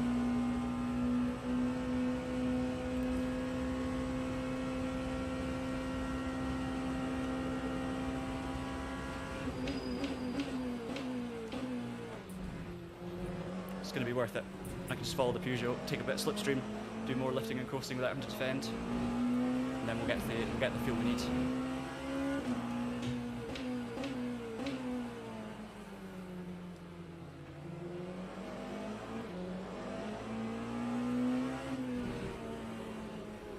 Just trying to remember what percentage I actually need here for the virtual energy.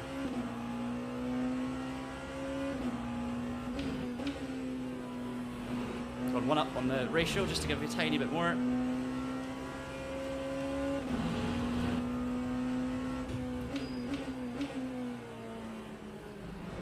Try to remember what percentage did I put in last time in the last race in the BMW. I cannot remember. Was it 60, 68, or was it 78? And I had an extra lap. Yeah, I'm trying to. I think it's. Yeah, 80 might be the way to go. I think it was actually. I think it was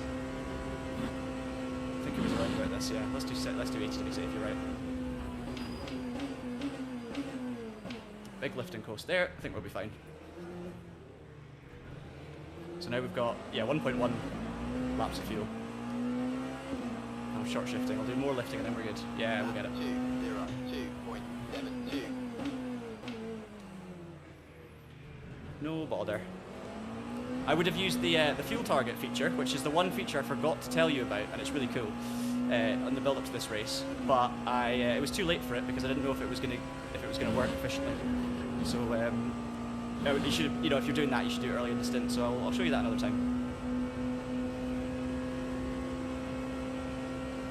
Caddy's gonna have a run at me here.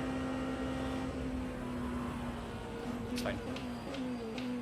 We'll let him go, and we'll focus on. And now we've done enough lifting to save the fuel, so we're fine now, I think. No point fighting that one and both losing time because we're going to be in the pits anyway.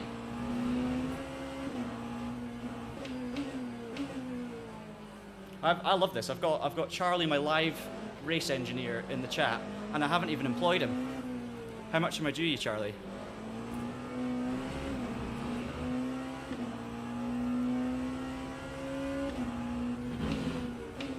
I did a massive lift into the chicane, so I think we're okay, but depends on how far down the pits we have to get, so I will do more just to be safe.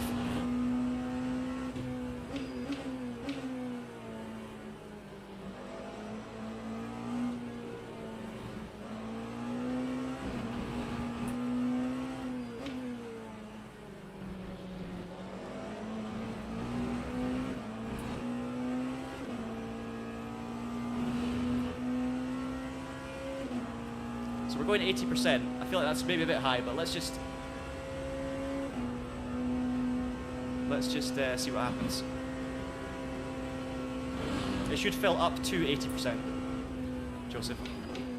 Joshua, sorry, not Joseph.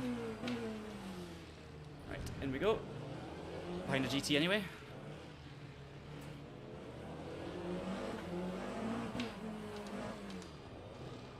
This is going to be interesting.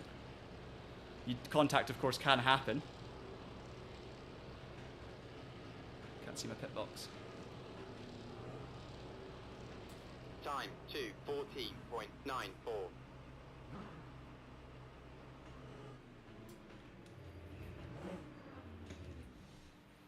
Cool, okay. So, it might be a little conservative on the virtual energy, but it's okay. If I'd pitted the lap earlier than that, I would have had to take a lot more virtual energy to get to the end. Or, well, actually, I don't know if that's true, because I would have had more in the tank when I came in, so it might not have been needed, but we'll see. Either way, I think we're going to be safe. We're going to maybe... I don't think we'll get those positions. I think we'll still lose those positions to the two we were battling with. But that's okay. Oh, no, that looks like a Peugeot behind me. So that might be the one that was ahead of us going in. I've got more virtual energy than everyone around me, so I'm definitely safe. P7.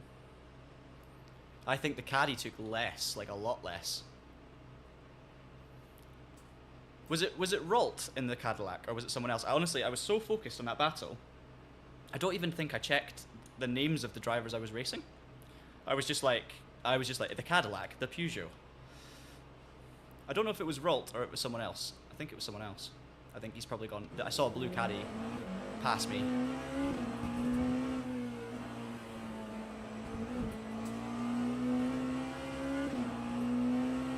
It's good commitment out of the pit lane. No, not being slowed down by the GT3, which is great.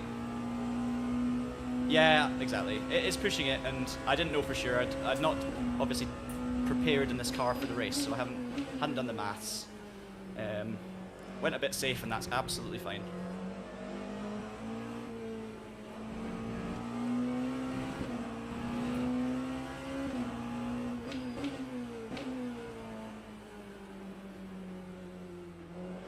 There's some people still to pit as well.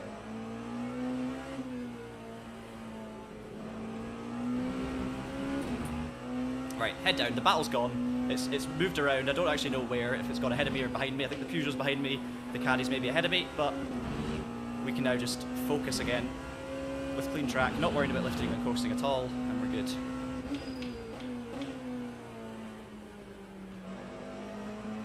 For those watching, wondering what am I talking about when I'm saying lifting and coasting, it's just literally on the straight before a big heavy braking zone, lifting off the throttle before you get on the brakes. So basically coasting, like lifting and coasting into the corner for about a second or so, just on no input, so no brake, no throttle, just lift off, and for that, you know, however many meters you cover in a second at these speeds, you're not burning fuel, and it just saves you enough. If you do that at the big braking zones a couple of times a lap, it loses you a few tenths of a second, sure, but you gain all that back in fuel that you can then not take at the pit stop. So the reason I started doing it is because I was so close to making it to 11 laps on fuel. I knew that a little bit of lifting coasting would actually make the difference, so it was worth it. That time was a 3:14.76. Lap times are not going to be as fast in this part of the race because we're on older tyres, but full fuel again. But they're looking pretty consistent, 82, 82, 83, 84, so not bad at all.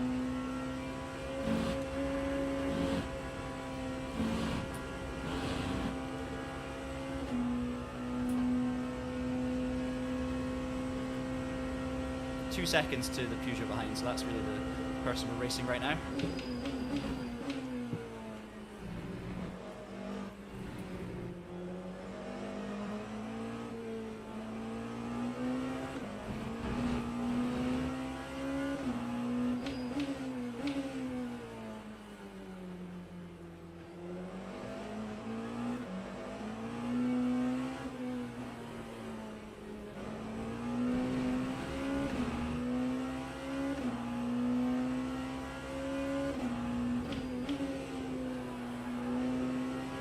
definitely using my front right tyre every time the way I'm attacking put on.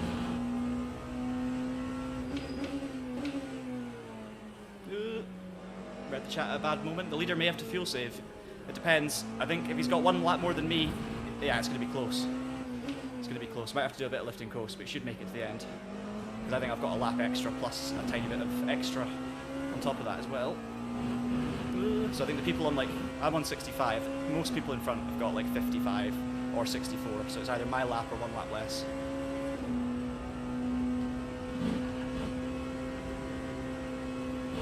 Oh yeah, it's going to be close. It depends on how... Yeah, the pace hasn't been strong in this race, of course. I mean, I was literally in the lead pack before we caught the traffic, basically. So it might be an extra lap, and then everyone in front might have to lift and coast, whereas I'd be the one who's okay.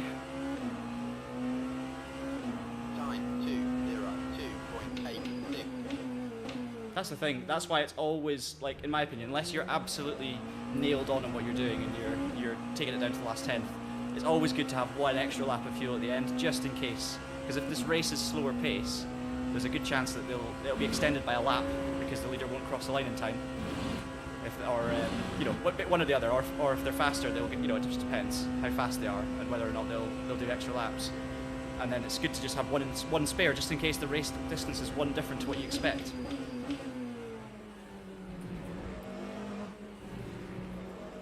But I think what I was saying before doesn't make any sense, because surely if the race is slower than the last race I was in, then it wouldn't be an extra lap, it would be less, one lap less. Oh no, it wouldn't, because you wouldn't make the... Hang on. Don't know why I'm thinking of this now.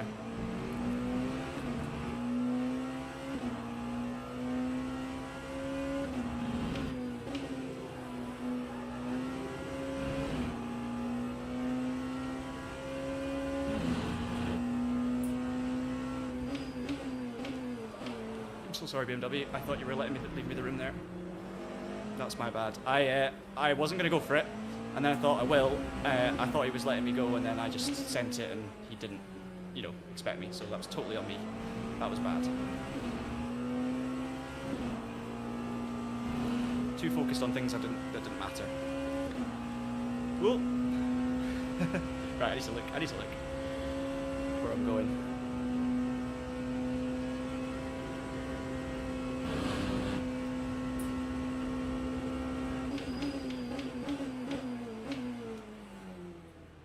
Ten minutes to go.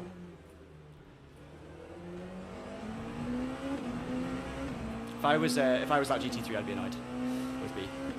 Time 2:03.90.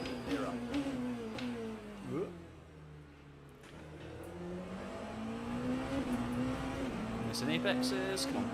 Need to drive better. Get some focus back.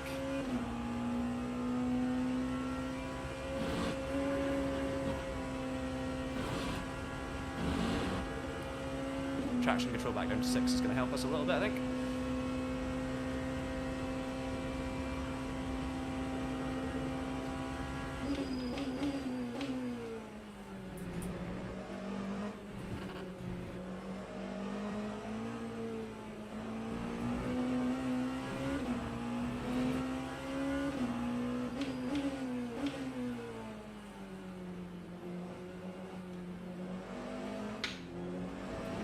That's what I should have been doing. That's the section where I've been losing loads in traffic, because I've not been going around the outside and then I've been waiting. And actually, it's because I was worried that by going around the outside, I was going to be on their racing line on the corner exit, which is technically true because you do run out wide. But it then comes down to them to just not understeer, you know.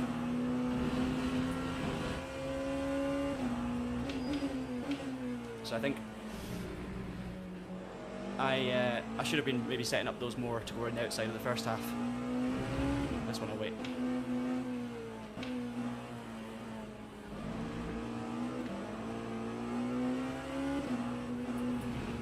It's just about learning where you can and can't, right? Thank you, race engineer Charlie. I appreciate it.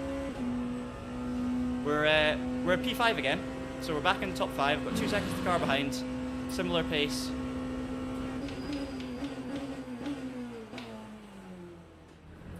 I think I've realised as well I think during this race I've realised a new braking technique that I should be applying more. I think I should be holding the brake on a little longer into the corner, and I actually think it's helping me get turned in better. So sometimes I think I'm going straight on, and I think then I'm holding the brake in a little longer, and I'm actually making the corner okay. So I'm actually learning a little bit about how I can drive these things better as well during this race, which is always good. And that's kind of the point as well of these.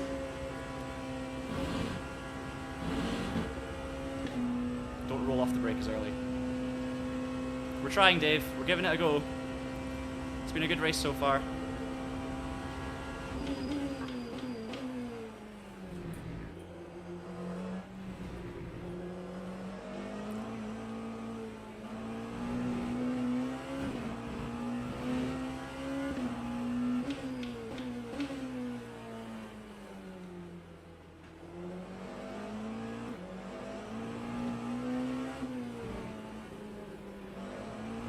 I think I'm going to try what you suggested earlier, Charlie, with the TC slip angle. Going up to 7.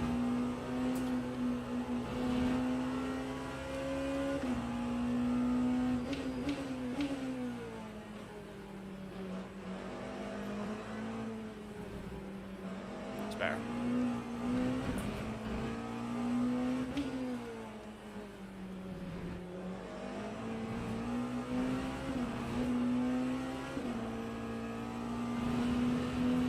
See if this works. Just to see if I can get a little bit more power down out of the car. Oh, weird screen freeze there, or something. Suddenly the force feedback jumped.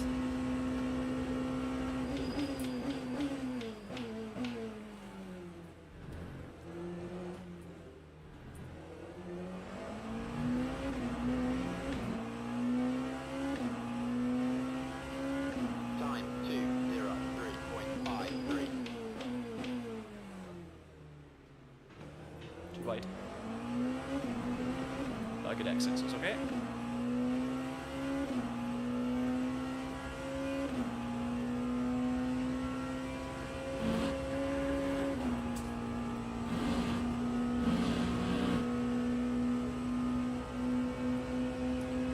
Yeah, I think that actually, yeah, 5 and 7, changing the balance slightly between those two is a good shout.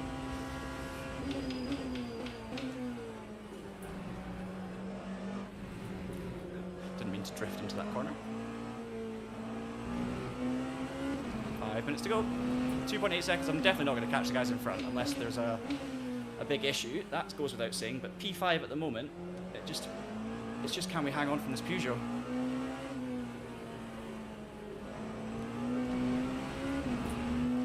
Get this Aston before P1.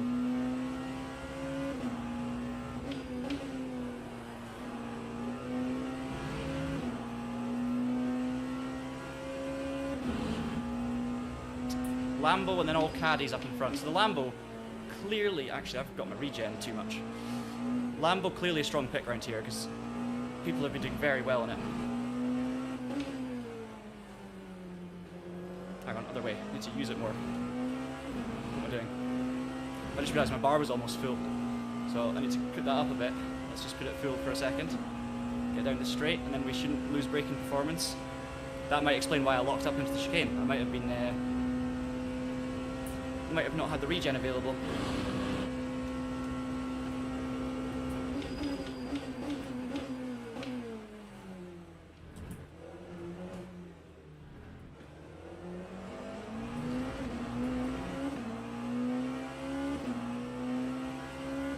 Lap 2:02.0. It's amazing, isn't it, how much... I was not going to say anything to do with traction. You can see the difference now that I've turned the TC down a little.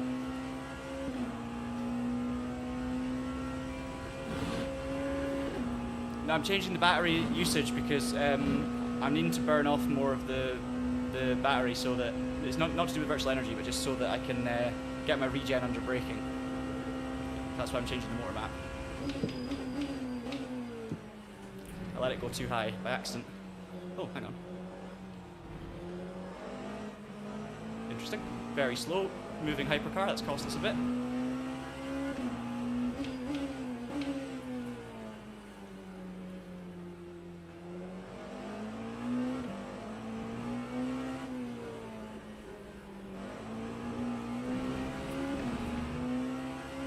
think I might have gone a wee bit too far with the traction, so you can feel a difference, even just one setting.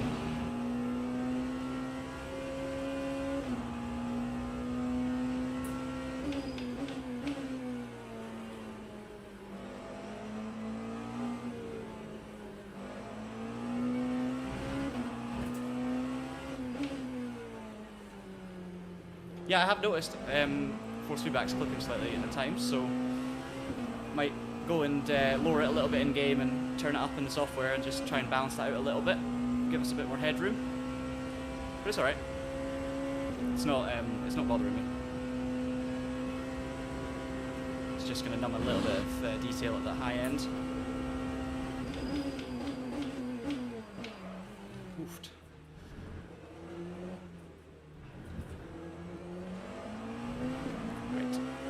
For that, so bump that down to 30. 1.5 minutes to go. 3.17. Last lap.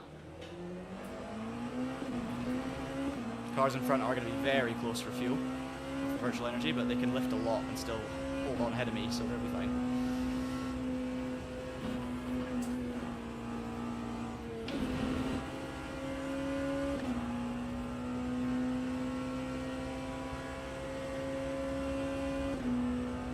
Lost a bit to the car behind, but it's okay. Got it under control.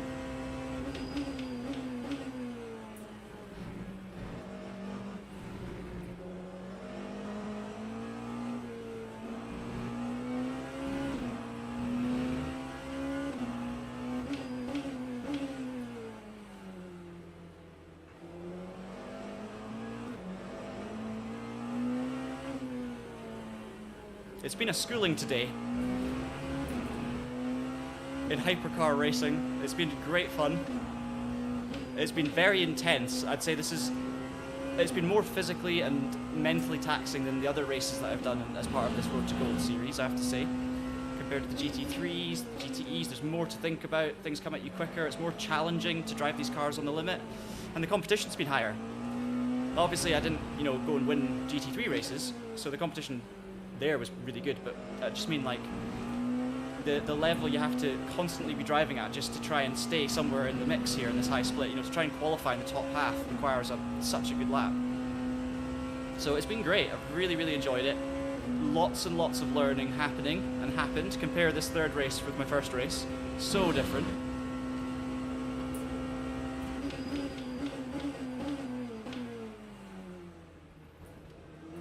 But we're going to get our first Hypercar top 5 on day 1.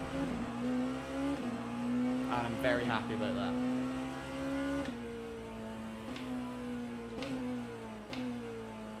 That was great fun. I mean, the second stint was pretty boring for you guys, I'm sure. But it was, and for me, it was I just really wanted the result. But hey.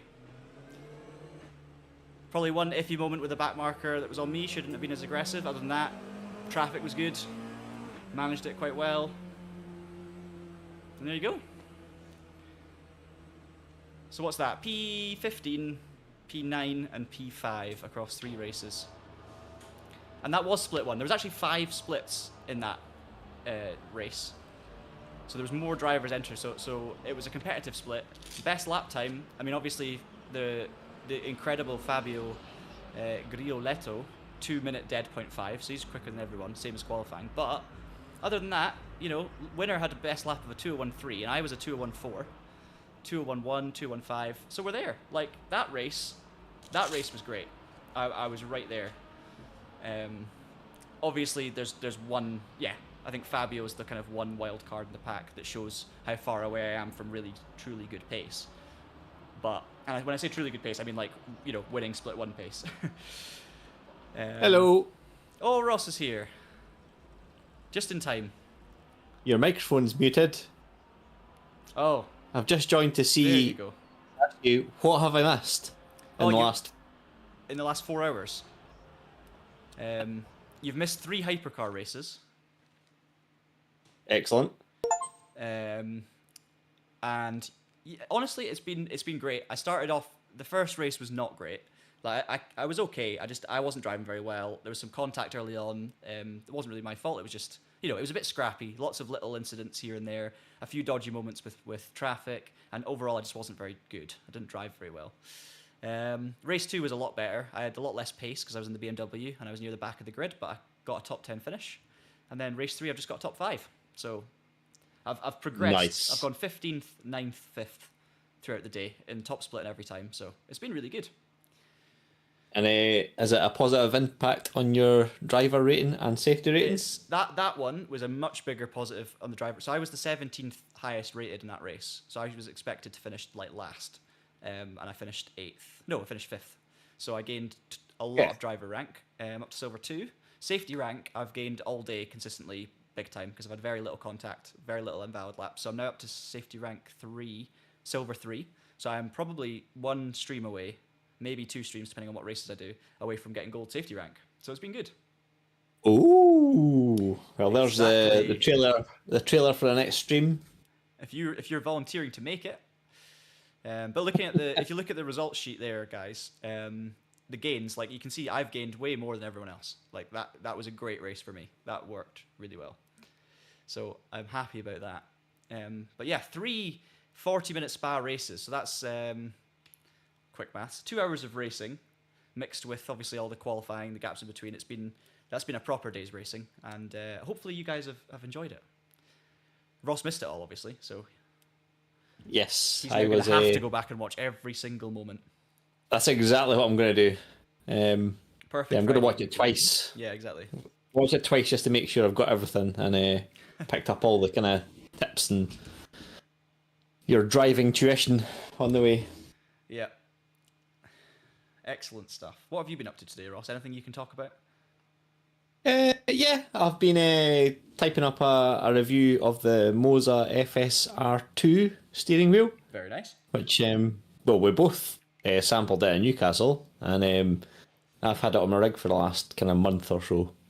So just kind of finalising that and getting it ready, hopefully, maybe for this weekend. Yep. So just as I finished that, I thought I'll jump on, see how John's doing, and he's actually still streaming after. It's been a big one. 4 hours. It's been a 4-hour mammoth session, and the reason for that, it wasn't going to be, guys. It wasn't going to be that long. I was going to do one of these online championship races. So if you've been here the whole time, you'll have heard this story. So apologies, but the races were due on. I was expecting a 2:00 race every day of the week, but it seems like Friday for some reason is different, and they didn't have any races after 10 a.m. So my whole plan went out the window. I'd practiced Portimao for that race, and then had to very quickly jump on Spa and get up to speed. But by the end of the day, we got there. So. I think basically what I'm trying to say is next stream, I'm not going to tell you exactly when it's going to be yet because I don't know. I'm not going to tell you exactly what I'm going to do yet because I don't know. But what I do want to do is either an online championship race and maybe something else as well if we've got time because I think they're like 90-minute races. So maybe one of those in one short race. And the other option is a weekly event. So we have WEC weekly races. And these will change every week. There's a bit of rain in this one. It's a 2-hour race, that one. So I basically want to experiment with some of the special events. So not the daily races, the weekly races, or the championships. I want to try and do something, one of those other things. Longer races, more safety rank and driver rank at stake, but just experience more aspects of the game that we haven't yet done. Obviously, I'll get a chance to drive all the different classes over time, and now we've actually done a race in every single class because we've done Hypercar, LMP2, GT3, and GTE in this series so far. And then eventually, I'll get into advanced races.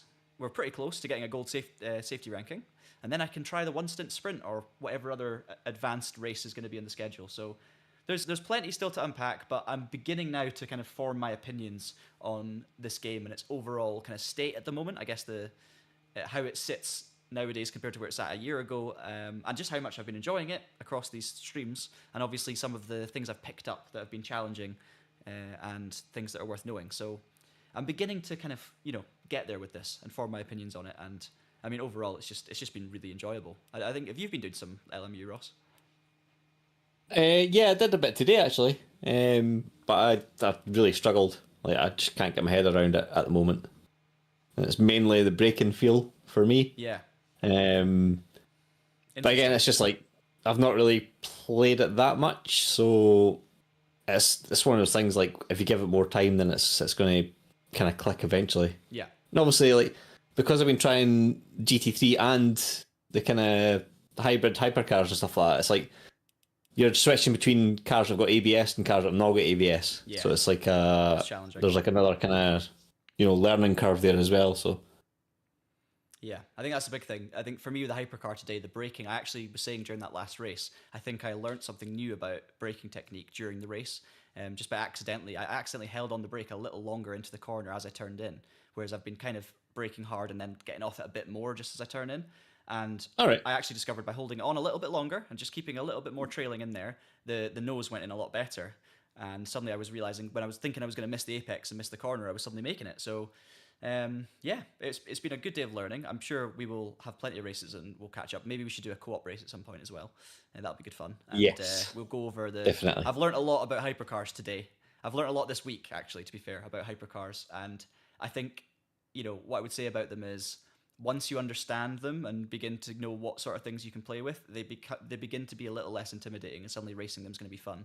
But it is just a process. You can't just jump in a hypercar without any prep and just do a race and do well. Like, you're going to have to think about fuel and energy usage, and you're going to have to think about motor maps and brake migration and all these kind of things. So it's just how far you want to take it. But there's like a base level of knowledge that once you get, it's raceable, and it's good fun. So yeah, I think that's and of course we have a guide to managing your virtual energy in Le Mans Ultimate on the website as well. There you go. I've been plugging lots of guides today, and I've barely plugged our own. But I know that obviously we are still also forming our opinions on things, and the game's been out for a while now. But yeah, there's plenty of good stuff out there. And obviously, as we play this game more, we'll bring you more content on it as well. And maybe there'll be more guides on LMU in the future. But as you can see, I'm still learning things myself. Ross has obviously been playing it for a while as well, but you're kind of in and out of it as well. So yeah, we'll get there with it. But I think that's probably going to be it for today. Can't speak anymore. 3 Spa races, improving results the whole time, and importantly for the sake of the series, we're now up to safety rank S3, so we're probably 1, maybe 2 streams away from gold safety ranking. Driver ranking is going to take a bit longer, but the road to gold is well and truly, I would say, kicking up a gear. Thank you so much for watching. Thanks, John, for being here the whole time. Very much appreciate the support. Many of you have been here throughout as well. Charlie's been here. Thank you. Matt was here for a long time earlier. Josh has been here for a while now as well. And there'll be lots of you that aren't commenting but have been here the whole time, and I very much appreciate your support as always. Hopefully you enjoyed that today. And thank you, Charlie, for being my race strategist that I haven't paid any money to.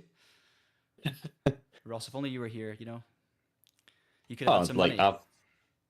Yeah, exactly, yes. Poor Charlie was doing it for free. Through chat as well, not even through voice chat. Anyway, I'm gonna stop rambling, guys. I'm gonna round this off. So thank you very much for watching. We'll hopefully see you again next week. That's the plan. Don't know when, but we'll see you at some point next week. In the meantime, enjoy a very nice, relaxing weekend. Maybe play some Le Mans Ultimate, and I'll see you all very soon.